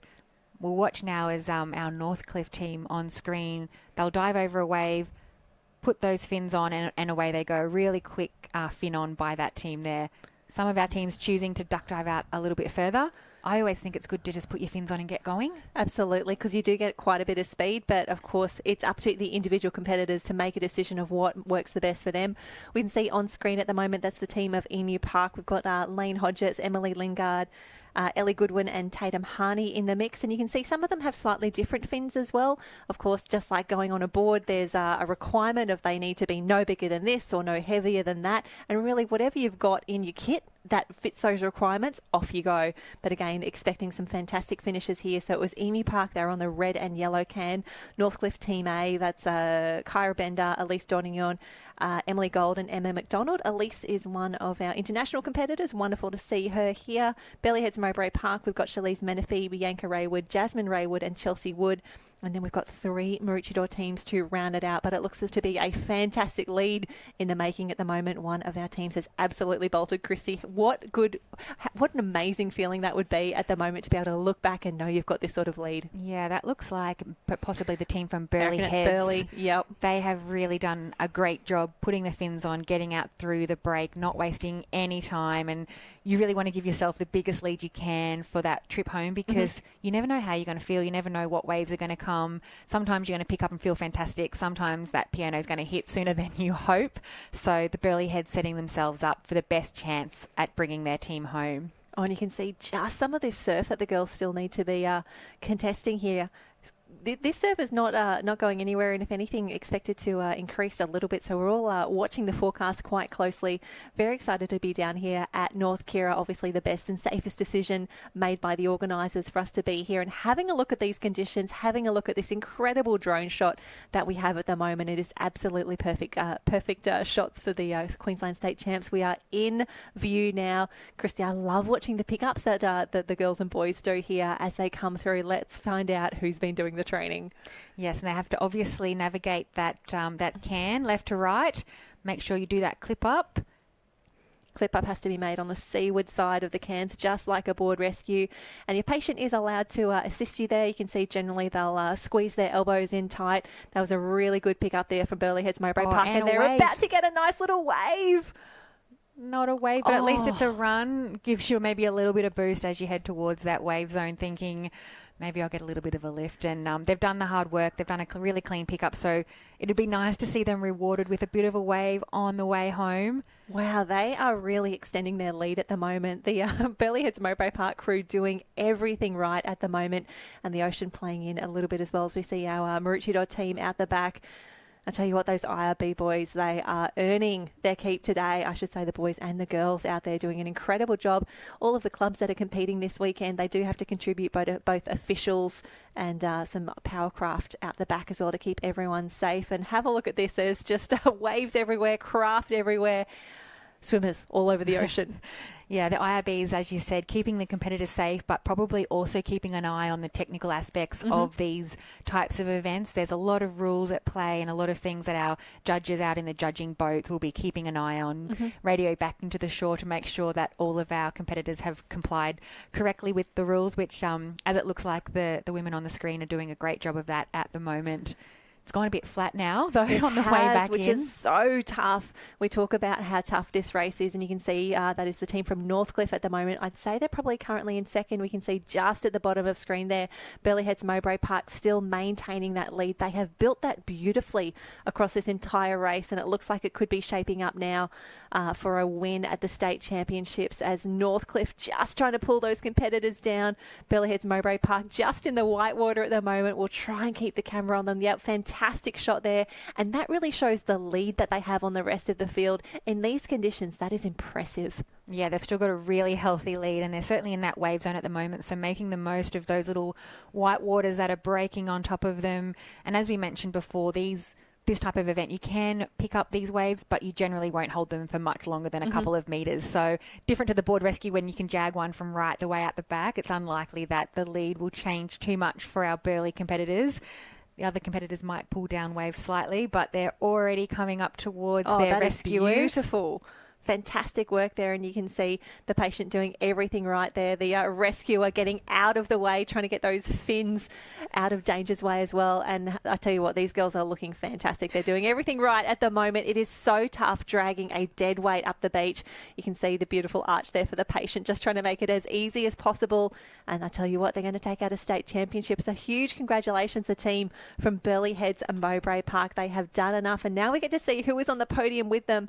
But a huge congratulations. That's Chalise Menifee, Bianca Raywood, Jasmine Raywood and Chelsea Wood. Come on, Northcliffe, nearly there. We've got to get you across the line. Kyra Bender has done such an amazing rescue there. They're coming up the beach. Oh, it's tough. Got to get those knees up high.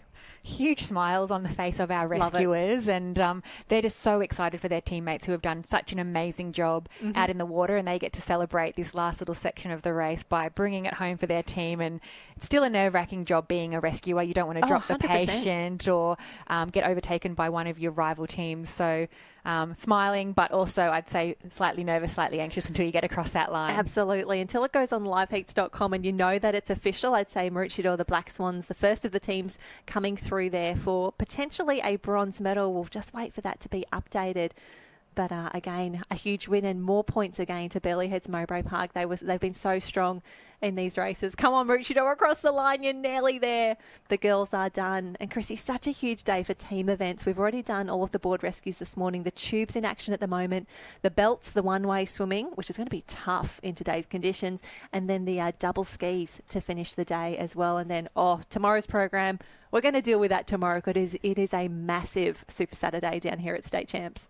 Yeah, it'll be interesting to watch those double skis later on in the day. I think we've had our high tide, so that tide now is running out and that bank will be getting a little bit shallower out the back. So we might be in for some exciting racing as we watch those double skis later in the program. Absolutely. We can see another of our Maroochydore teams coming across the line now. Wonderful to see Maroochydore fielding quite a few teams. I'd expect to see a few more belt crews in the mix for them this afternoon as well.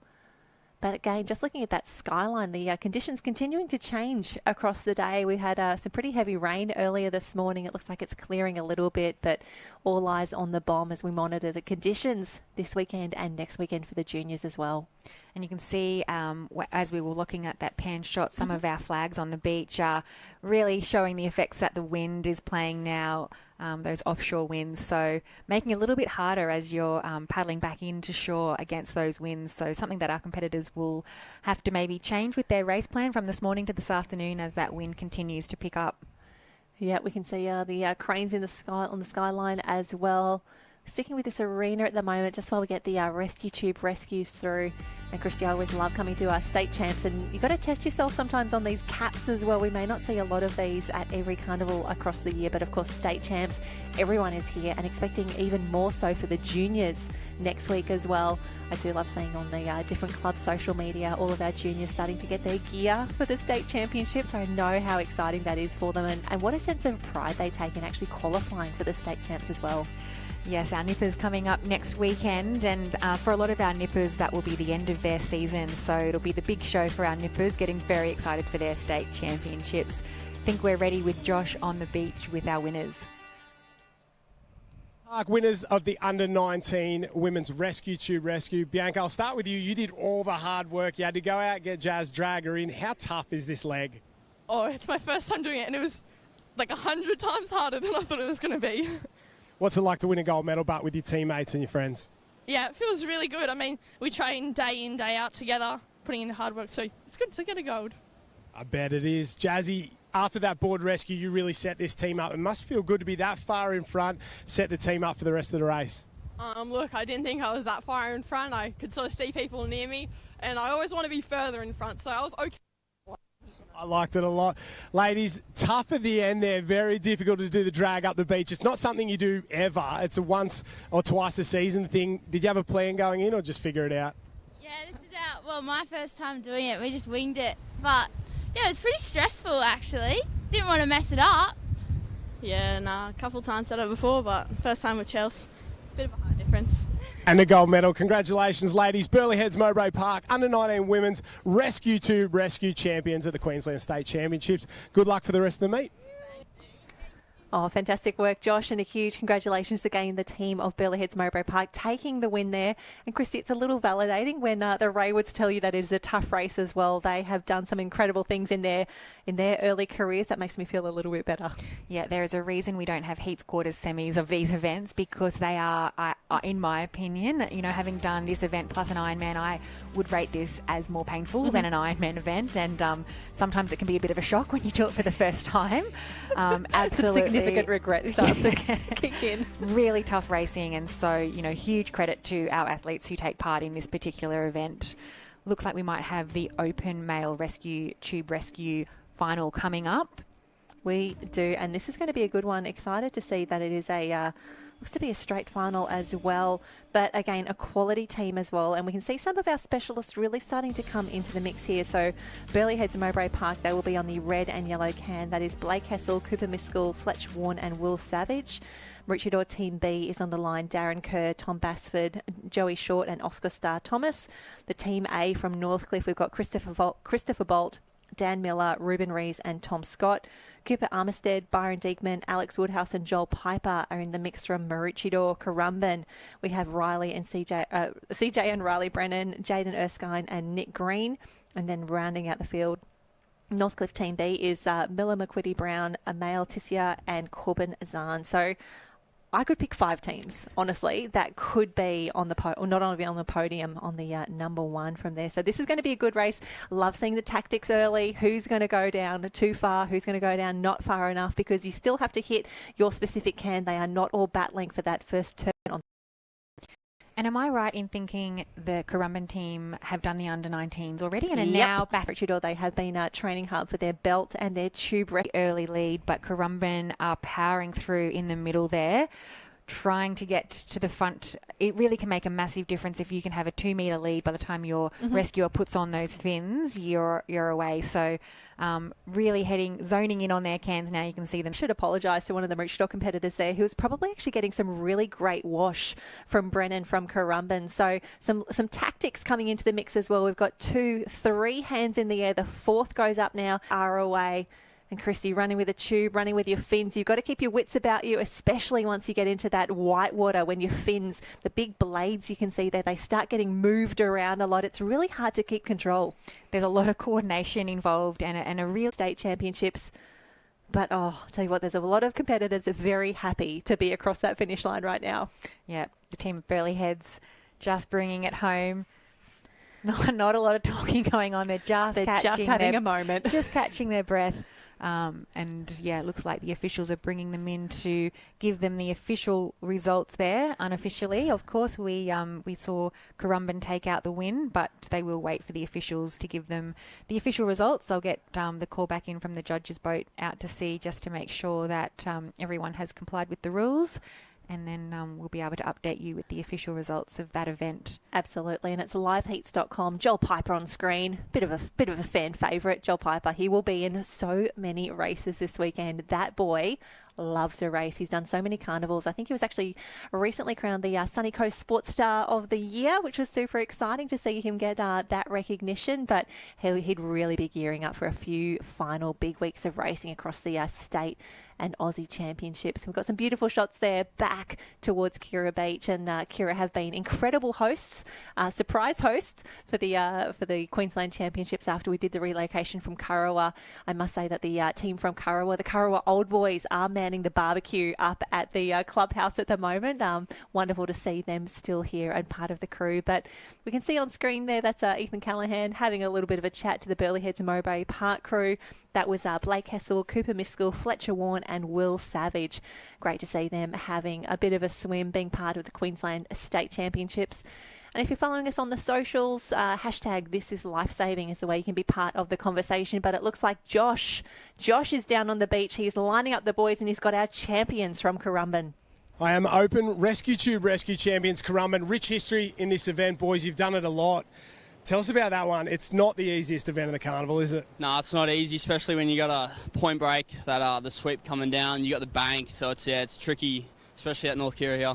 Did you boys early on the swim, did you go a little bit too far down there? Did you get sucked back as much as you thought you would? No, when I ran in like pretty much straight. I knew because of the other races that I didn't have to go as far because the sweep just brings you back. But yeah.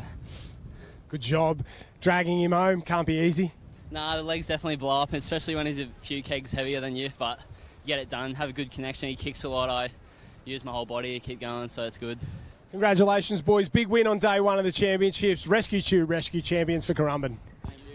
Oh, fantastic work, Josh, and fantastic work, the team from Currumbin. They would have wanted that one, so to see them come across and get the victory is a fantastic result.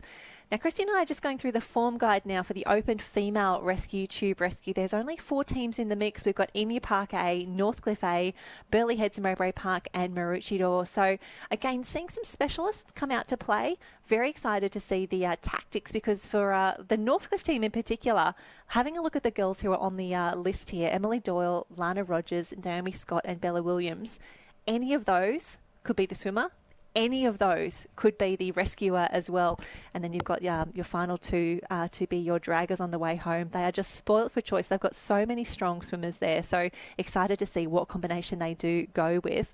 From Emu Park, we've got Chloe and Brittany Hooton, Emily Lingard and Greer McRae. From Burleigh Heads Mowbray Park, we've got Kirsty Hardstaff, Soraya Lee, Bianca Raywood and Claudia Rose Slavin. Soraya Lee is from WA originally. Wonderful to see her enjoying her time over here in Queensland and racing now for Burleigh Heads Mowbray Park. And then Maroochydore Team A. This is where some of our specialists are coming out to play. We've got Zoe Longhurst, Jessica Oates, Summer Short and Phoebe Woodhouse. I'd say Jess and Summer will be doing the combo here. Excited to see if they could challenge for a championship. But well, I was just going to say, we can see that our swimmers, our patients have already headed out to sea by the looks of it. They're making their way out to their cans and our rescuers are lining up, keeping a close eye on those swimmers so they can spot them when they get to their cans. So we can see some of our combinations think that's Emily Doyle who's going to be rescuing for Northcliffe. And I tell you what, she has had such an incredible season. I remember speaking to her very early on at the Coolangatta Gold. She was carrying an injury coming into the season proper. And of course, that really mucked up her start of the season. But since then, she's done so much ski paddling, and she is one of the in-form ski iron competitors at the moment. To see her now backing up to do the Rescue Tube Rescue and seeing her form over the last few weeks, I'm really excited about what our defending iron champ could put together this weekend. Yeah, well, it's a brave thing to put your foot on the line for the Rescue Tube Rescue. We were thinking it might have been Naomi Scott putting her hand Could up. be Lana Rogers. Could have been Lana Rogers. We might see any one of these girls or all of these girls in the belt race later on. But it's Burleigh Heads Mowbray Park, the first to leave. Fantastic start for the girls there. And that is a nice little lead that they have opened up on the rest of the field. There goes Northcliffe. There goes Emily Doyle. Now, she is great with a pair of fins on. When she was back home with Newport, she had some incredible results at many Australian Pool Rescue Championships. So you can see already she knows how to run with fins and tubes. She knows how to get these on quickly. I reckon she could nearly challenge Burleigh Heads Mowbray Park to be first to the cans. Yeah, she's nearly caught up already with that dolphin diving. So if she can get a really quick fin on, she won't lose too much time in that at all. And we can see the girls. It looks like everyone is out there at the moment. That is Emu Park on screen with the little green fins at the moment, just making their way through. I love that Emu Park. They are really embracing any carnival that they can get to. They are on the team bus. They are making their way down here.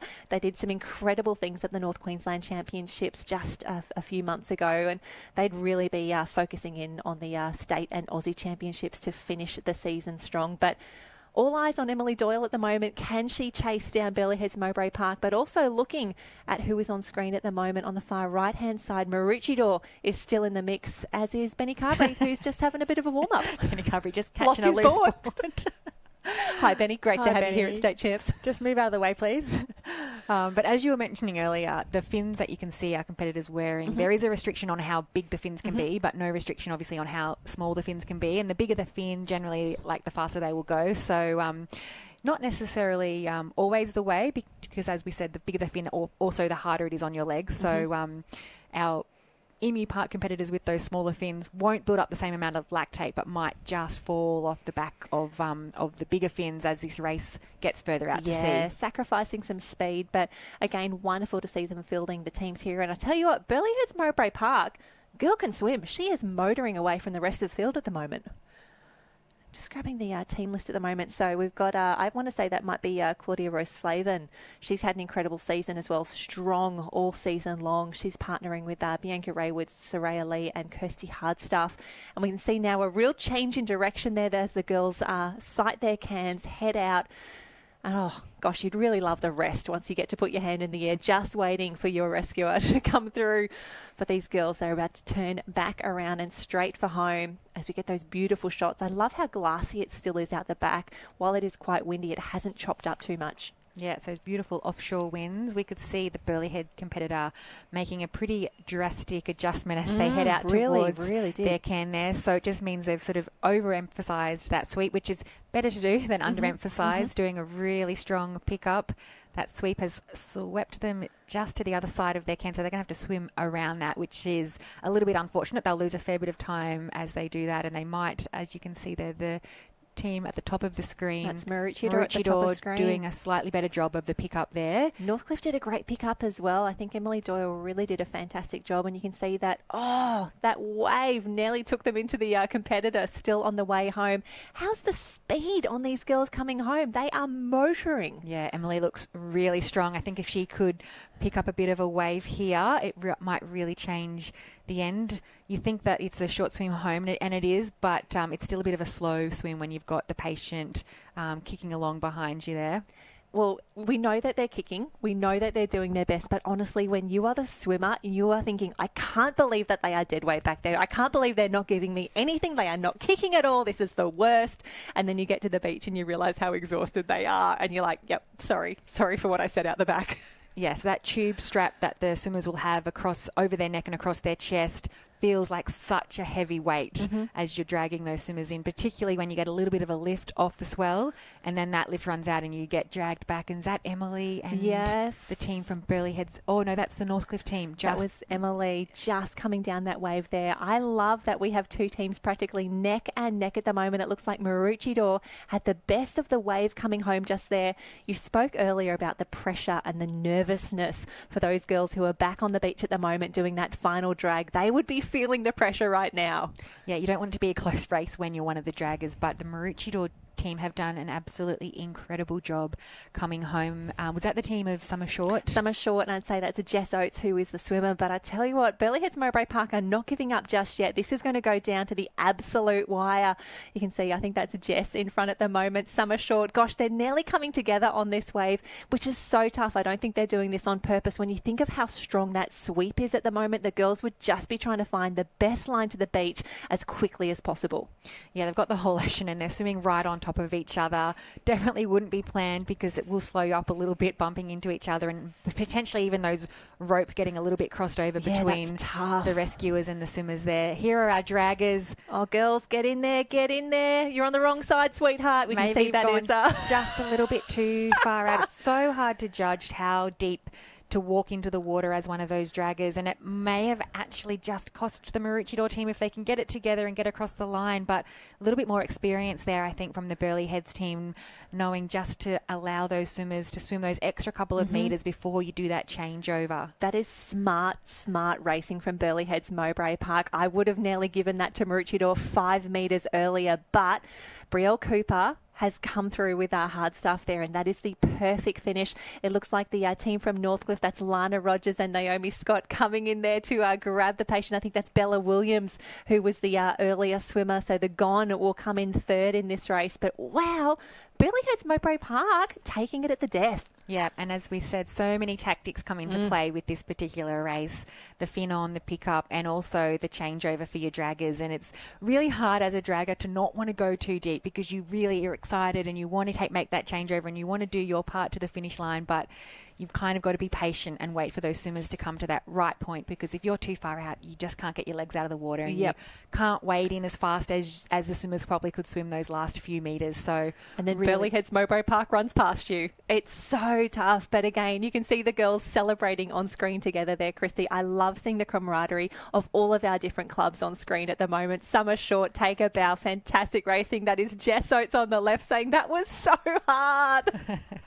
It is really nice to see, and I think the Friday of state titles, as you mentioned, it's a really fun one. Lots of team events, a nice way to ease into the weekend of racing before we get to some of our really quite serious, more nerve-wracking events. These team events are so fun. And Burleigh Heads Mowbray Park is in the other split screen at the moment. Those girls put together an absolutely perfect race.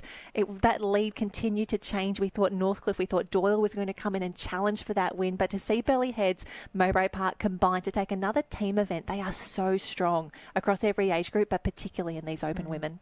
Yep, so much experience there. And I think that experience was really what got them across the line. And super happy, as you can see, as they make their way over to Josh, just debriefing about the race. Yeah, remember when this happened and then that wave came and then this.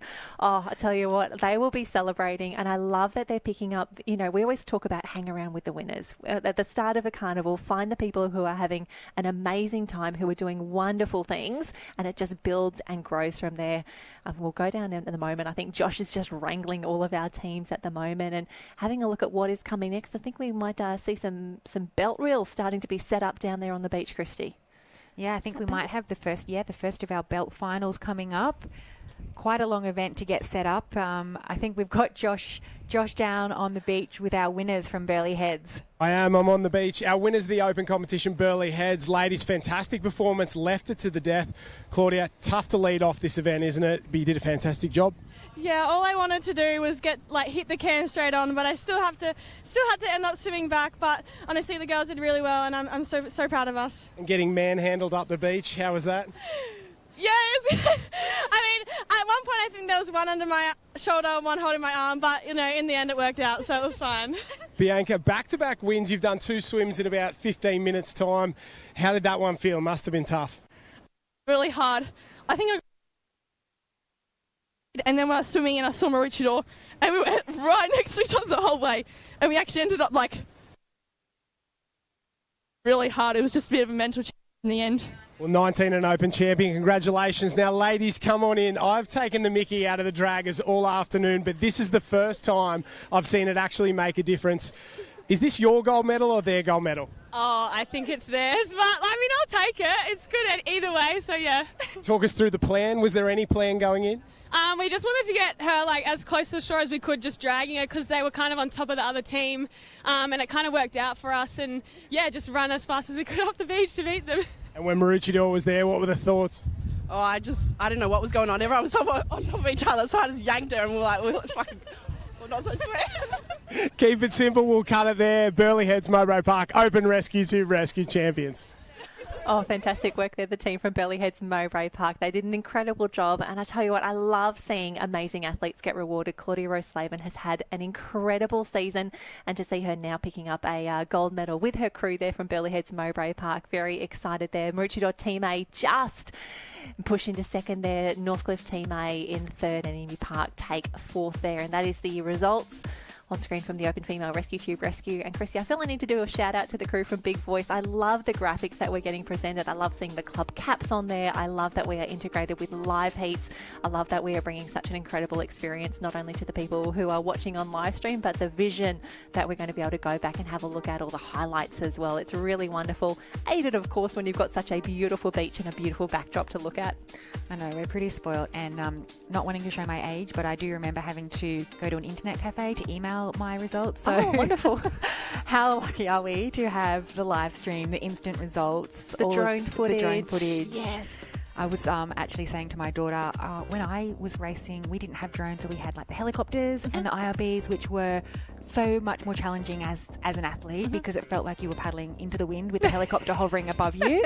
Now to have the drones, it's beautiful footage, and it's great. It's a pleasure to sit here and watch the footage and commentate on what the athletes are showing us here this afternoon. I feel the level of detail. We've never been able to see this in the last few years, just having, a drone and a camera on that red and yellow turning can in a surf race or an iron, or to see the tactics in a ski race as they go around the apex, or the different lines that people choose on the way home as well. We are just spoiled, not only with the quality of the athletes that are racing, but the vision that we can bring to you as well. And a beautiful shot there. The girls from Burleigh Heads Mowbray Park wear those medals proudly.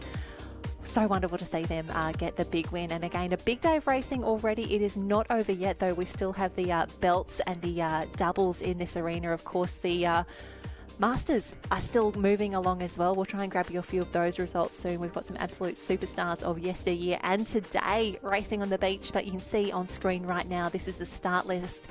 We've got semi-finals for the belt. Christy, how good is that to see this many people in the juniors want to do a belt race? It's a really amazing event for the clubs. A lot of history in the belt race and a lot of pride in winning a belt race. It's a tough event, as we saw with the Rescue Tube Rescues, so really tough swimmers and their teammates taking part in these belt championships. So I love seeing the clubs really embrace that, really getting involved and being one of the few events left on the Friday afternoon. It's a great one to come down, support your team. You need a lot of team members for a belt race, particularly. Takes a village. That does take a village. So a lot of the clubs will be recruiting the linesmen and the beltsmen and people that will be needing to be coming down and taking part in these events. As you can see, it really is just, you stand in the middle of the tent and you're like, right, who is not racing right now? You are now on the line for the belt. We can see our Dylan Wilson from Sunshine Beach just being fitted up there by Wes Berg. And you've got to think, for a lot of these boys, you're not doing belt races throughout the season, so there's a bit of novelty, there's a bit of nervousness involved here as well. But again, if we think of all of our athletes today being rescue ready, this is how we used to do rescues. There's a lot of history in this event right now. And Wes might actually be lining up in this 17 belts. I'd say he would be. As I understand, the swimmer obviously has to be in the under 17, but your belt team, your reelsman can be of any age and any gender. Is that correct? Yep. If you're there and you've got the right club cap on, come on down. Absolutely. And I do love that at the Aussie Champs. So we've got so many clubs racing as well, and it's just a sea of people. The belt races, those arenas are always absolutely heaving. So yes, we can see that there are going to be 2 heats here. I can't believe we've got 2 heats for the belt. This is wonderful. So we've got Alex Sunshine, Alex Maroochydore, Currumbin and Maroochydore in heat number 1. Maroochydore, Northcliffe, Emu Park, Currumbin and Maroochydore again in number 2. So I'd say it would be 4 through to the final. We'll wait till we get that confirmed for you, but likely 4 through to the final. And Christy, this is just one-way swimming. No, you're not picking anyone up. You're not rescuing anyone. You just need to get to your can. Just a race out to the can. First to raise their arm will be the winner of this event. And for our under-17s, for many of them, it may be the first opportunity that 100%. they've actually had to do a belt race. So it'll be interesting to see how they go. First time for many of them, whether you're swimming or potentially on the reel. You're hoping that your reelsmen have had a little bit of experience because you don't want them to not pay the line out fast enough and you'd be swimming against that. At the other end, you don't want them to pay out too much line because all of that rope you've got to drag with you as you swim towards your can. So, and with that sweep today as well, if your reel crew pay out too much line, that is just going to be taken with the current. That is pulling you back towards the beach when you're trying to get to your can. That is rough. And we've all heard the legendary tales of a few of those belt races down at Kurrawa in the big seas where they've actually exhausted all of the reel, all of the line on one reel and had to get a backup reel, attach that to the first one, send it out again. That is the stuff of legends. And here we go. The boys are away and you can see no one's being held up there. And you'll see the lines start to head out, lines of athletes, lines of lines as well. But a fairly clean start across the board. Yeah, and I imagine the swimmers aren't wanting to do too much running down the beach because you probably don't want your lines crossing over and getting tangled with the other teammates beside you. So you'll probably head out in the alley that you've been given. Some of our southern competitors taking advantage of being able to run to the south, but the competitors that were on the northern alleys have really had no choice but to head straight out into it. So hopefully, as you mentioned, they don't get dragged too far down with this sweep because all of that rope will just be sitting on the bottom of the ocean and you're going to have to drag that out with you. So something that's really interesting at the moment, there are not 2 teams from Alex. There are not 2 teams from Sunshine in the mix here. They are all in the same team, but you can see the first person on the line has actually made their way all the way out to that bank where the shallower water is. You can see Wesberg there from Sunshine Beach. He is now on the bank. He's holding that line up above his head. And this is where you get that iconic pose of our lifesavers feeding out reel to their belt swimmer. And you can see Alexandra Headlands have done the same. They knew that it was going to be shallow enough on that bank and said, do you know what? Rather than let that line sit in the water, get taken by the sweep, we're going to go out a little bit further and keep it higher and out of the way. Yeah, you don't actually see that happen a lot. So that's work to the conditions. Very clever tactics there by the Sunshine and Alex teams. And we won't know until the swimmers get there to see how much that might have played into their advantage. We can see some beautiful shots there of the reels going out to sea.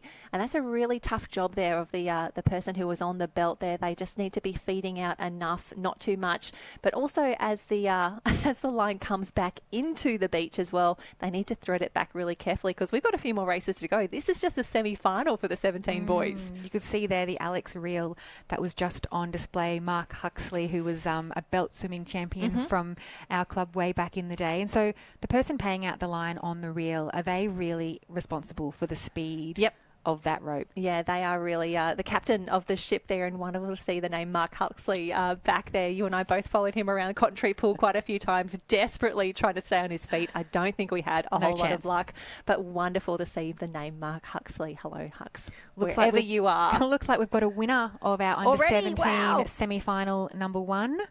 We'll try and pick up that cap for you. You can see the wind on the water out there at the moment. And this is how tough it is for the board rescue and the tube rescue just to see that. It looks to be Currumbin. Yes, they might have had one of those southern alleys. And you can see some of our swimmers just trying to swim back to their can, which will take probably twice as long as if it would when you didn't have the belt around your waist. So some of them have just overshot their cans and been taken by that sweep, making their way back up. We can see one of our Maroochydore competitors doing that at the moment, but we have Currumbin, Maroochydore, a team from Alex, and looks like one of the other Maroochydore competitors just making their way back to the south, back to their can. And we're thinking that it is the top 4 that will go through to the final. So this is semi-final 1 that is in the water at the moment of the under-17 male surf belt. We're pretty sure that Currumbin is through, but again, we do need to wait for lifeheats.com to update, and we'll bring you those official results as they are available. And we can see that the conditions are really starting to turn back down there on the beach at the moment. The rain's starting to come through as well. Christy, I think everyone has got the bomb app at the moment. We're refreshing madly just to see what the conditions will be like, not just for today, but for the next 2 days of racing. Yeah, we're getting a little bit of everything. You can just see with that competitor trying to hang on to the rope of the, yeah, that just goes to show just how strong that sweep is. You've got no chance of staying in the one spot out the back there unless you're hanging on to the rope that's attached to those cans. Our swimmers will take that belt off and slowly make their way back into shore. As you said, they'll wind that line back up ready for the next competitors as the next race unfolds. But certainly tricky conditions. We can start to see that chop pick up now on the ocean. That wind, that offshore wind that had been keeping our conditions so glassy, looks like it's just swung around a little bit. They're contending with a little bit of rain down there. Still plenty of surf on offer though, which I think our competitors will be happy for. Everyone's happy with a little bit of a wave. And again, I love that we've got this shot on screen at the moment. This shows the team from Alexandra Headlands again in their centenary cap, the black and gold quarter. This is where they will be paying a lot of attention, knowing that there's still quite a few races yet to go. They have to be really careful that they don't get a tangle or a knot as they bring that line back onto the reel. You see they'll really take care to make sure they're keeping it even as possible. And you've got to think, for a lot of these belts, they've been sitting on the wall of the clubhouse, or they've been in the back of the gear shed for a very, very long time. We dust them off. We bring them down to states and to Aussies. But excited to see that we've got so many under-17 men keen to do a belt race, and hopefully we will see them at Aussies as well. Yeah, I'm keen to see how many teams we got through to the final for our under-17s. We've still got the second semi coming up.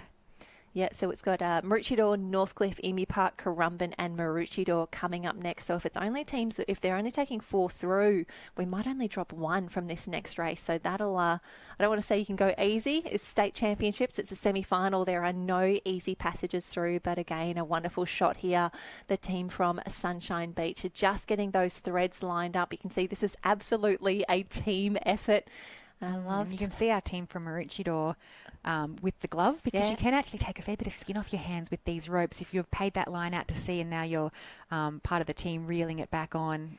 Also the team from Alex there with the gloves on, because that is John Baxter from Maroochydore. This is not his first rodeo with a belt line. If I had to get anyone to be on my belt, I would choose that man first every single time. But you can see this is maybe a reason that we don't do belts every carnival. It does add a little bit of time to the program, but I'm so excited to see it on screen at the moment. And we've got a few state championships. We're giving out gold medals today as well. We've given a few already, but we are just getting started. Yeah, it's a club favourite. It's obviously one of our traditional life-saving methods. We have advanced things quite a way since the day of the reel, but yeah, it's great to see that it does still have a place in competition, still so much pride in the belt race event, and it brings the clubs together. As we mentioned earlier, you need so many competitors to make up a belt team, so it's similar to the Taplin, where lots of people get involved, share that club spirit and carry on the tradition for what has been going on, well, particularly in the Alex Surf Club, as you can see on screen, for 100 years this year. Absolutely. So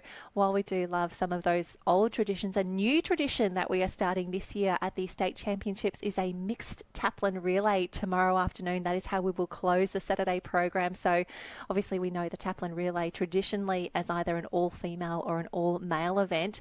We have seen a few mixed Taplins in the Summer of Surf, but to see it at the State Championships, someone's going to take out that inaugural title tomorrow. Very excited to see who that will be. That is really exciting. It's nice to see those new traditions starting up, and I think, you know, life-saving and our particular brand of surf sports has always had a really great position in terms of the equity between the men's and the women's, same number of events, same events, and now combining some of those events. I think, you know, we're a leading the way for in that space for a lot of other sports. Absolutely.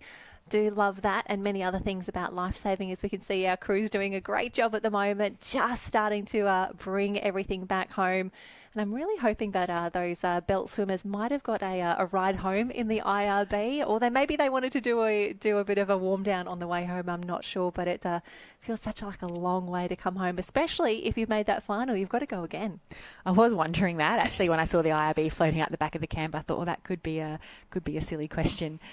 We've got Josh down on the beach with our winner of that first semi-final. Yeah, Billy Love Currumbin won that first semi-final of the under-17 men's belt race. Mate, tell me how tough it was. Oh, it was pretty tough. I had to run a fairway down to counter for the sweep, but it didn't end up really getting me, so I had to swim back a fairway to the can. And yeah, it was good. Tell us how much prep you've done getting into this belt race. It's not something you do every day, is it? Obviously a lot of swimming. Yeah, a fair bit of swimming, but yeah, that was my first ever belt. Pretty good? Got a win? Yeah, it was good. What are you going to change for the final coming up? I probably won't run down as far this time. Tell us about the teammates as well. Have they done belt racing before? Nah, they were all a bit new on the reel. They were working out before the race, so it was good. Good luck for the final. Thank you.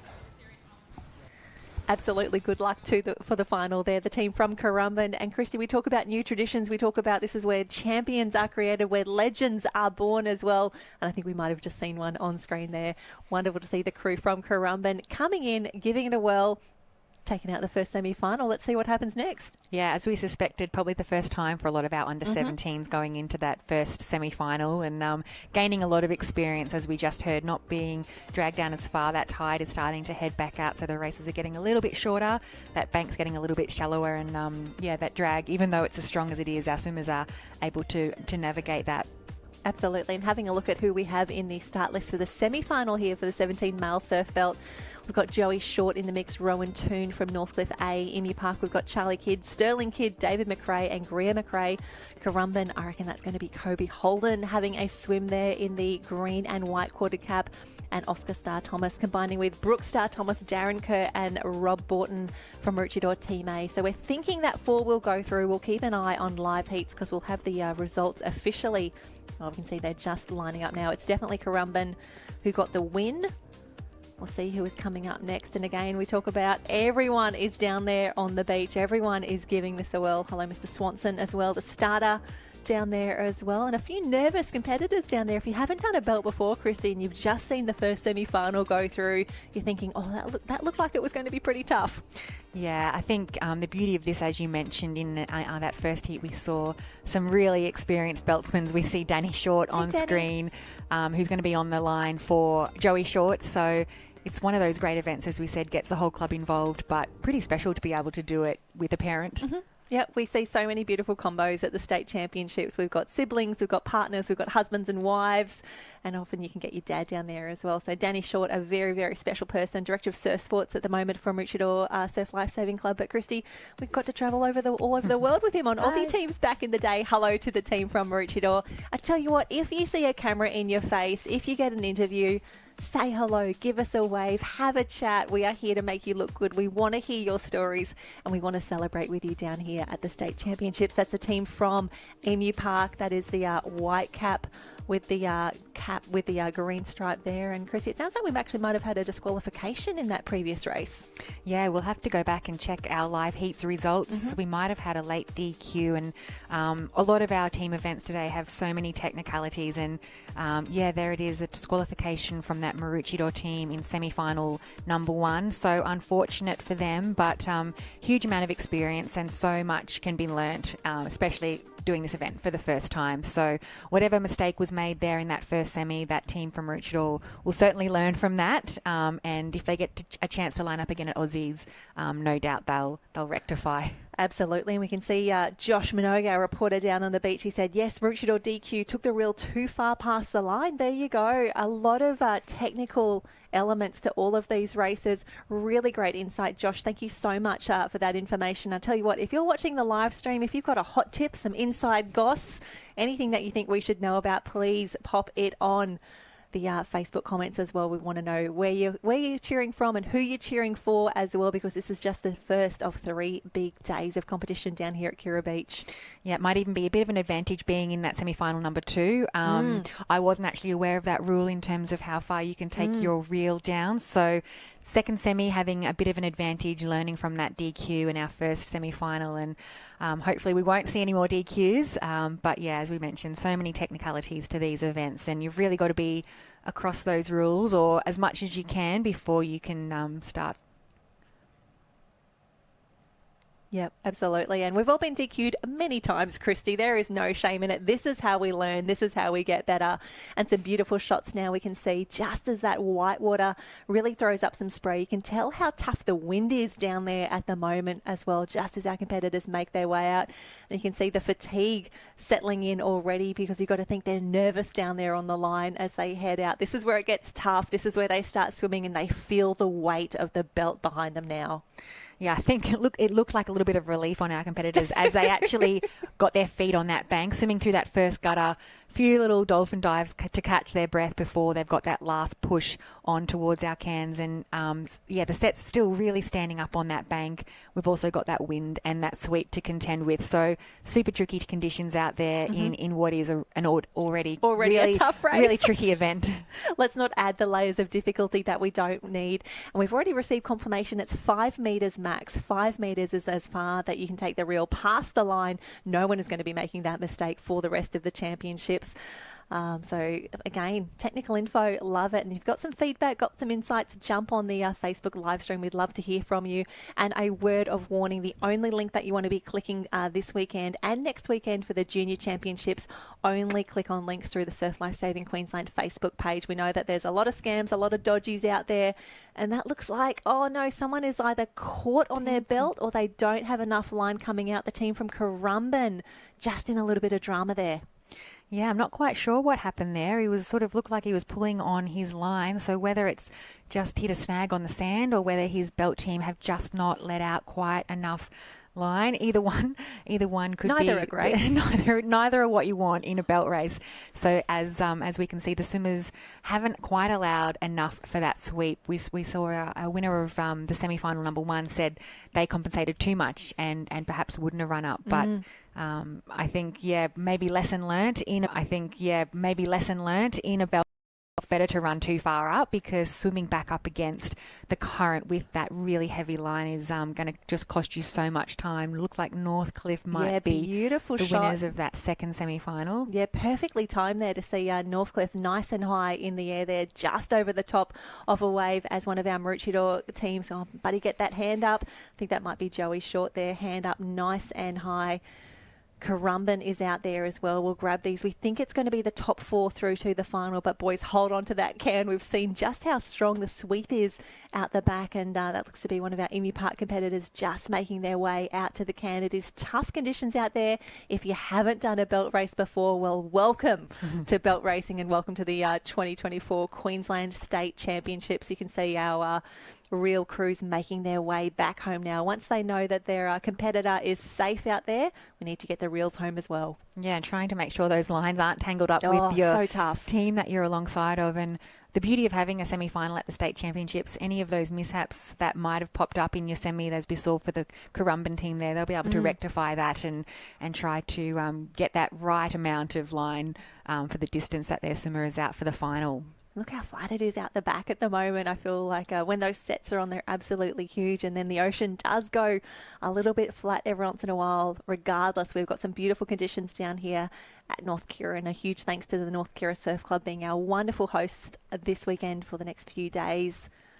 Yeah, that wind really flattening things off, and also that tide making it a much shorter swim than we saw the swimmers were facing this morning. So come the finals, it's going to be a fairly short, sharp dash out to those cans. We can see the crews just making their way through there. If that's a cap that's unfamiliar to you, that is the white with the green stripe. That is all the way from Emu Park. A big hello to that crew there. We can see... and a big shout out to Lawsy. He said, good luck all the way from Hawaii at the moment. Lawsy, wonderful to see you on here at the moment. Congratulations on your recent wedding. He's over there for his honeymoon at the moment. You know he is going to be cheering hard for the Sunshine Beach Surf Club. And let's face it, anyone from Queensland and the Sunshine Coast will be very happy with the results that we're seeing there. We've got Eliza Dreve saying, let's go Daisy and Eva. Hashtag proud to be Mets. I love their hashtag that they use there on all of their social media. And yep, Daisy and Eva doing the club proud. Hello to Bernadette Richardson. She said she's watching. We've got Christy and Leonard Randall. They're saying go Tugan as well. Tell you what, Tugan have had some fantastic races this morning. In the board rescue in particular, they were doing fantastic work. We've got MJ Holmes saying yes, girls. A few tags in there. Anderson Sunny says hello. Hello, Anderson. Wonderful to have you here watching the live stream with us as well. So we can just see the belt crews getting ready. We will know very soon who is going to be in that final, the under-17 men's belt. We know definitely through from heat number 1, semi-final number 1, I should say, Currumbin, Alex, Sunshine and Alex Team B in the mix. We can see Danny on screen at the moment with Mr. Oates down there, just getting that reel back through. A few nervous competitors down there knowing that they're next up to be racing. Yeah, and they're a big bulky piece of equipment, so it's not as though you can just bring the next one down for the next race. You do have to spend the time resetting and reusing these reels for one race after another. And I mean, regardless of whether you were a surf club that had a whole stack, you've still got to reel them back in and got to maintain them the same way that you do. And speaking of equipment, Christy, you and I just had a little wander through the festival zone earlier. Well, that Race One tent is absolutely huge. So excited to have Race One on board as a sponsor. So please make sure you go and check out all the deals that they have happening down that way. The festival zone looking pretty good. I think at the next change of shift, you and I need to do another lap through there, maybe get an egg roll for you again. I was going to say, head to the merch tent. Head to the merch tent. Limited items. We don't want to miss out on our merch. Will you sign my shirt later? I think I'm out of pens. Tell you what, we've got the under-17 female surf belt is coming up next. That one looks to be a straight final, but again, excited that we've got so many ladies lining up to do the belt, especially in juniors. It could be a really daunting idea saying, do you want to do a belt? And then going, what does that one look like? What do I need to do? Yeah, and I mean, I certainly didn't try a belt race until I was in Opens. I'm not sure they were eligible for us as 17-year-olds, but it's fantastic that we've really been able to expand the program and the events that are on offer and these really specialised events that we only see come state and Aussies. It's pretty special to get to watch these belt events and to learn from what they're all about, because as you mentioned, we just don't get to see them except for these 2 times a year. So pretty special events to watch. And have a look at the conditions on screen at the moment, Christy. Sorry to interrupt, but have a look at the wind and the rain that is starting to pick up down there. I am so happy to be in this booth right now, just seeing the conditions deteriorating down there on the beach. But again, our officials doing an incredible job keeping the program moving along and just allowing our athletes to really, really shine today. Oh, yeah, they're getting belted down there at the moment. And as you mentioned earlier, our IRB crews who are still out the back, keeping an eye on things, rain, Keeping hail or safe. shine. Yep, they're doing a We've great had job. a little bit of everything today. We've had a couple of storm cells passing through and plenty of sunshine in between. So that's not unusual for us with surf carnivals. We're quite used to bringing down everything for 35-degree heat to 15 degrees wind chill. So the competitors, I'm sure, will be packed and ready for all sorts of conditions, and our officials, they're no strangers to staying on the beach regardless of what the conditions are throwing up. We don't have too many more events to get through on the program, some more belt races, some double ski races. So well done to all of our officials and team managers and competitors for getting through such a big program on day one. And we can see we just got the shot right now on screen. This is looking back down towards the Masters Arena. They're going through quite a few of their events today. And we must remember that we're just in the water events at the moment. We do have the beach event soon. But it looks like we've actually got Josh starting to gather a few competitors down there on the beach. We might throw to him in just a moment. Josh, you've got some competitors down on the beach. How's the weather conditions? Josh?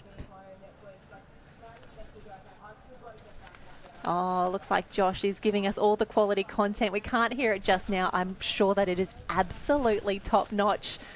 The weather playing havoc for Josh down on the beach, and we can just see the competitors huddled on the start line there as they get their instructions for this next race that's about to start. And as you can see, some of our beaches in the distance, we can't see as clearly as we could earlier in the day, as they're just weathering that rainstorm down there at the moment.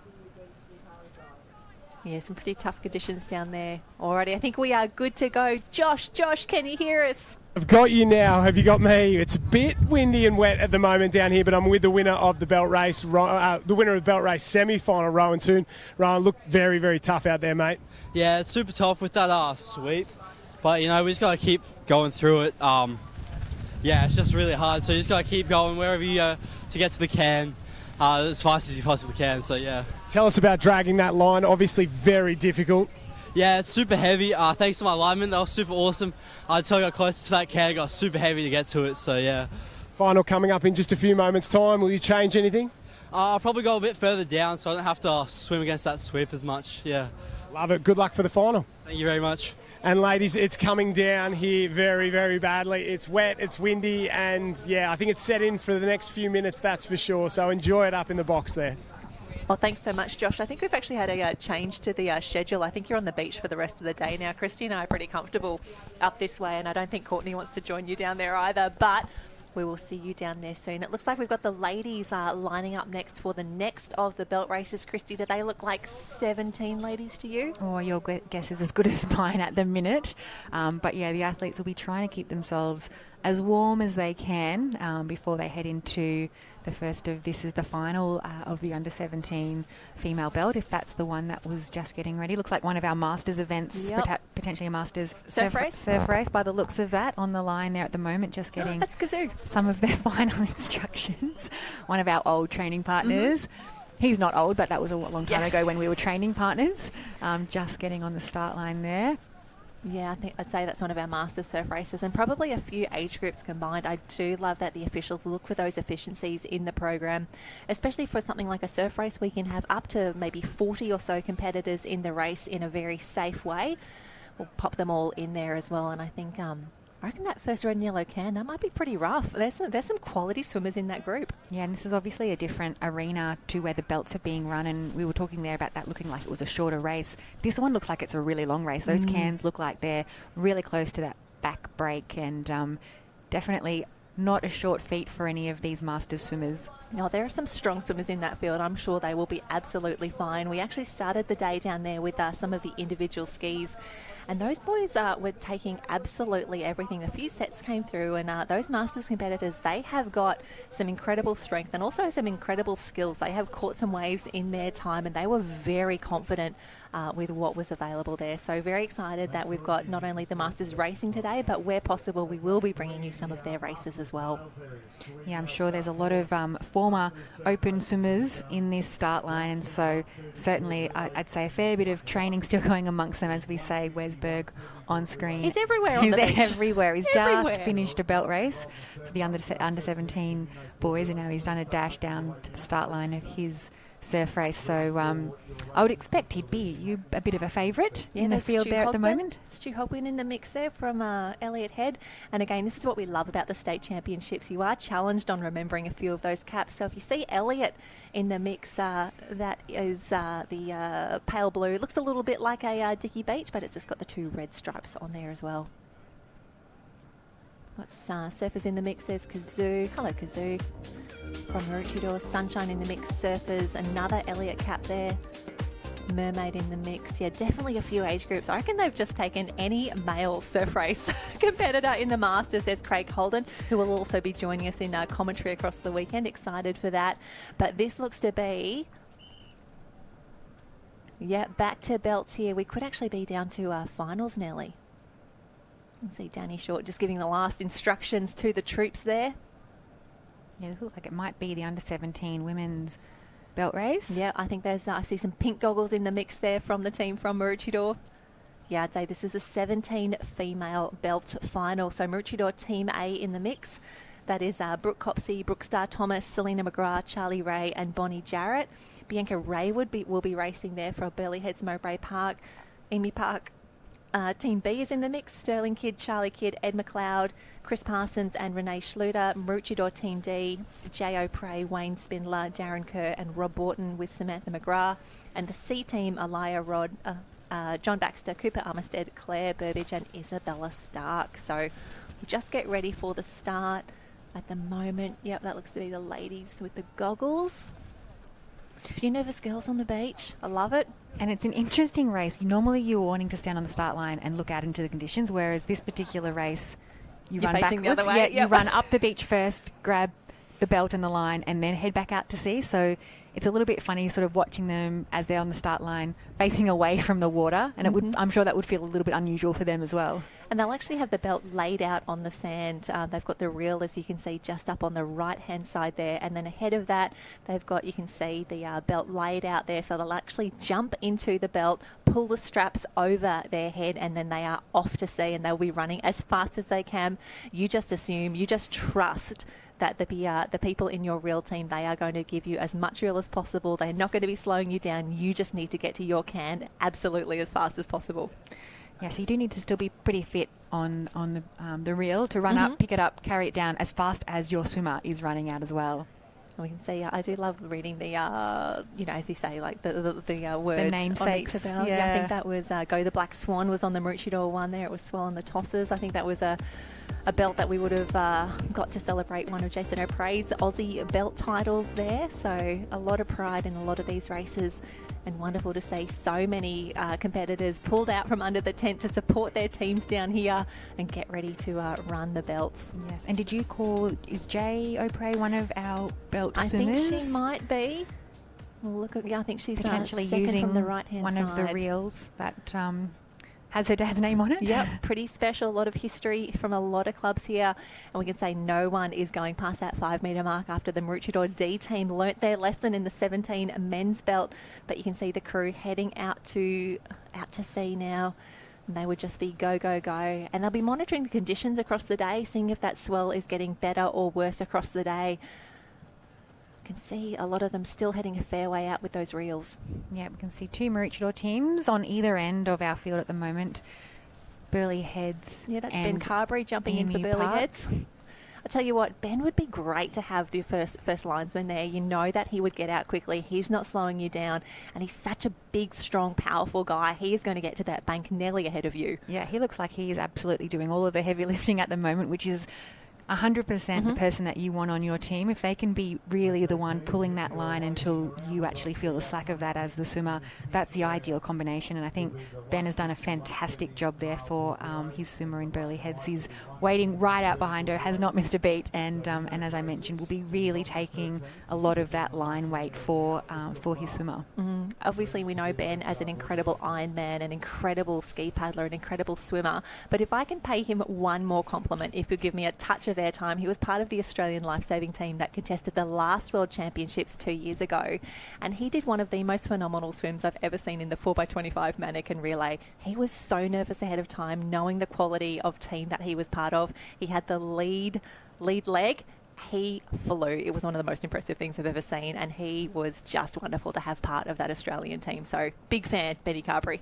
And it's nice to hear those stories too of athletes in their non out of their comfort zone. I wouldn't say fish out of water because you're still in water, but in an event that he probably has not done many times, and you may not actually get to do many more times again. So they're the ones that you really get nervous for, as I'm sure these competitors are feeling similar feelings, potentially an event that a lot of them have not done a lot of before. And it's really brave to put your hand up and say, yep, I'll give that race a go. Have never done it before, and lining up at a Queensland Championships. And the wonderful thing is that there's only 5 teams in this race. It's a straight final. Everyone is going to pick up some points here as well. So we've got 3 teams from Maroochydore, 1 from Burleigh Heads Mowbray Park, and 1 from Emu Park as well. So these girls are really doing their club proud.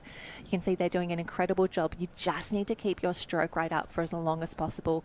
They've all done one-way swims before. They've all done board rescues. Most of them have done a tube rescue by now, but belt swimming is completely different, and you just got to put your head down and go. Yeah, it seems to be really heavy, the belt race. I mean, I know kicking's obviously a really important part of the swimming, but I think when we watch these belt races, we see a lot of it is just all shoulder work. So much strength that goes into this, and can't really see from across the line on screen at the moment. You can see all of our reelsmen and beltmen doing an amazing job. Can't really see where our belt swimmers are out the back. I think Burleigh Heads Mowbray Park, looking at Jared's screen at the moment, she's doing a fantastic job out in front at the moment. I think she's actually about to hit her can. I think she's only maybe 10 or maybe 10, 15 metres away from there. That could be a win coming up from Burleigh Heads and Mowbray Park. We'll grab that one where we can.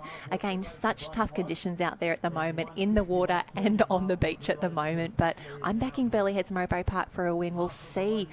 As she just comes up behind this last wave. That could be the first hand in the air. Nice and high. Fantastic work. I think that is Raywood from Burleigh Heads Mowbray Park. It is Bianca Raywood. I think she is going to take out this state championship. We'll get a long shot there to see if there's any other hands in the water. But wow, these under 17 girls really showing how it's done. Yeah, and I understand before they actually can take that belt off and make their way back in, they've got to show the judges in the IRB that they're actually still wearing the belt. Yes, wow. Make sure it's all still connected and you haven't disconnected it 10, 15 metres before that can. So they'll keep connected until the judges have spotted that they've got the belt on correctly, and then they can take that off and make their way back in. Look at you, belt tips with Christy Munro. I think I've done 2 belt races in my life. I don't have a lot of knowledge, but I do remember having to show the IRB boat that yes, I am still connected, and now I'm ready to take this thing off. And yes, please let me go. I want to go home. I've had enough. Yeah, I'm very tired. It is only a one-way swim, but yeah, it's definitely a tough swim. A tough swim. We can see some of the girls still making their way out at the moment. And you've got to think this is a whole new world for a lot of our swimmers out at the back at the moment. We can see a few sneaky breaststroke strokes out there as well, because the weight that is behind you as well, it can be quite scary sometimes, but I am so confident in the skills that we have. And oh my gosh, isn't that a beautiful shot of what Kira Beach looks like at the moment?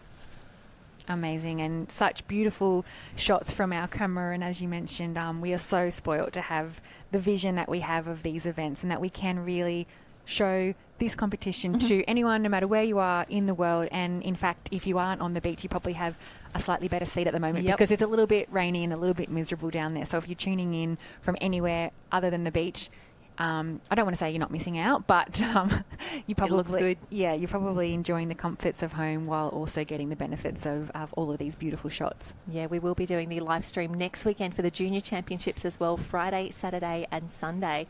And also excited that the team that we're using for the production here, the team from Big Voice, they'll also be working at the World Championships in a few months' time back here on the Gold Coast. So if you like what you're seeing now, wait till we add the international element as well. Cannot wait to welcome so many of our international friends to the Gold Coast. I know it's been a while since we've had an Australian Worlds, and post-COVID it's going to be a whole new ball game, so I cannot wait to see the quality of racing that is going to unfold over the next few months. Yeah, and I actually get asked a lot from people who aren't as familiar with this sport overseas, how many other countries do it, and it's huge. Upwards, getting closer to 60 countries, mid-50s. There's a lot of countries who field a national life-saving team, and I think sometimes we know, obviously, Aussies and Australians, we're very strong at this sport, but so are a lot of other countries. So it's a really hotly contested event, and great to see just so many different countries taking part, and they'll be all here on the Gold Coast in just a few months' time. Yep, celebrating hard. I'm sure we've got quite a few of the Life Saving World Championships ambassadors running around this weekend as well, making sure that everyone knows about that event and is getting very excited for it in just a few months' time. So we can see the team from Burleigh Heads Mowbray Park just being very meticulous with getting that line back on the reel, which is absolutely so important. And I think all the clubs will be doing that right now. Just going to go to our live heats and see if we've got any results coming through. I'm very keen to see who took out that under-17 female surf belt. We think that it was Raywood from Burleigh Heads Mowbray Park, but just waiting on the official confirmation. Liveheats.com is where you can go to get all of the draws and the results for the seniors, the masters and the junior championships. And if you're coming back next weekend, we will do it all again. Search for SLSQ on the liveheats.com. While you're on there, while you got your phone in your hand, make sure you give us a follow at Lifesaving Queensland on both Instagram and X. We're on Facebook as well, obviously doing the live stream at the moment. So excited to bring you this amazing finish as we see the belts making their way back home. We've just wrapped up the under-17 female tube. We'll see what is coming up next. I think it's belts and then mixed double skis. We've seen a few of the skis out the back, Christy, getting ready for a big afternoon. Some specialists coming in there. Yeah, some of the skis out there warming up. So we've got the female double ski, the male double ski, and of course the mixed double ski, which was one of my favourite events because, as we mentioned with the belts and a few other races, it's not something that we get to do very often, and it's one of the fastest craft, or the fastest craft out there, the double ski. So to be able to fly around the Cairns on one of those is a little bit scary, but also a lot of fun. Oh, it's very special to be a part of as well. We can see more of those reels starting to come through as we get the beautiful shots back across the beach. It's just the first of 3 big days of racing here. A shout out to our officials doing an incredible job, and also everyone who's in an IRB out the back. Thank you so much for putting up with these weather conditions and keeping all of our athletes safe. Yeah, it looks like the rain might have cleared again for the next little while, so hopefully that sunshine is warming our competitors up a little bit down, although they might have been happy for a little bit of rain, a little bit of relief down there. It's easy for us to say in the booth, but looks like that rain has now cleared. Still plenty of wind and still plenty of action to contend with out in the water, but at least that rain shower has headed off. Absolutely. And we did start to mention a little earlier that we are down here, of course, watching all of the water events. The beach events for the state championships have remained up at Kurrawa. So if you want to watch the sprints in the flags, that is still at Kurrawa. And I think this afternoon we'll also have the 1 and 2K beach runs as well. Christy, if you bought your running shoes, I could probably still get you a start. Oh, I didn't. Oh, what a shame. What a shame. I have seen the speed that those competitors maintain over 1 and 2 kilometres on the soft sand. They are absolutely incredible. So looking forward to bringing you all of the results across the weekend. I'll tell you what, there's some sore arms down there at the moment as they get the line back on the reels, but doing a great job knowing that we still have a few finals yet to go. Yeah, good job by the team of Burleyheads getting their real reset for the event that is to come. That's just as much of an accomplishment getting that all 100%. reeled back in, packed back up, and taken back up to the start line. Good work, team. Get your village around you. Get a belt crew together. Yeah, and Surf Lifesaving, we're very used to jumping in and helping out in all sorts of different ways, whether it's an event or helping out around the club. So it's not unusual for people just to be sitting under the tent and the next thing you know, you're down on the beach, you've got a job. Yep, absolutely. If you sit still long enough, we will give you something to do. Often that does involve being part of a belt crew. We say, yeah, conditions definitely looking a whole lot better down there on the beach at the moment. We did see earlier it was the under-17 women's belt race. A lot of those competitors are contesting the event for the last time. I think Josh is going to wrangle our winner down there. We'll line up Raywood for a chat in a moment. The girls doing an incredible job across the competition. They're going to be tired tonight, Christy, but gosh, wait until you see what tomorrow has in store. Yeah, they'll be glad to get some of these really taxing events out of the way on the Friday. They can go home, they can do their recovery, have their ice baths, fuel up. Whatever you need. Whatever you need to do. Whatever you're into. And then be ready to go for the next 2 days of racing. And again, we can see beautiful skyline shots there. And we've got 2024 Queensland champs if you want to be part of the conversation. And if you're listening online as well, tell us where you're watching from and who you are cheering for and maybe what event you are looking forward to the most over the next few days, because we have got more than enough events on offer and we're looking forward to bringing you as many of those as possible. But for now, Josh is down on the beach with our winner of the 17 belt. Yeah, 17 belt race. Bianca Raywood, 3rd gold medal in, an hour's time? A couple of board rescues, a rescue tube rescue, and now this. How tough was that one? Yeah, it was my first time doing it, so it was pretty tricky, but I actually really enjoyed it. Tell us about your team. Benny Carberry there, former Australian belt race champion. He knew what he was doing. He dragged that line a hell of a long way out before you had to take the load, didn't he? Yeah, he was just running alongside me and he's yelling at me, and it was just really encouraging. It just pushed me to go a bit faster. First time ever, 1 gold medal. Will you be back for the Australian Championships, or is that it? Yeah, I mean, might as well give it a go. And you got more events this afternoon. You were telling me 2K beach run, 2x1K beach run as well. It never ends. Yeah, I mean, I like my running, so we'll just see how it goes. If your golden run continues, I'm sure it'll go fine. Congratulations, Bianca Raywood, winner of the under-17 women's belt race. Thank you. Congratulations. Wow, a belt swimmer and a beach runner. I can't believe she's lining up for the 1 and 2K beach runs. That is next level. Wow, yes, I'm back. I'm just taking over Queen Jenny, so I'll have to try and lift to her standards, but they are an amazing family, aren't they? They can do everything. They swim, paddle, kayaking. Jazzy, I think she even wants to go to Bond to be a lawyer, so they do a lot, but don't you think, I was just on the beach talking to a few competitors, that 1 kilometre relay and then the 2 kilometre soft sand, we don't say hard sand, soft sand beach run. Yeah, Jen just made a joke that maybe I could jump in. Absolutely not. Not only did I forget any shoes, I've done no training but you're right, they are such tough athletes. If anyone who has ever done a 2K run on land on the bitumen knows how tough that is, let alone the soft sand. So kind of a cruel event. I think we've added to our program, but we've got some super fit lifesavers who will line up for that later on today. Yes, the word cruel, I would definitely say, is perfect for that. And it's becoming an event that's definitely, a hot one to win, because the nippers also do it as well, and they train really hard for it. So you get a lot of state cross-country runners involved in that. And you know what it's like. We've got so much running in our sport. You have a look at the conditions today up on the screen here, and we've actually just had the results for the under-17 female surf boat. There will be boats as well. In first, we've got Burleigh Heads, Mowbray Park A. We've got Maroochydore, the runner-up there, Emu Park. They've been doing so well. They're Team B, Maroochydore C and Maroochydore A. They are very strong, as you would know, being from Alex. Very, very strong in this competition. They are. They're a very proud belt club, Maroochydore. Yes. They've got a lot of history and a lot of depth, as we saw, 3 teams lining up there. I'm not quite sure what event we're getting ready for here, whether that's maybe the 19 men's belt is perhaps where we're up to on the program.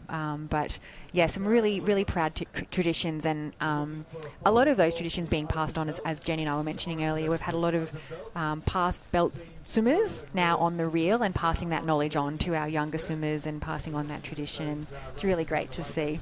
Absolutely, yes. It was an event that you ever did? You were part of it? I did, but not really until I actually had retired from Ironman racing. Yes. It was sort of something that I tacked on as an extra couple of years. I don't know if I would have been able to physically add it to my program, because it's such a taxing event, unless you're really training for it properly. I never actually did it while I was still racing in iron. That completely makes sense, because you also did back in your day, you were doing the sprint as well. Or sprinting. I remember that. I definitely remember that. So I know you're very humble. Not the 2K beach run, but the beach sprint, which is a lot easier. But still a big program that I had. So I really admire these belt swimmers, because it's certainly a taxing event, and it's a time-consuming event. So you've really got to be dedicated to add this one to your program. Absolutely, and as we look today, this is a very difficult belt swim at the moment, because they do have to wade. And out in front, going really well, is Riley Harland. So this is for the under-19 male rescue tube, and we've also got Riley Brennan as well, and he's just been going. Riley and Riley and Riley. Yeah, that's what I was getting a bit mixed up there. Riley Brennan and Riley Harland. You've got the rescue tube rather than the belt. So that's why you've got yourself... I was impressed, though. I was thinking if they've lined up again, which they might be. It looks like it might be one of the Brennans out in front. So they've done 2 rescue... I wasn't all wrong. They've done 2... they've done 2 rescue tube events already within the 19s and the Opens, and now they're backing up for the 19 belt. So that's really, really impressive. So we've got Currumbin out in front... 2 Northcliffe teams, and it looks like maybe Alex there in 4th. Absolutely, and I think that is, I definitely certainly was wrong, but yes, but I think that definitely is Riley Harland and Riley Brennan out as well, and they're right up with the open men's as well swimming. So even though they are still in the under-19 age group, they are certainly right up there with the Opens. Yeah, absolutely. We've got, I think we've got 5 teams in this 19 male surf belt final. So we're just going to try and see if we can pull those teams up here for you. But, it looks like Currumbin are doing an absolutely stellar job out there in front, as they will eye their cans now and just adjust if they've got to swim in a slightly different direction. But they've allowed perfectly for that sweep, landing right on line with their can. And that's our winner there on screen. He's done really well, Riley Brennan. He's just going from strength to strength. He's such a phenomenal swimmer. And there we have Northcliffe coming in second. Riley Harland was a swimmer for that one. Looks like Maroochydore in third, followed closely by Alex in 4th. Pretty close race for the minor placings there, but a clear win for our winner. And what an impressive afternoon of swimming he has had. He has, definitely. You'd definitely say for that. Definitely the open swim coming up. He's going to be right up the front, absolutely, and definitely being the medals for that one. Yeah, we can see our teams just making their way back to shore now.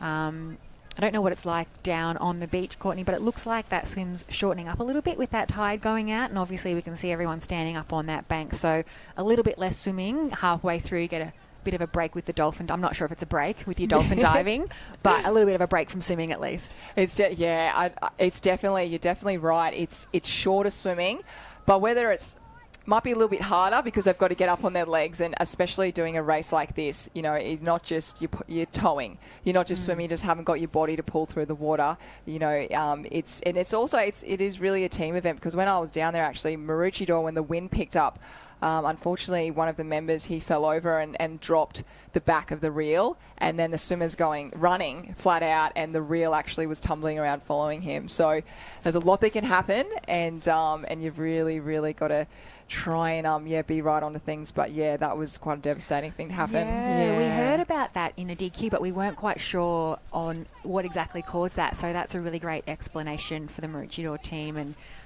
so many aspects of this particular event, and lots of things that could possibly go wrong. Yeah, absolutely.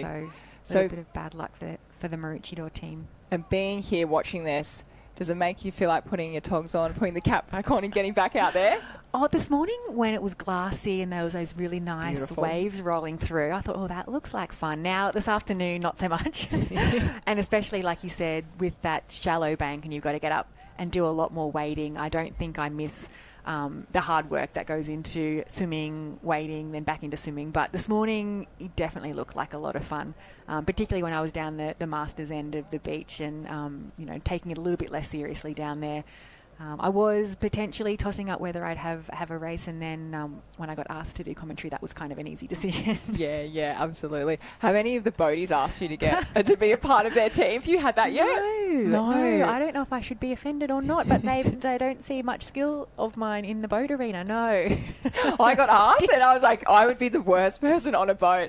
I was like, I'll join you for Mad Monday, but I don't think so. They're wild, and I mean wild in a good way. They really charge, don't they? A lot of strength, yeah. Yes. There's a lot of strength involved in that boat area, and I guess it's a little bit more of that what's out of your comfort zone as well, in terms of you're not necessarily in control of your own craft like you might be with a board or a ski. You've got to have a lot of trust in those people around you, and obviously in your suite. So a lot more goes into those boat races. I love watching them, but no, I don't think you'll ever find me jumping in one of them. I'm with you. I'm definitely with you. Yes. So here on we're just going to look at what we've got next on the program. So that was the under 19 belt. Sorry everyone that I got that wrong there. Came off the beach and then got confused. Sorry, Jenny, didn't really take her position too well by taking her spot there. But as we have a look at the scenes now, it's such a tradition, the belt race. I remember my grandfather, he actually did that, and that was obviously a long time ago. And the photos actually still up in Coffs Harbour Surf Club, and it's just like, it's so much history, isn't it, back from the very, very beginning when they used to do the pillow fights and everything like that. Imagine if we brought that back in. I don't think there'd be too many complaints if we brought that back in. I think there'd be a lot of people putting their hand up for something like that. But it's one of the few really, still do have. So it's a great one, and I think it's really well embraced by all of the clubs, as we've seen from the program this afternoon. So many people entering and participating in those events with so much pride for their club. Definitely. And I was just having a look at the program. We haven't started them yet, but we've got the open. We go into the double ski, so they're coming up not too far away. I was talking to some of the athletes just before, and they're getting very excited for that. I think there's a lot of banter going around. I'm sure there is around the Cairns as well. And you've been a part of that race, haven't you? Yes, I love the double ski, the mixed double ski. So I'm really looking forward to watching those a little bit later this afternoon. And we're getting close to these belt races, all these belts being all reeled in and ready for the start of our next belt race. And we won't be too far away from throwing down to Jen, who will have our winner of the under-19 men's belt. Over to you, Jen. Yeah, on the beat, another big race from the boys from Currumbin. How are we feeling? Oh, it's starting to get a bit tired now. That bank's it's got a bit longer, so it's a bigger run, and then once you get out there, it's only about a 50-metre swim to the Cairns. So yeah, it's mostly running. I tell you what, you've got to keep your eye on conditions all day. It continues to change, and that swim just gets tougher, even if it is only 50 metres. Yeah, with that tide, it just keeps changing. Like, it was different from the board rescues this morning, so yeah, it's just changing throughout the day. And what I think that people at home may not recognise as much is the weight that is behind you of that belt. How is that sweep feeling? Yeah, it's just the drag. The rope's getting taken with the sweep, so it's like you're towing weight behind you. So that's the linesmen try to help, but still the sweep's stronger than them. Now, we do talk about it takes a village to put a belt crew together. Who was on your reel today? Got Chris O'Maynard on the reel, and got Rach Eady, Jaden, and Luke Cole. So what a team! The Mad Mullet. Well, they came through today supporting you. Congratulations on a big win. How good is a gold medal on the Friday of state champs? Yeah, it's good to get started on the Friday. So then tomorrow we go into the irons and the swims and the board. So yeah, it's a good start. Good start, full program. Cannot wait to see what you do next. Big waves down the camera there. Currumbin on fire. Thank you. Thanks, Jenny. Congratulations, Riley. I actually bumped into Riley's mum on the beach a little bit earlier and, was asking about how Riley was going. And, she obviously reiterated that all the work he has done so far is paying off and really hoping he has a really successful state championships and then leading into Aussies. And a shout out to all the mums and dads and coaches out there who get our athletes onto these starting lines. A lot of them have been doing it for so many years, and it's really nice to see them getting those results for all of that hard work. Certainly being an athlete, you need support from your family. We come across and it looks like it's an individual sport, but it's definitely not, is it? It's a team event, even though you might see the one athlete on the line, but the crew, the tribe behind every single athlete here, it's incredible and it's really needed. And as we say, talking about a tribe, we now move into the Opens. Surf belt, exciting. Yes, Court. And now, obviously, having children of my own, I have a whole new appreciation of just how much running around all of the support crews do and the parents, and not just at the age that we see a lot of our competitors competing at these state championships, but starting right back when they were in nippers and junior sports, and so many years of commitment and training and support from the parents and the supporters that our athletes have. So definitely takes a village, and a big shout out to all of the support crew as well as the athletes that we have competing across these 3 days of our Queensland Championships. We can see the under-19 female surf belt just getting ready to go. Looks like we have a team from Maroochydore, Emu Park, maybe a second team from Maroochydore and Alexandra Headlands. And I think closest to us when we do a pan out there, we'll also have Burleigh Heads, Mowbray Park. Yeah, this one is certainly going, as we can see there, as we do look at a wonderful drone shot, and closest to screen we do have Jasmine Raywood. She is up again. So I was speaking to her before on the beach, and I just said to her, how many times do you think you're going around the Cairns? How many events do you had? And she said, you're going around the Cairns. How many events do you had? And she said, not too sure how many times I'm going around the Cairns, but she did tell me the list of what she's doing, and it is a lot. And as you see, she's also, as her team, she's got Ben Carberry, so he'd be definitely a good person to have on the reel, reeling you out with that brute strength. Yeah, you definitely want someone like Benny on the line helping to carry the weight of what you're going to have to drag behind you as a swimmer. And as you mentioned, so many of our competitors in these 19 age groups, some of them are 17s backing up to do 19s, and we'll see a lot, backing up to do an open event as well. So not only are they doing their own age group racing, they'll often do another age group or potentially the open age group. We've got a start underway from Dave, our starter. You'll see a few different techniques to get that belt on and that reel down, but everyone seems to have come through that fairly well unscathed. The team from Burleigh Heads closest to us that we've seen so strong as a team in terms of all of those linesmen following their swimmer out as close as they can to make sure that it's not that line that's towing them back. Yeah, oh, absolutely. You've seen that happen a few times where you kind of get slingshot kind of backwards, and it's a horrible thing for the athletes because it definitely catches them off guard. But as we look on screen at the moment, the athletes really want to get up and get onto that sandbar. And as we can see right now, we've got on screen, we've got Jazzy Raywood, we've also got the Northcliffe team, and as we look, we've got Emu Park doing really well on the southern side too. So it's really, I think at the moment, the sweep it's interesting. Being on the beach, it doesn't look as strong as what it did this morning.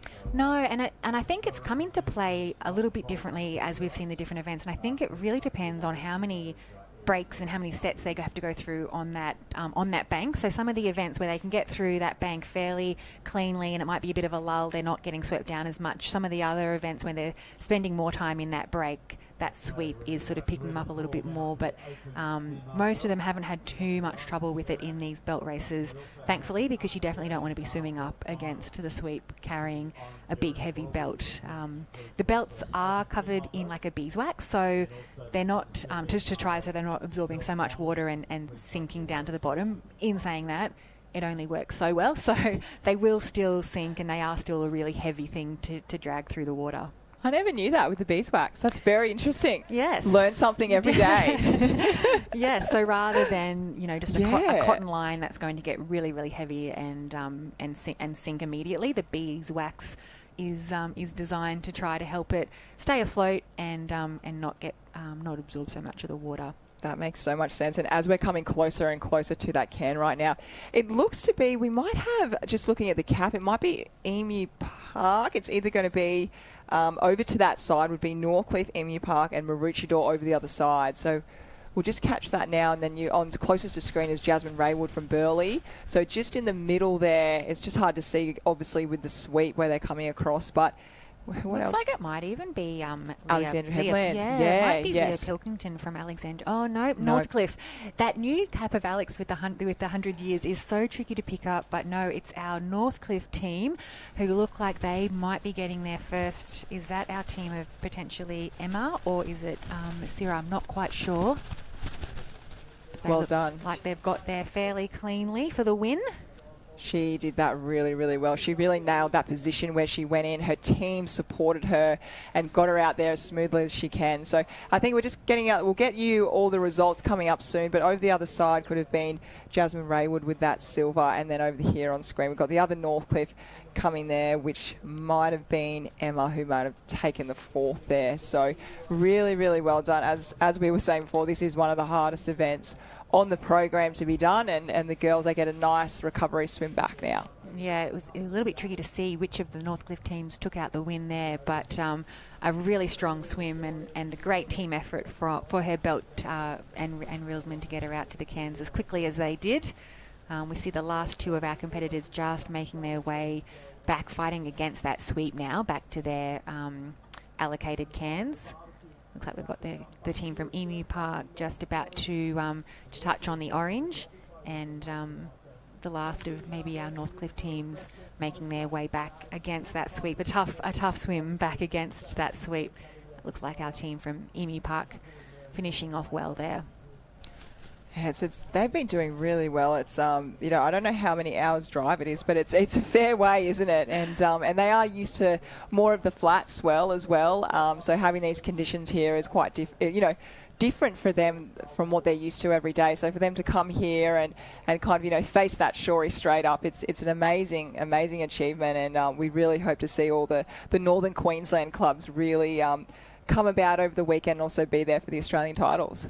Yes, that was a question we should have asked Jen before she left us up here to head down to the beach, because that was the club she started at, Emu Park, as a nipper. Wow. So she would have done this drive many a times, and she said they are just a club that is so keen to jump in, do as many events as they possibly can on the program. And we've seen that all day today. Lots of representation from the Emu Park Club, which is so great to see. Something else I've learned today. There you go, about Jen. And you've been a part of Alex from day one, haven't you? Yes, thank you for not saying how many years. Okay. Quite a few years. You haven't aged a day, I can tell you what. I need your secrets after this off the mic here. Too kind. But yes, I'll say 35-ish years in Alex. Wow. So yeah, it's been a lovely club for me to grow up in and do my whole career at. I do a little bit of coaching there now, which is nice, and watching my two kids enjoy the Nipper Club. And I think they have that real sense of family and community and sort of that belonging, which we all get from our respective life-saving clubs. So definitely a special thing to be a part of. Yeah, absolutely. And I guess how does it feel to be coaching, being on the other side? You would be incredible, and all the athletes there, they're really blessed to have you there and would definitely learn a lot. Thank you, Courtney. I don't know, like, I haven't actually asked their feedback too much on it, but I think I've got a really, different coaching style to potentially, other coaches that I might have been around recently, or even when I was growing up. And I just think, we lose sight of how long you want to be involved in sport. And I think being involved in that Nipper program and the Nipper Club, it's more, in my opinion, just about getting them out there, getting them confident. Plenty of years left ahead of you to win your races, but I really like to build them up with that confidence, that like I said, that sense of belonging, that friendship base, that fun that you want to have in junior sport. And if you're having fun and you've got heaps of friends, like, you'll actually become really good at it. So I think I come from a bit more of a nurturing, kind of gentle coaching aspect. Definitely times to be serious and to be tough and and to push the kids harder, but I think there's also lots of times to have a bit of fun and just learn a bit more about reading the ocean and I guess all of those strengths that can come with learning the environment. And I think if you can nail learning, the ocean and all of the different ways you can get that to work for you, that speed will come a bit later on and you'll have that as your asset. That is so true. Wow. I want to be coached by you. So I'll have to with the kids. You're welcome anytime. Oh, thank you so much.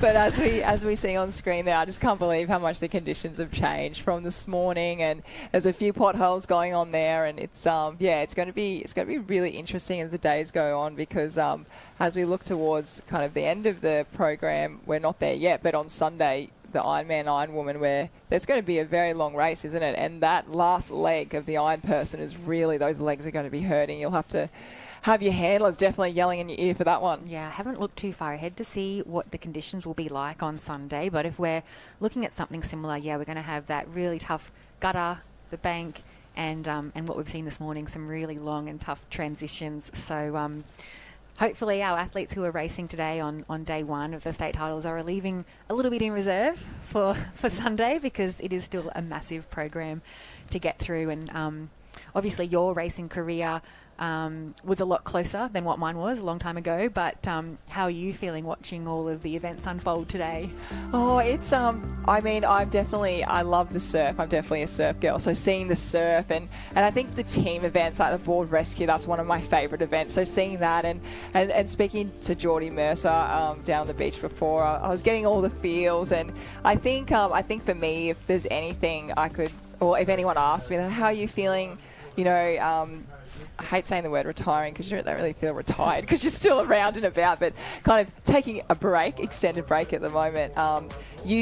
It's amazing just how fast it goes. Mm-hmm. I think back to when I first was starting off, and I remember being in the Nutri-Grain series with you, when I first began, and it's just how that in that moment you kind of, as you said before, you get kind of wrapped up in that and the nerves and being competitive and this kind of thing. But I think it's really important to step back and kind of go, hey, this is amazing. Like, my family are down here. I've met some of my best friends. I'm a part of this beautiful community and movement, and I'm healthy. And sometimes you look back in photos and you go, wow, I was really fit and healthy. And I think you don't ever appreciate that. So I say that to a lot of people who ask me. I say, just appreciate how fit and healthy and happy and how wonderful this time in your life is, because it doesn't go forever. You can, obviously, us being here right now, it's amazing to still be around the energy, but there has have a time on it for how long you can be racing competitively for.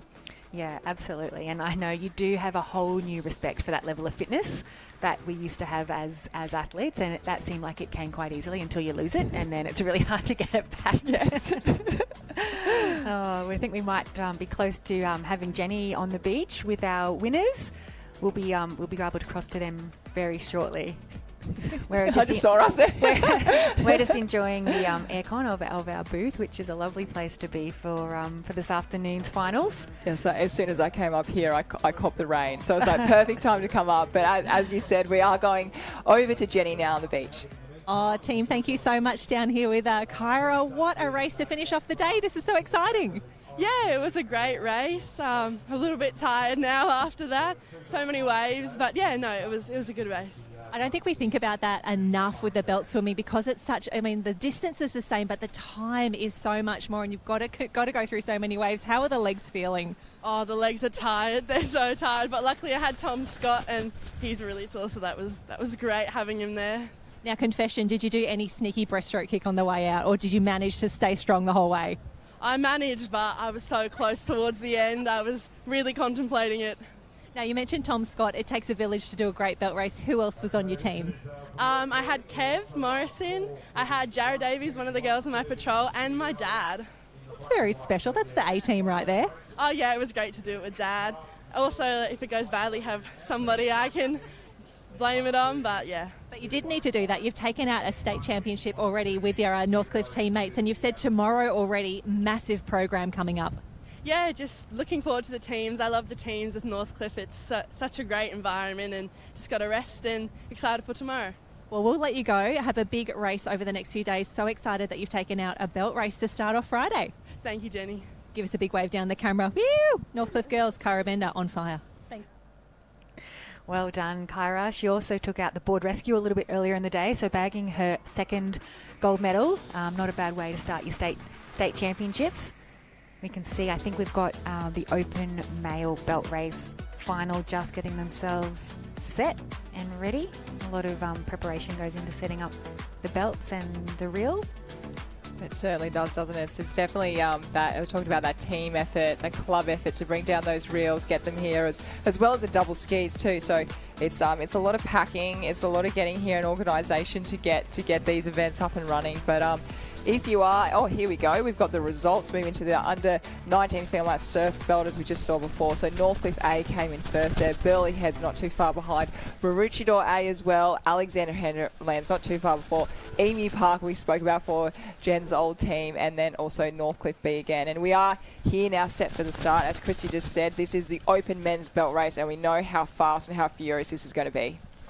Yeah, I don't envy those reelsmen having to keep up with the speed of that open men's belt race final, as we see a couple of Maroochydore teams look like they've headed off for a really great start, and I think, is that the Currumbin team going again? We do have the Currumbin team. In this final, we do have the Maroochydore team B in that one, and then we move on to Northcliffe again, Northcliffe A. That'll be Ruben Rees. He's an open water swimmer, so he'll be right at the front. Another Northcliffe team, number C, and then we've got another Maroochydore team. Sunshine Coast as well. We've got Coach Wesberg. He'll be out there on the reel as well, telling them what to do. We've got another Northcliffe team B. I'm not too sure who's swimming in that one, because we do actually have Tom Scott and a few other good swimmers, so that'll be interesting who goes on that one. And then the Currumbin team, there's a few Brennans in that one, so we'll wait and see. We'll wait and see who's backing up. But as we were mentioning before, it's a really strong history in the club of Maroochydore. So we've seen multiple Maroochydore teams across all of our belt races today, and generally a couple of Northcliffe teams in there as well. So some of our clubs with a really strong history in this belt race. Yeah, that's definitely a hard race. I think one of my favourite belt races I've ever seen, it was over in Perth, and I remember this moment. Kurt Hansen wanted to win. I think he had a lot of seconds. I can't remember the exact story, but we all love Kurt. He's unfortunately not here with us today over this weekend. But I just remember him putting up the arm, and just you could hear the yell of excitement on the beach. And it was just a moment, I think, an iconic moment in our sport. And as we move towards right now in the present, what's happening, we actually have Currumbin doing really well actually second at the moment, and we have Northcliffe out in front. Yeah, I remember that moment as well. There's a few moments like that in surf lifesaving that would just stick in your brain forever. That was an iconic win. Looks like Currumbin are just sneaking into the lead at the moment. Currumbin still doing an amazing job, and I think it might be Maroochydore there in third place. But sometimes the angle can be a little bit deceiving in terms of how those cans are laid. So we'll see who actually gets to the cans first. At that angle, it looks a little bit more neck and neck. No, Northcliffe have definitely still got a slight lead. Look like they're heading to that red can right on target. So provided they can get their hand up and over, yep, Northcliffe for the win. And I think we'll have Currumbin coming in on second place, just having to swim a little bit against that current. So amazing job to the team of Northcliffe, team of Currumbin, and I think that might be Maroochydore taking out third place. And it's hard just when they're about to put their arm up that actually you see the swell come up. So that Northcliffe, that was actually Northcliffe A, Ruben Rees. He was the swimmer there. So he's open water swimmer, swims at locally at Miami there with Raylene Ryan. He's only young, but he's an incredible swimmer, and yeah, definitely not surprised to see him out in front taking that one there. So very, it's really, I guess, with the open males at the moment, you look across every event that has swimming in it, and you see your open water swimmers. You see people who are, athletes, should I say, that are getting ready to have a crack at the Olympics. It's so competitive. It's world class. So the athletes that you're here seeing right now, check them out. Have a look at their stroke technique, because these men out here at the moment not only swim fast in the ocean, open water, and also in the pool. And as you said, potential Olympians as Yes. well. So it is actually world-class swimming that we're getting to witness here, and so lucky too in an Olympic year that the athletes are still able to come and take part in our Queensland State Championships. I know for some of our other sports, surf lifesaving is very well known for producing a lot of kayakers in the Olympics, and a lot of our ski paddlers might choose to opt out of our state and our national championships with the Olympics not too far around the corner. So hopefully we'll see a few more of the Olympians on beach over the weekend. But for those who are really honing in on the Olympics in a few months' time, we wish all of our clubbies the best of luck. And I think we're very proud to produce Olympians in lots of different sport. Obviously, surf is not an Olympic sport, but we certainly do have a lot of Olympians who I think are bred from surf clubs. Definitely. And hopefully our sport in the future can be in the Olympics. That would be amazing, and definitely deserves to be. And as we look at the program, moving to the next part, we go into the open female belt race, and then the officials will reset, and then we go into the open male double ski and the mixed double ski, the females, under 19s. As I heard you saying to Jen before, it is the fastest craft on the ocean. I think it's the scariest as well, because I swear when you're going around the cans, there's so many paddles flicking everywhere. Did you always feel like that when you were racing? Yeah, and especially if you're on the back of the double Yes. ski, it feels like that you've just got all the paddles. No control. All the paddles and Yeah. no control. No. And the skis are sometimes so close together you can't get your paddle in the water, and so you are literally sitting there just hoping that the paddler on front can get you some clean water so that you can start to participate in the race again. But it's a fun race to watch, and I think it's a really fun race to partake in, and I know it's one that a lot of the competitors enjoy too. All the team events I think we enjoy because it adds that element of fun and team spirit. But yeah, there's something special about the double skis. There definitely is. I remember also going back, thinking about races before. It was Tate Smith and Rach Smith, husband and wife. They actually won together, and I just remember seeing that. I was like, that's a really cool moment, and something I know that they will remember for a long time. We certainly all remember it, and I couldn't have imagined. I guess Tate would have probably been yelling at Rach at some stage, whether to get down a wave or something like that. But it is insane, and they do go incredibly fast. And also, we have to talk about how well the Masters have gone today. They only do their carnival over this one day, so they have been backing up. And I spent some time down there, and as much as they're very fit, they did look a little tired. Yeah, and they I don't know, the Masters always seem to be placed on the day when the surf is the biggest. So I don't know what the surf's going to do over the next couple of days, but typically sometimes it does drop off over the weekend. But the Masters who compete on the Friday, they usually get the biggest of the swells and the longest of the races. So I'm sure they'll all be really looking forward to heading up to North Kira maybe at the end, having a bit of a drink to celebrate and enjoy their time with their teammates. We might have a bit of a short break now before we come back for the last of the belt race finals. Does it honestly get any better than these Queensland beaches? This freedom. But did you know 100% of the drownings on Queensland beaches were outside the flags? Some of these were even less than 200 metres away from the red and yellow. So when it comes to the beach and surf, maybe we just need to do better. Be a better example. Be the one to look at your mates and care. If not for you, then for them. So just do it for your mates and be a lifesaver.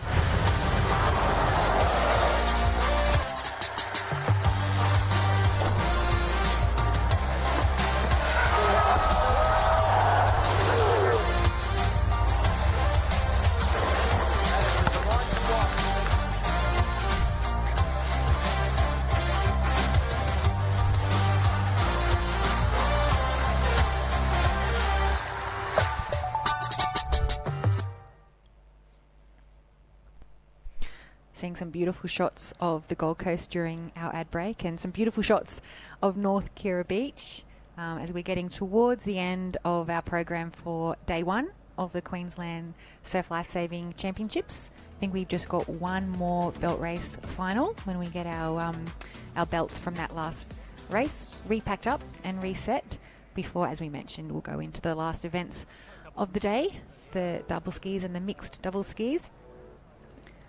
We are ready to rumble, aren't we? We are ready. Yes. We're ready. And if you are joining us right now, welcome.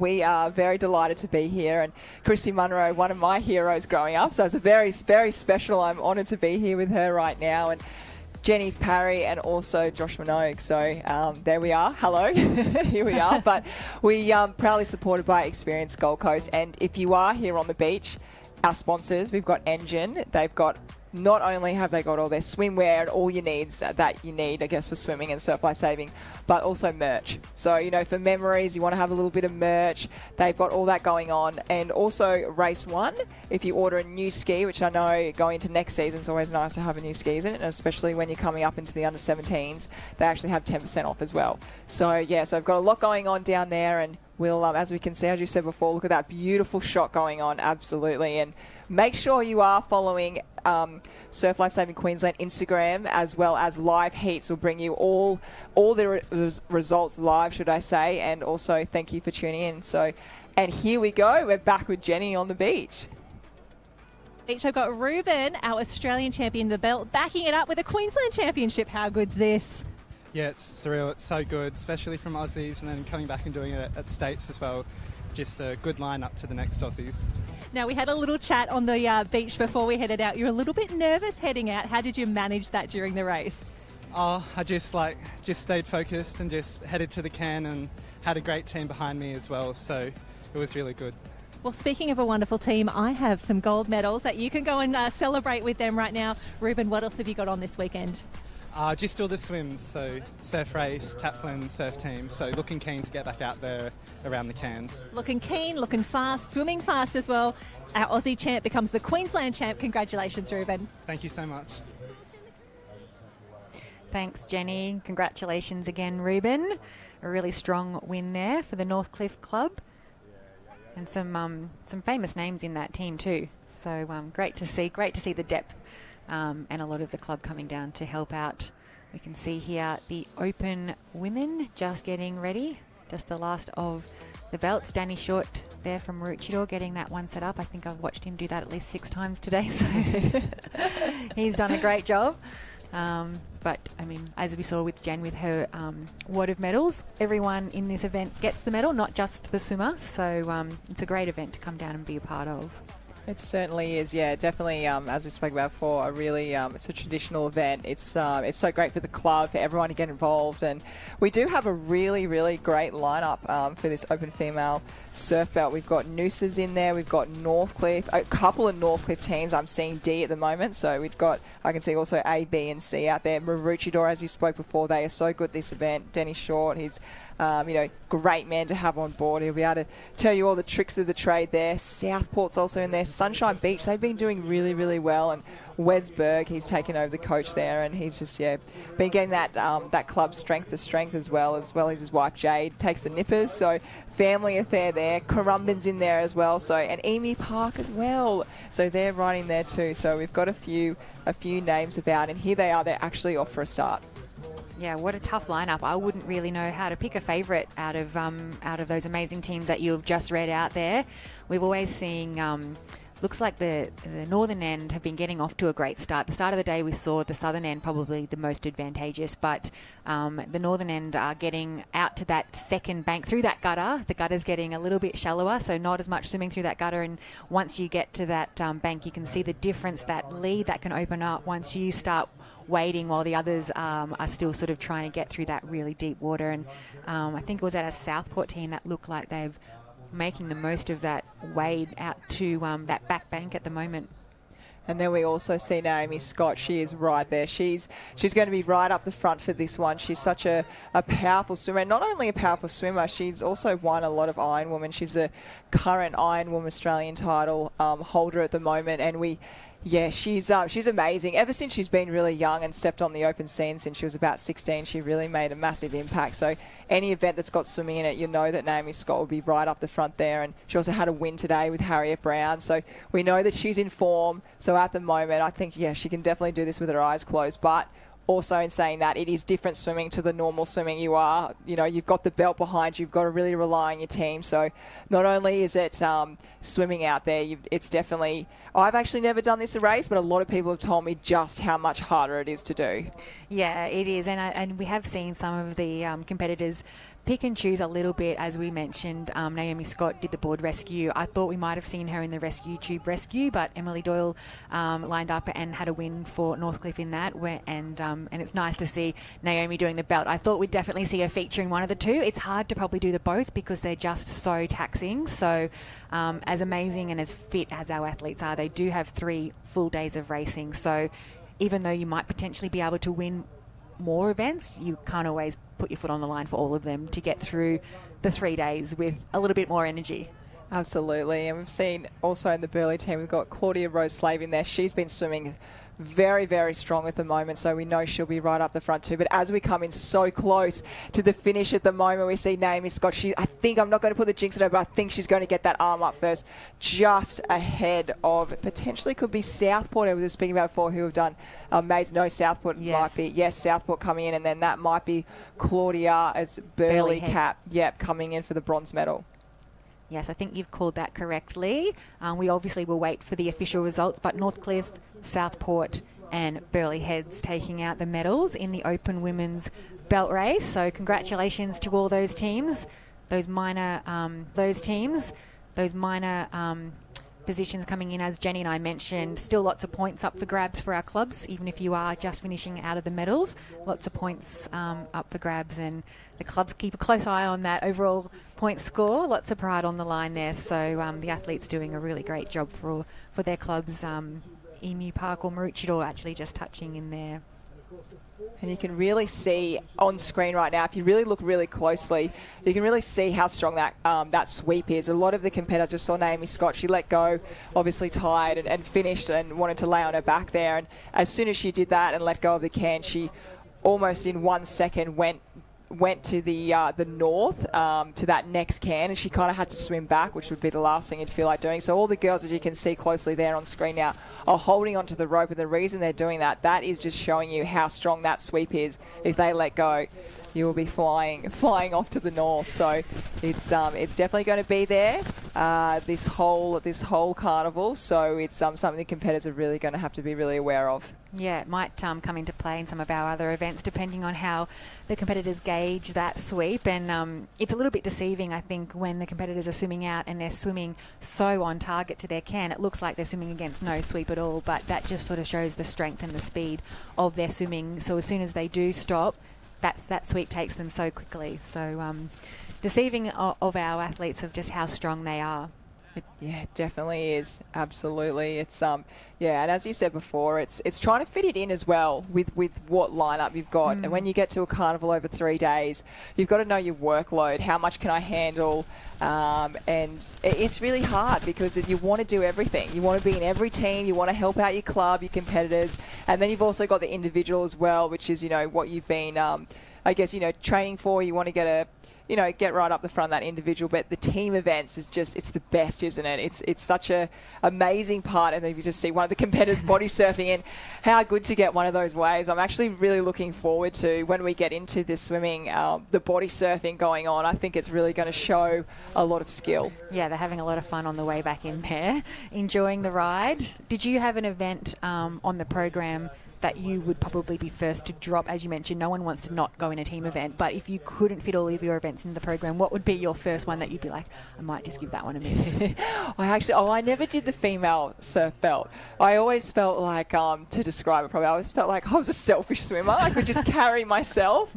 And I think the reason I say that is because at swimming, when you do that skill of you have the rope around Yes. you, the sponge. Yeah. I could never do that. So I thought, okay, if I can't swim with that, I don't know if belt's going to be for me. So I actually never had a crack at it. So probably a selfish swimmer. I just carry myself.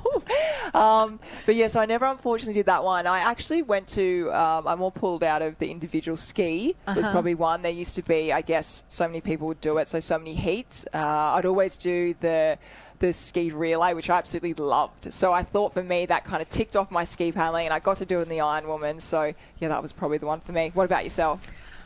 Oh, honestly, I hate to admit it, but I used to just drop the swim. Yes. I loved the ski. I loved all the rounds of the ski. But if I could get myself out of the swim, because you've got so many rounds of the iron where you do and you swim, maybe a swim team if you're unlucky. So if I could just drop the individual swim, on finals day, I'd much rather do the board, the ski and the iron, and then the taplin. But the swim was probably the one that I would, first bow out of. Fair enough. And I think what you said about the swim teams, I believe the reason why that race is so hard is because you can't cheer anyone on because you're out there in pain. Yes. Yeah, you know what I mean? And I feel like it's, I don't know, that was the race I always felt like I got hit in the head more. I don't know. For some reason, it seemed to be rough. It was rough. That's the best way to describe it. It was really rough, and you know that your teammates out there, and you're kind of trying to look at their cap and cheer for them, but knowing you're trying to get out there as well. And I always felt you were in kind of mixed emotions out there. So I think that's why that one is so hard, because you can't actually cheer for your teammates. No, it's an unusual team event because it's not like a relay. It's everyone goes at once, and then you add up the points at the end. So. Yeah, it'd be interesting if we could bring in like a swim relay, although that might take too much time. But, yes. But it would be a bit more enjoyable because, you can cheer on, you can see where your team's coming, whereas when everyone just starts at once, you're not really sure where you're coming in a swim team. So definitely one of those chaotic events that we'll be looking forward to seeing over the next couple of days. Absolutely. And then we've just got everyone just having a bit of time now to get themselves ready, and we reset the course. We go into the open. So let's go through what we've got next. We've got open male double ski, open mixed double ski, under 19 male double ski, under 19 female double ski, which is an amazing effort because under 19s you haven't been on a ski for too long really, so they do an incredible effort doing that event. Open male double ski, moving into the open female double ski, and to finish, our last one is the open mixed double ski.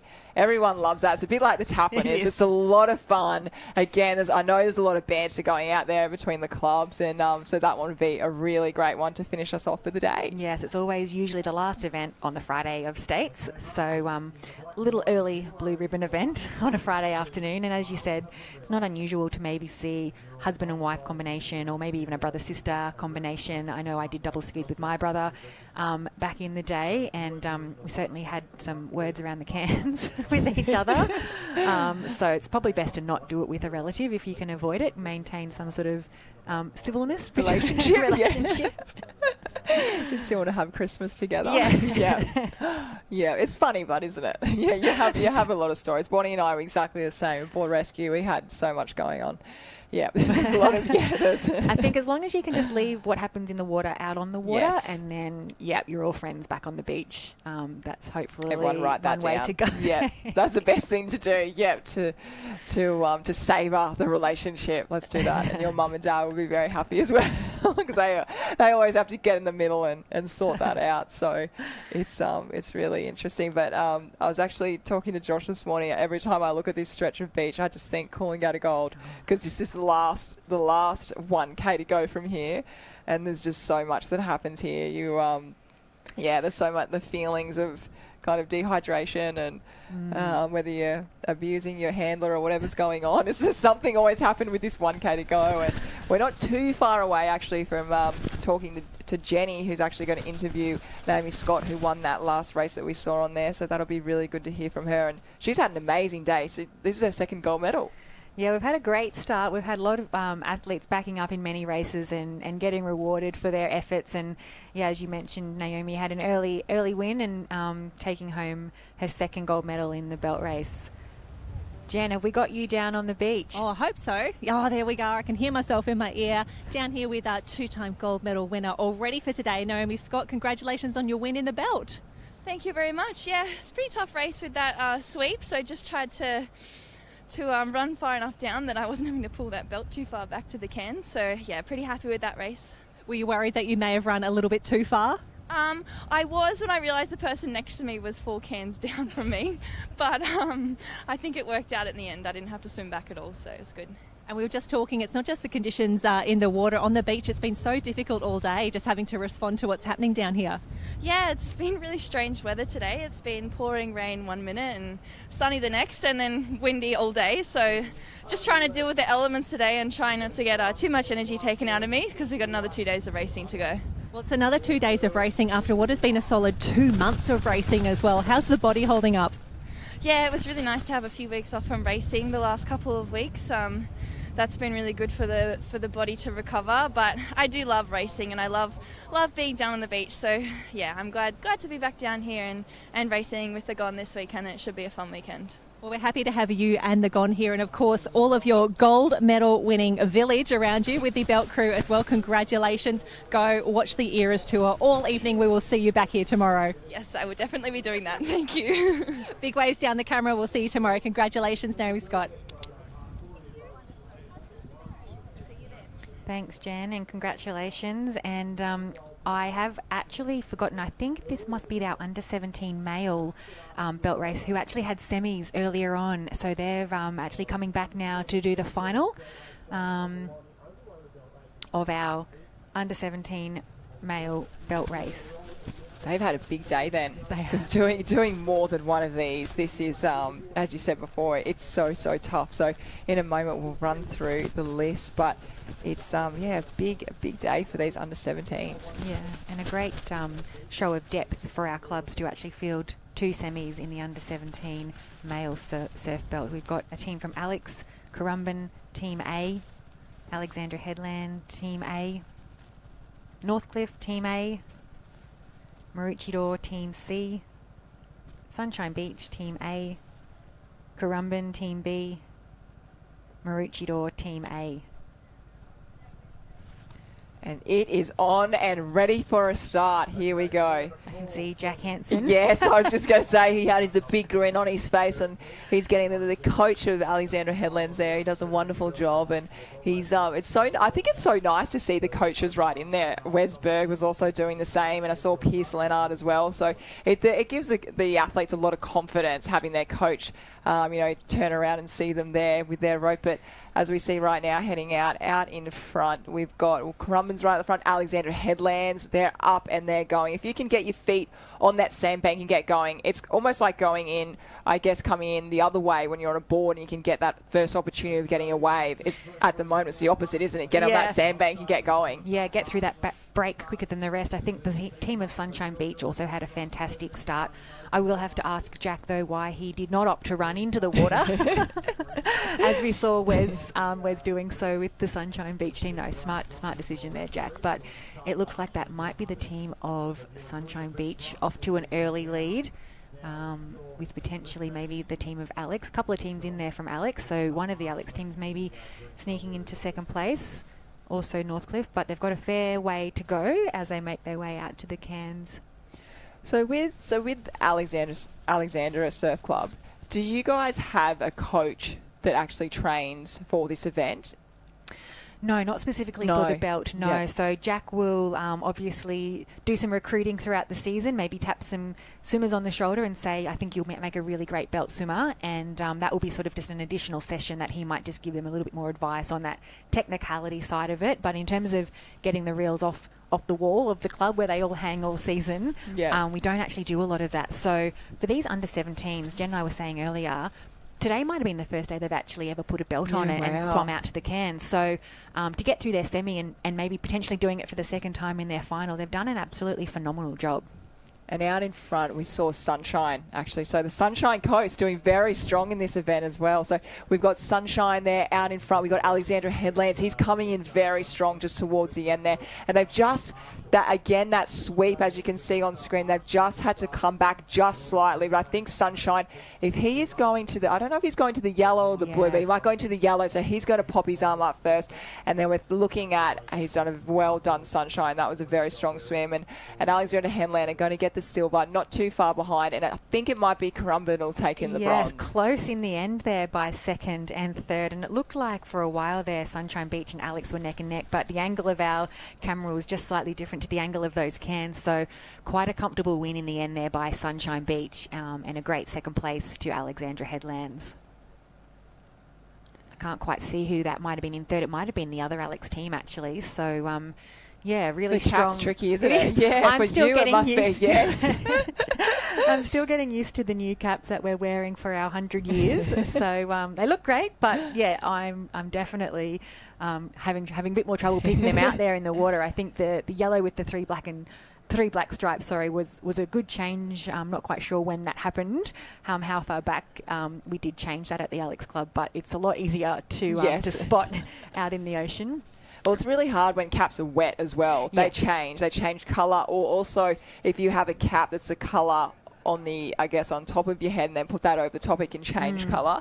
I remember I had that with my Surfers Paradise cap. I had a pink swimming cap underneath, and then the light blue would go see-through and you see the pink, and it was really confusing. My family were like, we can't see you out there. So it's, just depending on what colour we've got, you just make the most of it and go from there. Yeah, it is good to see a huge representation from all of the different caps at the Queensland Championships. Jen was mentioning earlier, lots of caps that we don't see every week. So, it's nice to see, and certainly a few caps that I need to brush up on that I haven't seen maybe since the last state titles. And, it's nice to see a full representation. It is, and certainly moving on to the Australian titles, we're going to be very well represented. The Queensland definitely state. Everyone's, you can see everyone's fit, everyone's ready to go, and it's going to be really exciting. That also being in Queensland as well. We move away from WA, and in Queensland for the next 10 years. I think we go Sunshine Coast, Gold Coast, Sunshine Coast, Gold Coast. So Queensland are going to own that for the next 10 years. And it's going to be really exciting, I think, coming off, the Queensland state title weekend, then moving to that is just the best time of the year. And those athletes, they're all ready to go. They represent their club, and it's so exciting. Yeah, it is really exciting, particularly, as you mentioned, for these under-17 age groups. They don't get a lot of chance to race their competitors from the other states. So they won't really know what they're up against until they come to Aussies, and all of the New South Wales and Victorian and Western Australian, South Australian states will obviously merge together. And, you might think you have a good chance in a particular event, and there's a whole lot of competitors that you've never seen before come to the Aussies. So we won't really be able to pick it based on these state championships. The open competitors obviously a little bit different. You get to race each other a lot more. All of the other states come together a lot more often, but these younger age groups, it's not always the case. Definitely. And don't forget to join the conversation, hashtag This Is Lifesaving, and make sure you're following on our Instagrams. There's also the hashtag 2024 Queensland Champs as well. And also for our live stream, if you've got any questions, anything you want to know or anything that you'd like us to talk about, please just pop in, write something, and we can chat about it or answer your question in any way. So please feel free to do that, and we would, love to hear from you, and, love to hear if you're hopefully enjoying us chatting today. Yes, no tricky questions. Yes, very true. Save them for Christy. Well, I'm thinking that might be the end of our belt race program now, with the conclusion of our under-17 male belt race final. We'll just see the teams do that final pack up, and a huge shout out to everyone who has been involved in that. That's been a massive afternoon. All of the supporters helping those swimmers. It wouldn't be possible without the work, and you can see the reeling in that is involved to get these reels reset for the next event. And for many of these, it'll be reset for Aussies. The reels will be packed away and brought back out. So important to do it right, although I'm sure they'll take them back to their clubs and give them a good wash down, maybe definitely re-waxing and the beeswaxing. Don't forget that. Don't forget that. Everyone needs a set of bees for every club. But I was just excuse me, I just had a cough there. I'll pass on to you. Sorry, as you get your breath back there. Yeah, I was going to say I've only done the belt race a handful of times and did it a few times just as a belt swimmer, and then actually crossed over and did it a few times in R&R, which was also an experience. Didn't last too long in the R&R because you have to concentrate for so long in that event with all the technicalities of it. But yeah, that's another event that we'll see pop up at the state and the Australian Championships, all of the different components of the R&R events. Sorry about that. That was probably a sign for me to stop talking too much. So I am back. And I just was having a look. I want to talk about the weather. So I love weather. Love looking at the swell. Love wind. I'm obsessed with it. And I was just looking at tomorrow, and we are looking at a south-southeast wind. It's going to be really strong. So where I'm looking at, it's up to 40 kilometres, and so by that's like midday. So that is really, really strong. The swell's meant to be picking up. So today, I reckon, tomorrow's I think going to be the trickiest of the weekend, and then it actually calms down a fair bit on Sunday. So it'll be really interesting tomorrow about just what picks up, what happens, and the way I guess all the athletes kind of recover and get through to Sunday. So I think for tomorrow, it's really trying to get into those, get into the quarter, get into the semi, get into the final, really get through as much as you can. And it's going to be, a really big and wild day, I think. Yeah. You're like a good compliment to me. I'm the complete opposite. I never look ahead with the weather. I just turn up on the day and see what's in front of me. But yeah, it is important for a lot of our athletes to look ahead. So maybe you can mentally prepare if you're not as good as just kind of adapting to what you see in front of you. If you know tomorrow's going to be a really tricky day with the conditions, you might have to adjust maybe some of the events that you're going in. Certainly the fuel that you bring down to the beach, maybe pack a couple of extra jackets if there's a southerly. So yeah, really important, and I'm not surprised that you're all over the weather. Oh, and here we go. Jenny's just down with the winner right now, so we'll hear from Jen. Oh, thanks so much, team. Down here with Dylan Wilson of Sunshine Beach. Dylan, your season keeps on getting better. Yeah, it's been going good right now. Looking forward to Aussies and the rest of today. Now, belt races, I can't believe you actually had to do semi-finals and a final today. That's tough work. Yeah, it was tough. There was a big run to begin with. I'm not a very good runner, so yeah, happy to come away with first. Now, I said that your season's just getting better. We saw you in action for Interstates, for Super Surf Teams League. Now we're at States. We've got Aussies coming up. You must be full of confidence at the moment. Yeah, I'm trusting the process with Wesberg. He's taught me well, and looking forward to it. And you've got a wonderful team around you as well. Yeah, very good. I got Pat Davies on the reel. It's his main event, so happy to give him the gold. Well, I'll tell you what, I've got the gold medals right here. Go and share those with the rest of your team. Congratulations. Come back tomorrow. We're going to do it all again. Keep an eye on this guy, Dylan Wilson. Congratulations. Thank you. Thank you, Jenny. Congratulations, Dylan. We're just going to take a short break as we reset the course and come back for our afternoon program.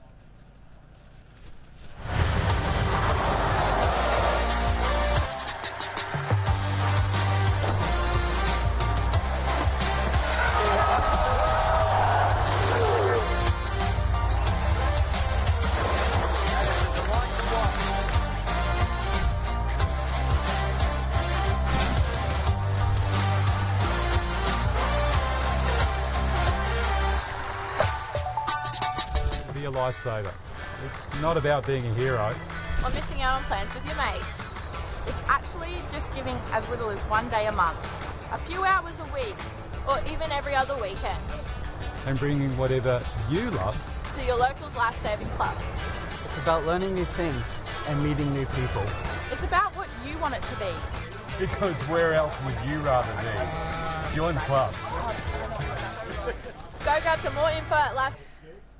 Welcome back to the afternoon of day one of the Queensland Surf Lifesaving Championships. It looks like we are getting the double skis down on the line as we expected. Might be the open male double ski semi-final. These take a little while to set up. Some of them need to be adjusted depending on who's paddling them, and you'll be able to see most of these will be adjustable. So hopefully our ski paddlers have done that. absolutely. And this is one of the ones that everyone wants to win, isn't it? Absolutely. You get all the men down in there, and it's there's, I guess, a lot of testosterone going on there with the open male double ski. You've got double the trouble on the ski, and it's it's a great one to watch. They just go so incredibly fast, and I think you don't understand how fast they go until either you're out there and you're kind of watching it in the water or on the beach, and you just see them take off, and they absolutely these skis split straight through those waves. And I also love, and there is a bit of swell on show when they come down those big waves, and to see how they hold it, because if they do slew and go sidewards, the kind of recovery of that is really difficult, because to turn that big ski over, it's really hard. Have you ever been sideways on one of those, or nosedived, or had a little kind of adventure happen to you out there? Yeah, and I actually don't remember the recovery, so I'm not sure there was one. I think if that happens, it's kind of like your race is almost over, isn't it? Yes. If you do go sideways on a double ski. I think some of the shots that we're seeing at the moment might be one of our Masters races in the single ski that are actually lining up, and alongside of those, a little bit further south, are our double skis that are also getting ready. So we're not quite sure which one of these races we'll be bringing to you first, but this looks like it might be one of our 170-year ski relay race, beg your pardon. So it looks like they're just getting set up on the start line. As you said, it's a massive day for the Masters. Yes. They've been going all day non-stop, and they'll be getting through all of their heat semis and finals in all of their events today. So they'll be well and truly looking forward to walking off the beach a little bit later on. They are amazing, aren't they? I interviewed a couple of them down on the beach before, and I got them straight after, and they said, Courtney, can you give us a break? Just let us take a few breaths in. So in between each question, they kind of just had a bit of a moment to answer. But they are amazing. I mean, to be, the ages that some of them that they are, we go up to kind of 70 plus, and it's incredible, because obviously, I'm not there yet, but your body, like even at the moment, post finishing my career, my body feels really good. But, you get a few niggles and things, and board paddling is probably one of the harder ones, trying to get your bottom up in the air as high as you can. It's all a bit more stiff and everything. So for these men to be out here for Masters and doing what they're doing, I guess it gives them a longer life, doesn't it? Because they're staying so healthy and keeping themselves in really good nick. So healthy and so fit, and and some of them, they do take it so seriously and train so hard that they'll actually still mix it with the open men's in their ski paddling. But yeah, the body doesn't quite recover the same, might be a little bit more injury prone. So it's definitely tough. I think we can see Marty Kenny on screen just handing over to Jeff Lamanzi from Alex. And as I just mentioned, these are two paddlers that honestly could go head to head with most of our open men's ski competitors. So I feel for some of the other Masters who might be a little bit more social, lining up in a ski relay against the likes of Jeff. Hopefully he gets a little bit of luck out in the surf there, but this Masters end of the beach, they are still getting pummeled by those waves out on that second break. But looking at that, course, it looks like the ocean has opened up quite nicely for them. So it looks like Alex, Surfers Paradise, and maybe Burleigh Heads doing the best of it at the moment in this ski relay.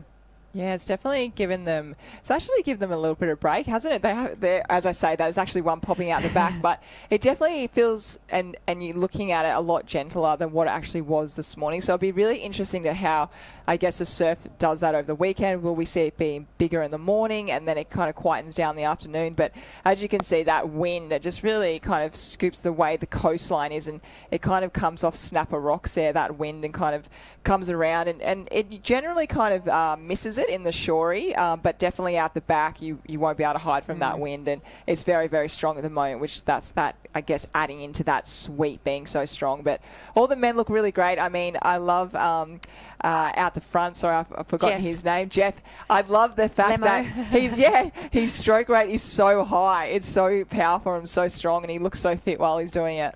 And I remember having to really lift your stroke rate in that heavy wind, because you just have to keep that paddle churning over. Otherwise, it feels like you're in an uphill battle when you're really paddling into the wind. And as you said, it'll be interesting to see if the wind is meant to pick up even more tomorrow, whether that actually flattens the surf off a little bit, but it'll be a whole different challenge.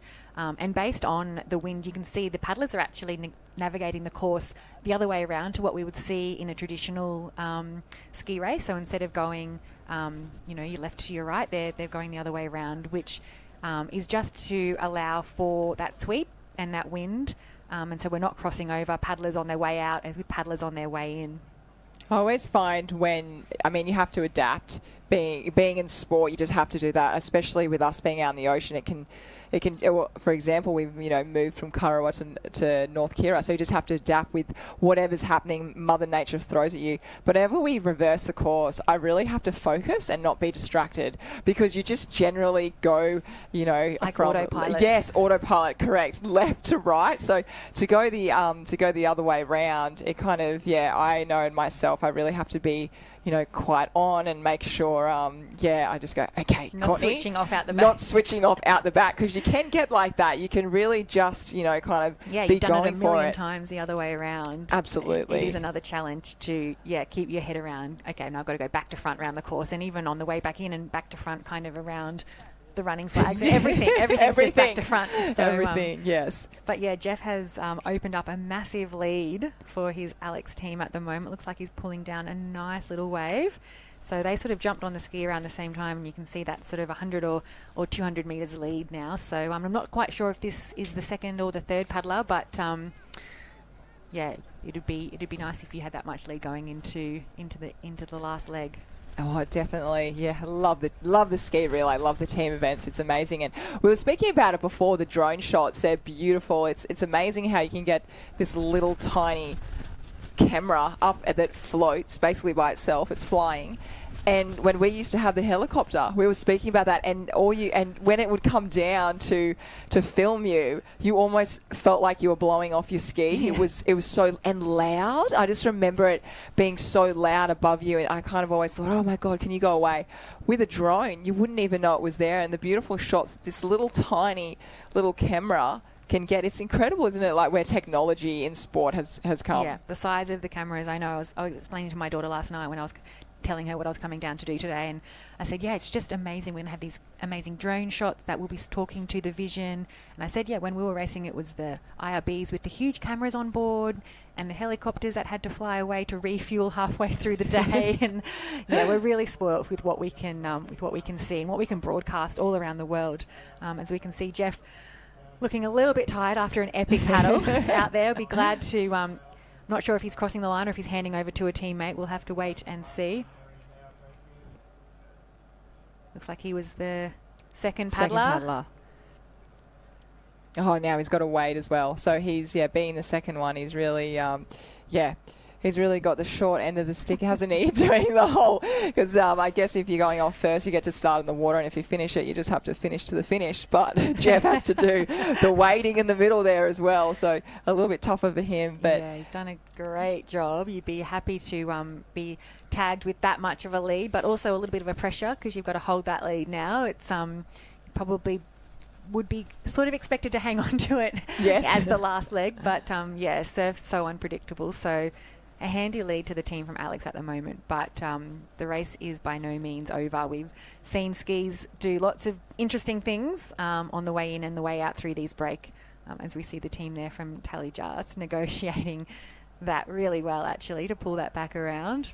Yes, skis certainly, I have to say, and I think most people would agree with me. They have a mind of their own sometimes, especially when you're coming in, you want it to go one way or just please go straight, decides to go the other way. So it's very challenging to learn how to paddle a ski, and as we spoke about, these masters are doing so well. But going back to technology in the sport, do you remember when we had the trackers and it would tell you how fast you were going? Yes. Yes. Do you remember that? See, I didn't like them because when I was, I guess, doing sprint finishes and stuff, that was definitely not my best thing to do. But I always remember the running in at the start or finishing, it would have how fast you'd be going. And our good friend, Alira Richardson, she'd always, I remember, clock the fastest. And I think she even won money or a prize or something. But I always remembered having that on, and I was like, oh, please don't have that on me when I'm doing my starts or finishing, because I'd literally be the slowest. But it's amazing that we were able to have that, being out in the water, and that can track us. And it's it's incredible going back to the drones, what we can see right now. And, here we are up here on the, in the booth, and we feel like we're on top of them. Yeah, exactly. I know the technology and the advances that we have come so far. It is interesting, though. I've had a lot of people ask me, obviously there's a huge element that comes into play with our sport being the ocean. And so people have said, like, how handy is it actually to have all of these trackers and all of these devices? Because you could have something mapped out perfectly, and then, like, you can't predict the wave that you're going to come through, or the size of the wave, or the wind. And so there is so many external elements in our sport that, sometimes you can have all of the fanciest gadgets in the world, but if you just keep it basic, I'm not quite sure sometimes if there's a huge amount of difference. Keep it simple. Keep it simple, yeah. Yes. Yeah. You can't plan for what's going to be out there from one day to the next. Yes, it's definitely keeping it simple, because when you think about it, there we go, there's one of the skis having a mind of their own. Absolutely. But he's doing so well to hold on to that.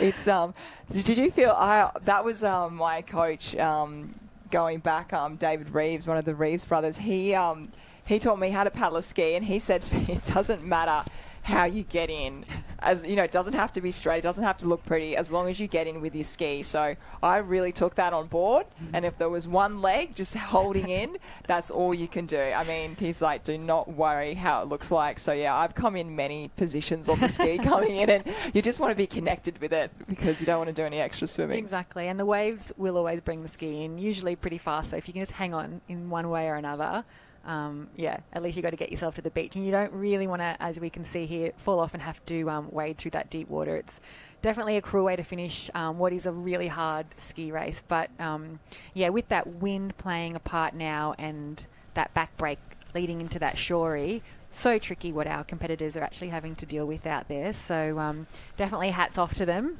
They make it look a lot easier than it is. These skis are really tippy on the flat water. So throw in the wind and the surf. They're not an easy craft to master. Out of all your races you've ever done, this is a hard one. I'm literally just dropping this on you right now. What was your favourite race? It could be anything from anywhere. That is definitely dropping it in there. It's a hard one. Yeah, you've got so many. Probably like the first one that pops to mind when it was like my first year ever in the professional series, and there was a race at Alex, so my home beach, and it was the final of that particular of my first year series. So I was lucky enough to win on that day. Amazing. As a rookie on my home beach in my first year in the sea. Wow. So yeah, I really think that's a bit of a highlight. It was definitely unexpected. So yeah, that's amazing. I didn't know that. Yeah.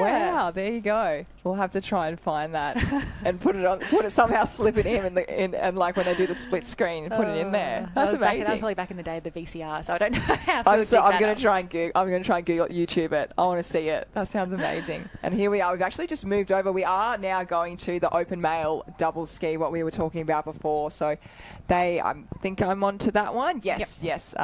Thank you, Christy. I'd be lost without you. Well, Jen down on the beach has just messaged up to say, yes, this is the open men double ski. I think we'll have the open women not too far behind. Oh, they're off for a start. It wasn't actually everyone wasn't in line there. I think because now that the afternoon has come about and that tide, there's a lot of potholes, and so a lot of the competitors are actually a lot deeper than some of the others. But I feel like definitely this northern side was definitely the side that got the best start. And you can see out there at the moment we've got a Northcliffe team. It looks like we've also got Currumbin, Alexandria Headlands. I'm not too sure where they are at the moment, but they have a very strong team. And we've got Ben Carberry and Lockie Tame. Olympian and Ben Carberry, two of the best ski paddlers out there, so they will definitely be ones to watch as well. And it looks like Burley Heads also closest to the bottom of the screen there have got off to a flying start and are working so well through the middle. As you mentioned there, I think that might be a team from Alex and a couple of teams from Northcliffe. Going through a bit of a start list there. So yes, as we mentioned, closest to the bottom of the screen, North Burleigh, Alexandra Headlands, Northcliffe, Alex. We think we'll have a few Alex and Northcliffe teams. Noosa Heads, Team A. Talabudra, Team A. Burleigh Heads, always in the mix. Alex, Team A. Another Northcliffe. Burleigh Heads. Korowa, Team A. I think they're doing quite well at the moment as well. Maroochydore, Team A. Mooloolaba, Team B. And it looks like and it looks like it might be North Burleigh. North And Burleigh. an Alex team doing the best at the moment. North Burleigh, we've got a couple of teams in there. Yeah, they're very, very strong, really. I think that'll be Jet and JMO from Alex. We'd expect them to be up the front. I can't tell so much from the back of their heads who the Burleigh, at the moment, who the yes, Burleigh team absolutely. But we do know they are out there and they're going extremely fast at the moment. One of the hardest things to do on a double ski for everyone watching right now is actually going around the cans. You can imagine being on a ski is hard enough, but then having to turn these massive skis around those cans are going to be really, really tough. And as we come around now, we can see that they've split out a bit. North Burleigh looking like they're out to the south, and then we've also got Alexander Headlands more to the north, with Northcliffe coming through on the middle there. And also Curra not too far away as well. They're coming in very... It looks like it could be Nick Crilly because he's got that ski paddle, and that's the way he always had his ski as well. So that's him coming through there. He's certainly can keep up with the Open still and not looking to go to the Masters anytime soon. Waves coming down. These skis will pick up anything. As I said, on the red and the white ski there is Jet and JMO, I believe. And as we said, from the North Burleigh crew, who led that from the start, Daniel Bowker and Murray Stewart, of course. Yes. Coming in so strong with a team from Northcliffe. It might be the Norton boys coming in, the brothers. Yes. Yeah, from Tasmania coming through. Yep. On the front there. Thank you, Courts. Good pick up. Going to be a really tight sprint finish. It'll be hard for us to pick from this angle, but we will do our best. Who are you backing? This is really hard. I have to kind of go for Alex, don't I? Yes, of course you do. Yes. Otherwise you might get in a bit of trouble. Might get a text message come through on that one. I'm going to probably say at the moment, it's looking, whoever pops over this here right now. Oh, here we go. They're going to get squeezed out.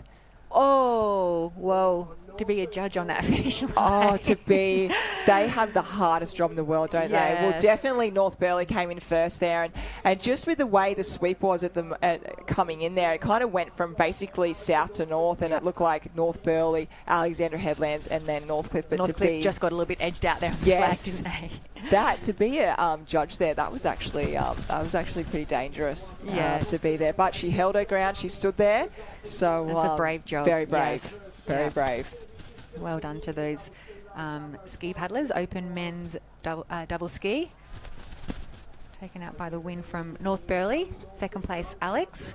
And it looked like Northcliffe in third. Unofficial results from us. From what we can see here. We can see here. Absolutely. And as you can see, the men coming in there, they're looking like they're straining a bit because your forearms. Do you remember that? Oh my goodness, the forearms would hurt, and you'd look at your forearms and they'd be massive. They would just be so. I just always remember that swollen, and it'd be all the lactic acid because you'd be just pulling so hard, and just as we spoke about before, these skis they're so heavy and they're so big, and I think it's really interesting. I guess with this race as well, it takes a lot. I guess, if you get hit back in a wave to get going again, to get that ski moving, doesn't it? Yes, well, you've got to take into account the weight of both the paddlers and obviously the weight of the ski. Once they're up and moving, they're flying, but to get them from that dead stop or even kind of going backwards in the surf to then that momentum forward, it's a lot of power through those arm muscles. So yeah, you'll see the paddlers flicking their arms out or massaging their forearms once they've finished one of these races, because that's definitely where you feel it. So excited to see. We got the open mixed double.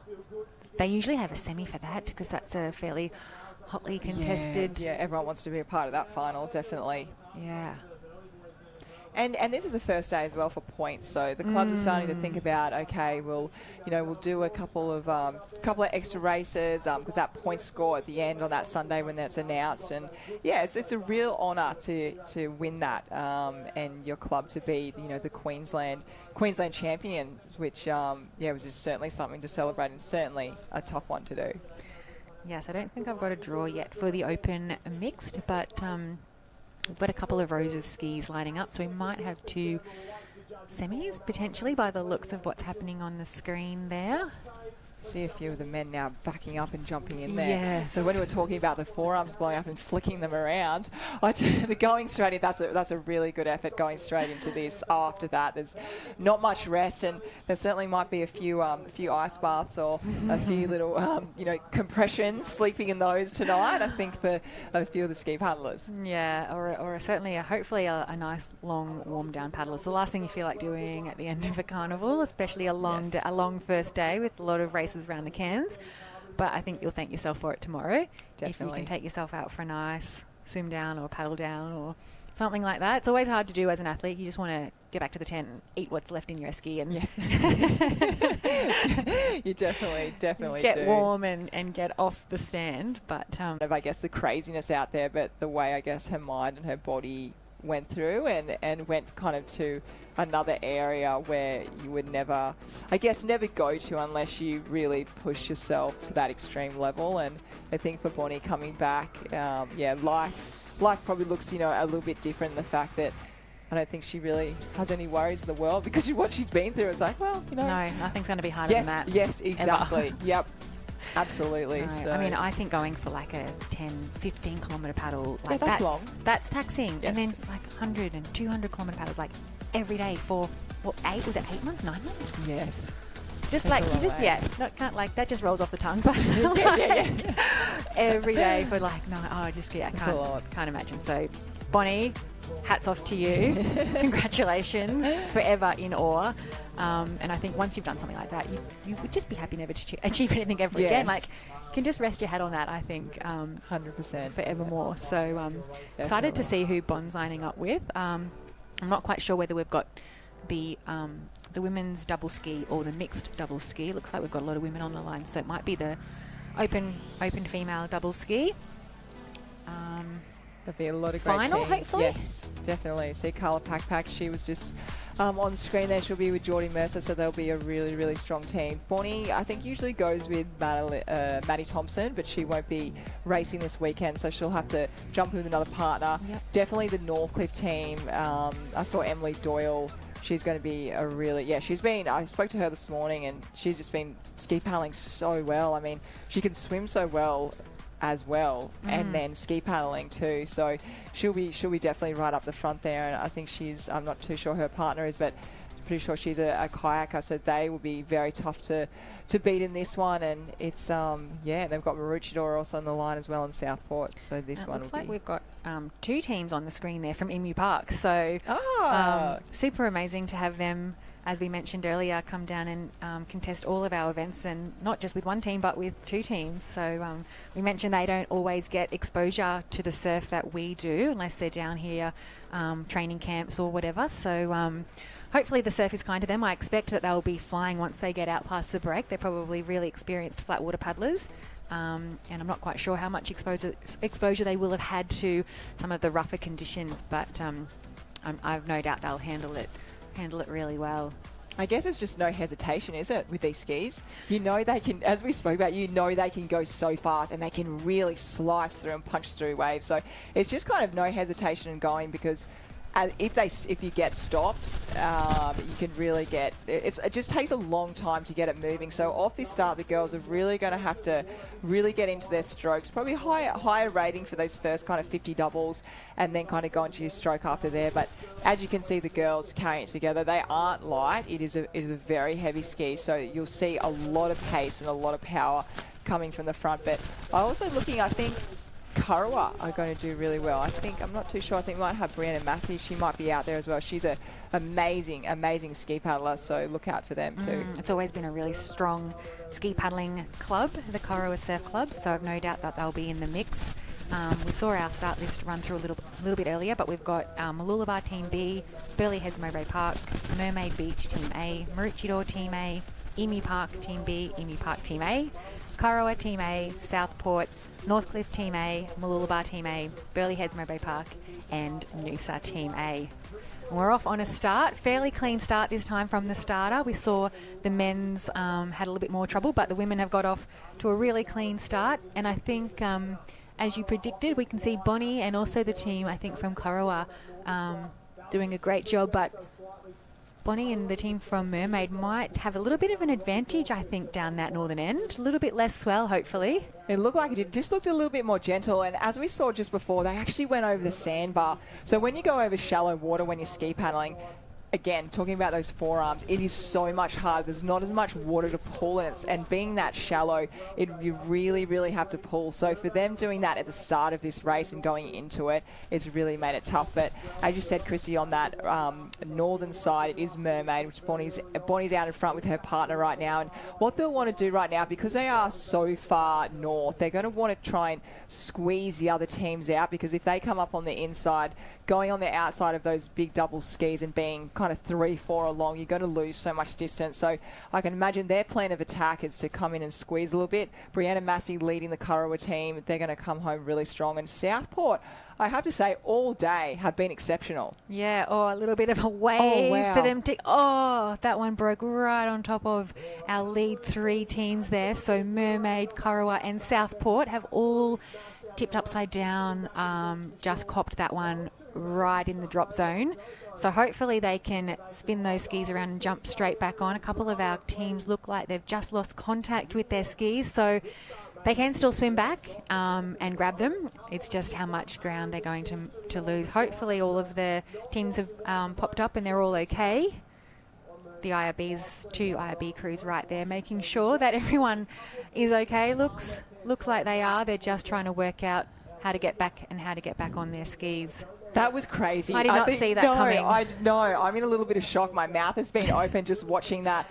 Our first 4 to 5 teams that were out in front with a lead as well, they actually just got absolutely, as you said, the drop zone absolutely hemming right then. And you can see some of the girls, they look a little, that was Brielle Cooper's just on screen there. She's trying to get her ski going again with her back paddler on the back there, and everyone just got absolutely nailed. I feel really sorry for them because we haven't actually seen too much of that today, but that was the worst time to go through a wave. Wrong place, wrong time. Wrong place, wrong time, and there was nothing any of those teams could do right then. And it's unusual to see, as you mentioned, like they're very long skis, they get a lot of speed, so to be stopped still just kind of shows you the strength that's in that dumping wave.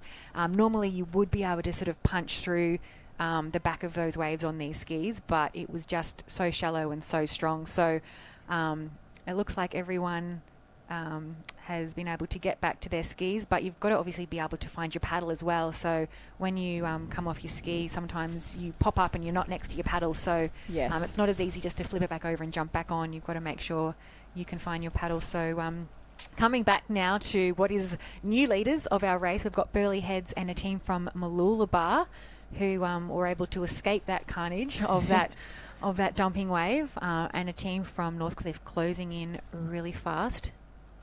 Yeah, they're looking really great, the girls out in front, aren't they? They really, just as you said, made that most of that opportunity. And that surf, this is what happens. So if you can have that moment and get through, you've really got to go with it. But you can just see the Mooloolaba team, the back, they're just trying to get in rhythm. There they go. They're spot on. So when you're paddling those double skis, and it is really difficult, you've really got to try and stay in sync. And as we can see, the Burleigh team there, they really look really in that sync right now. And they might just pop over this little one if they can do that. And also Mooloolaba popping over there as well. And yes, it might just come down to that sprint paddle again.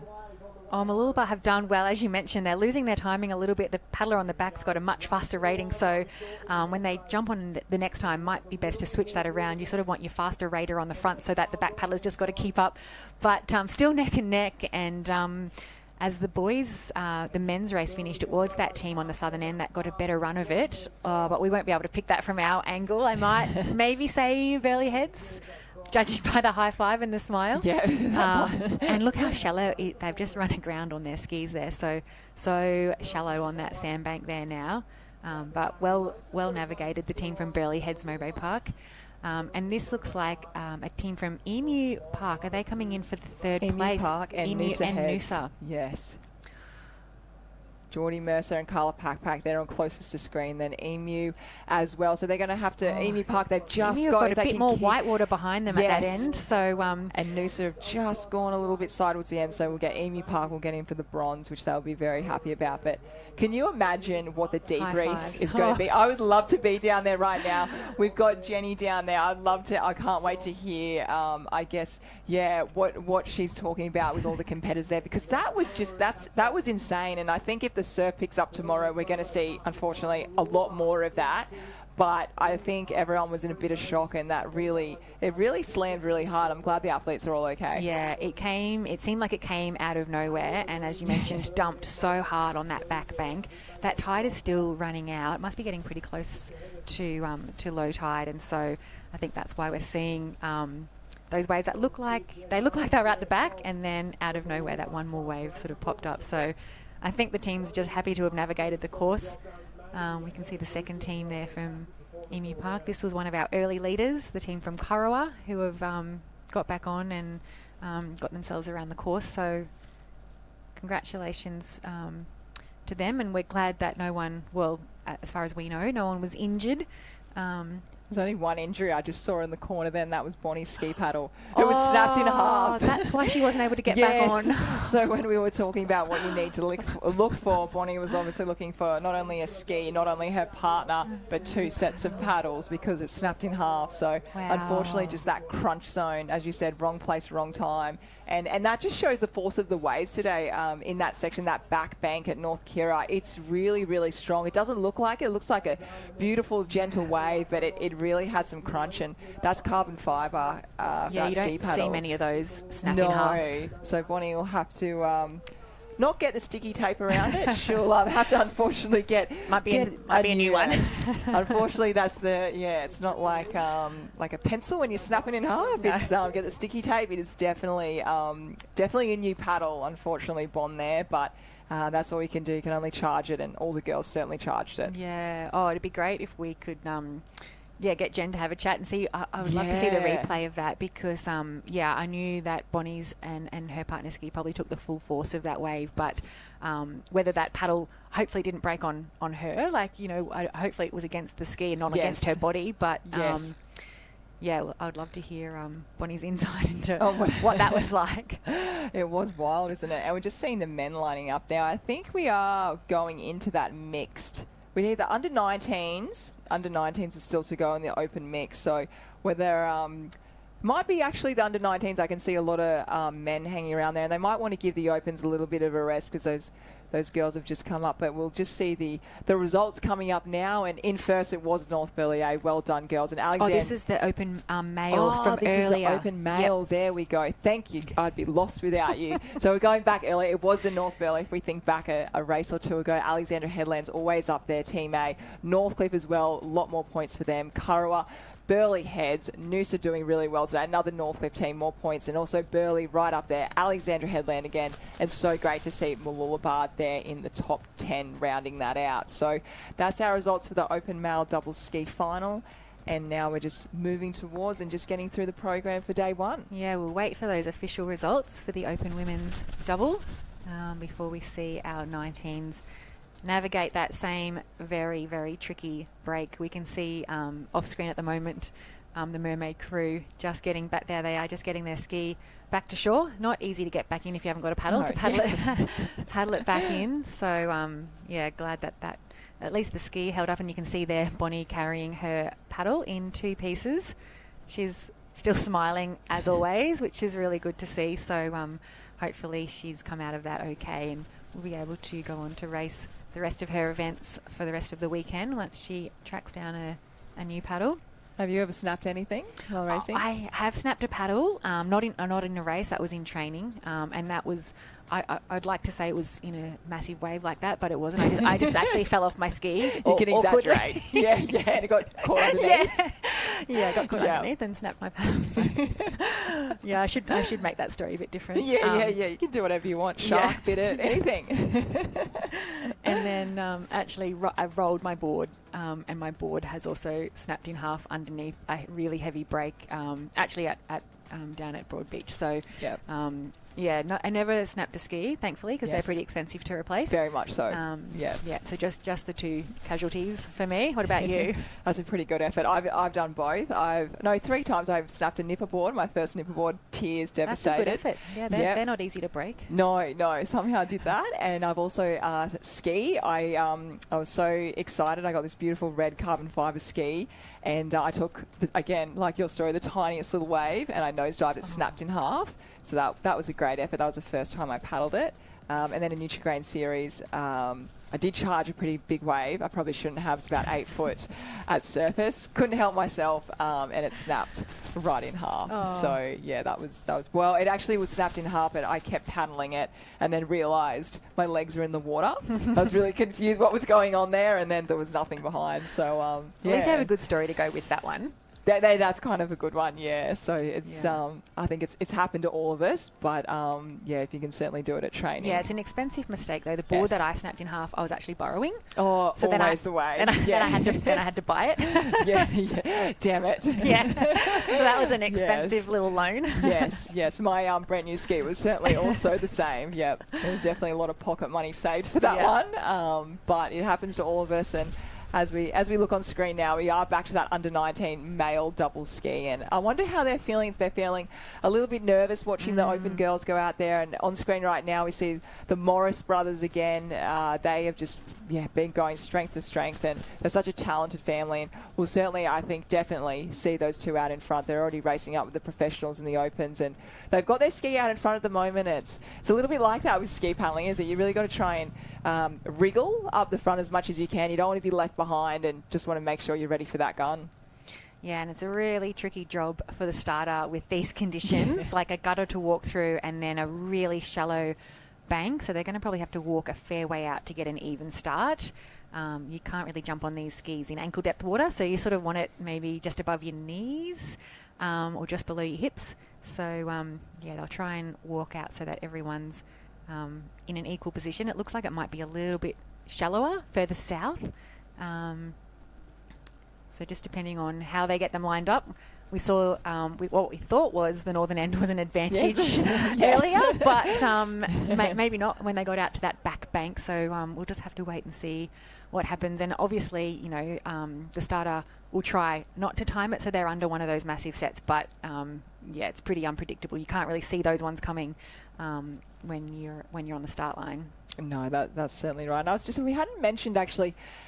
Starting on a ski is hard enough holding your paddle in there, but also, if you look at the it might be an Alex crew on the bottom of the screen. On the bottom of the screen, I was going to say, you see how far they are on the water. It's kind of up to their neck at the moment, so they've kind of got to call out, and I hope for them that they kind of wriggle up a little bit further, and that's what's happened as the tide has gone out this afternoon. But I was just saying before, how difficult it is, to start a ski generally, but when you have two people, you can see how the paddles, you have to maneuver it and kind of have it in a position where it's not going to actually hit the other person as well. So it's tricky. There's a lot that goes on here, and you've also got to get two bottoms on the seat as quick as you can.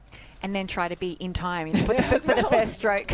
It is really tricky, and not to mention, obviously, they're jumping over the waves. So the starter will try and call a start when there's a few seconds between these waves. But not an easy job, because not only are they trying to look what's coming, but they're also trying to make it as fair as they can so that everyone is in sort of the same depth of water. And you can see looks like the field is moving down to the south so that the crew of Alex. They can actually touch the sand. But it looks like they might just have to do what they best they can with a bit of a staggered start. Looks like a little bit of a head start down the southern end, but sometimes it's a little bit too tricky to get them all lined up. Yeah, it's hard like that, isn't it? You don't want to be stuck behind, but also at the same time, you've got the Alex closest to screen. Both Alex teams, actually, they've unfortunately, just for this start, they've got the deeper side. It's almost trying to just shuffle the big skis over to the south so everyone can be on that bank. But really, really tricky for the starter. It's definitely the hardest hardest start to flick the gun for. So just trying to get it even's really tricky in our sport, and we know they do the best they can. And I guess for you as an athlete, it's just you trying to be really aware of what's coming and try and get yourself to where you feel, do the best you possibly can. And we are off for a start. And as you can see, just in the middle there, you had a couple of the North Burleigh and Alex actually get tangled up in the paddles there, which is very easy. But actually out on the south side, it's different to the girls. Are actually way out in front, and we can see this northern side just getting caught up a bit. Yeah, I can't quite pick the caps right up on the top of our screen there, but they got away to a flyer and also look like they might have the inside run as they're heading out to that first can. We can see just off screen another Emu Park crew just having a little bit of trouble in the break there. We can see Northcliffe, Alex, a couple of Alex crews. That looks like a team from Dicky Beach actually, out in front. I don't know if that's our really well. I don't know if that's our leading team, but they've definitely got off to a great start in this under-19 double ski final. Dicky Beach, they have a great club. They've been doing so well this day one of the Queensland state titles. And as we see, as we spoke about, the Morris brothers, they're out in front there as well as another Northcliffe. As we see just out the back there, like the females before, we just saw North Burleigh just get slapped across the chest. It really does take the wind out of you. But they actually are the last team that did get over that big wave at the end. And the swell, it's not as consistent, and we've just got the North Burleigh team. I don't know whether if they've done their rudder, but they seem like they're struggling a little bit. Oh, here they are. They're turning it around. They just got a bit hit, or I think they've actually might have done their rudder, I think, because they're turning back in. And when you see a ski like that, it's very difficult. You can't, obviously steering is very difficult. But as we move out the back, you've got Northcliffe. The Morris brothers have actually just taken that inside running and going to head on their way in. And look how far wide they've actually gone, as we can see on screen. Yeah, as you mentioned, the Morris brothers, and it is the team there from Dicky Beach, Cooper Bessel and Bodie Emery, doing a really great job. A little bit tricky, as you said, getting pushed wide, so they're paddling a little bit further. But both teams have seemed to keep themselves out of trouble going around those cans, and the Dicky Beach might actually be on the better end towards that finish line. We've seen that southern end sort of be the preferred end as they take that line towards those finishing flags. So tight race in first and second. Can't pick it at this stage. They're getting closer back towards that wave zone. A little bit of a bump underneath the team from Dicky at the moment.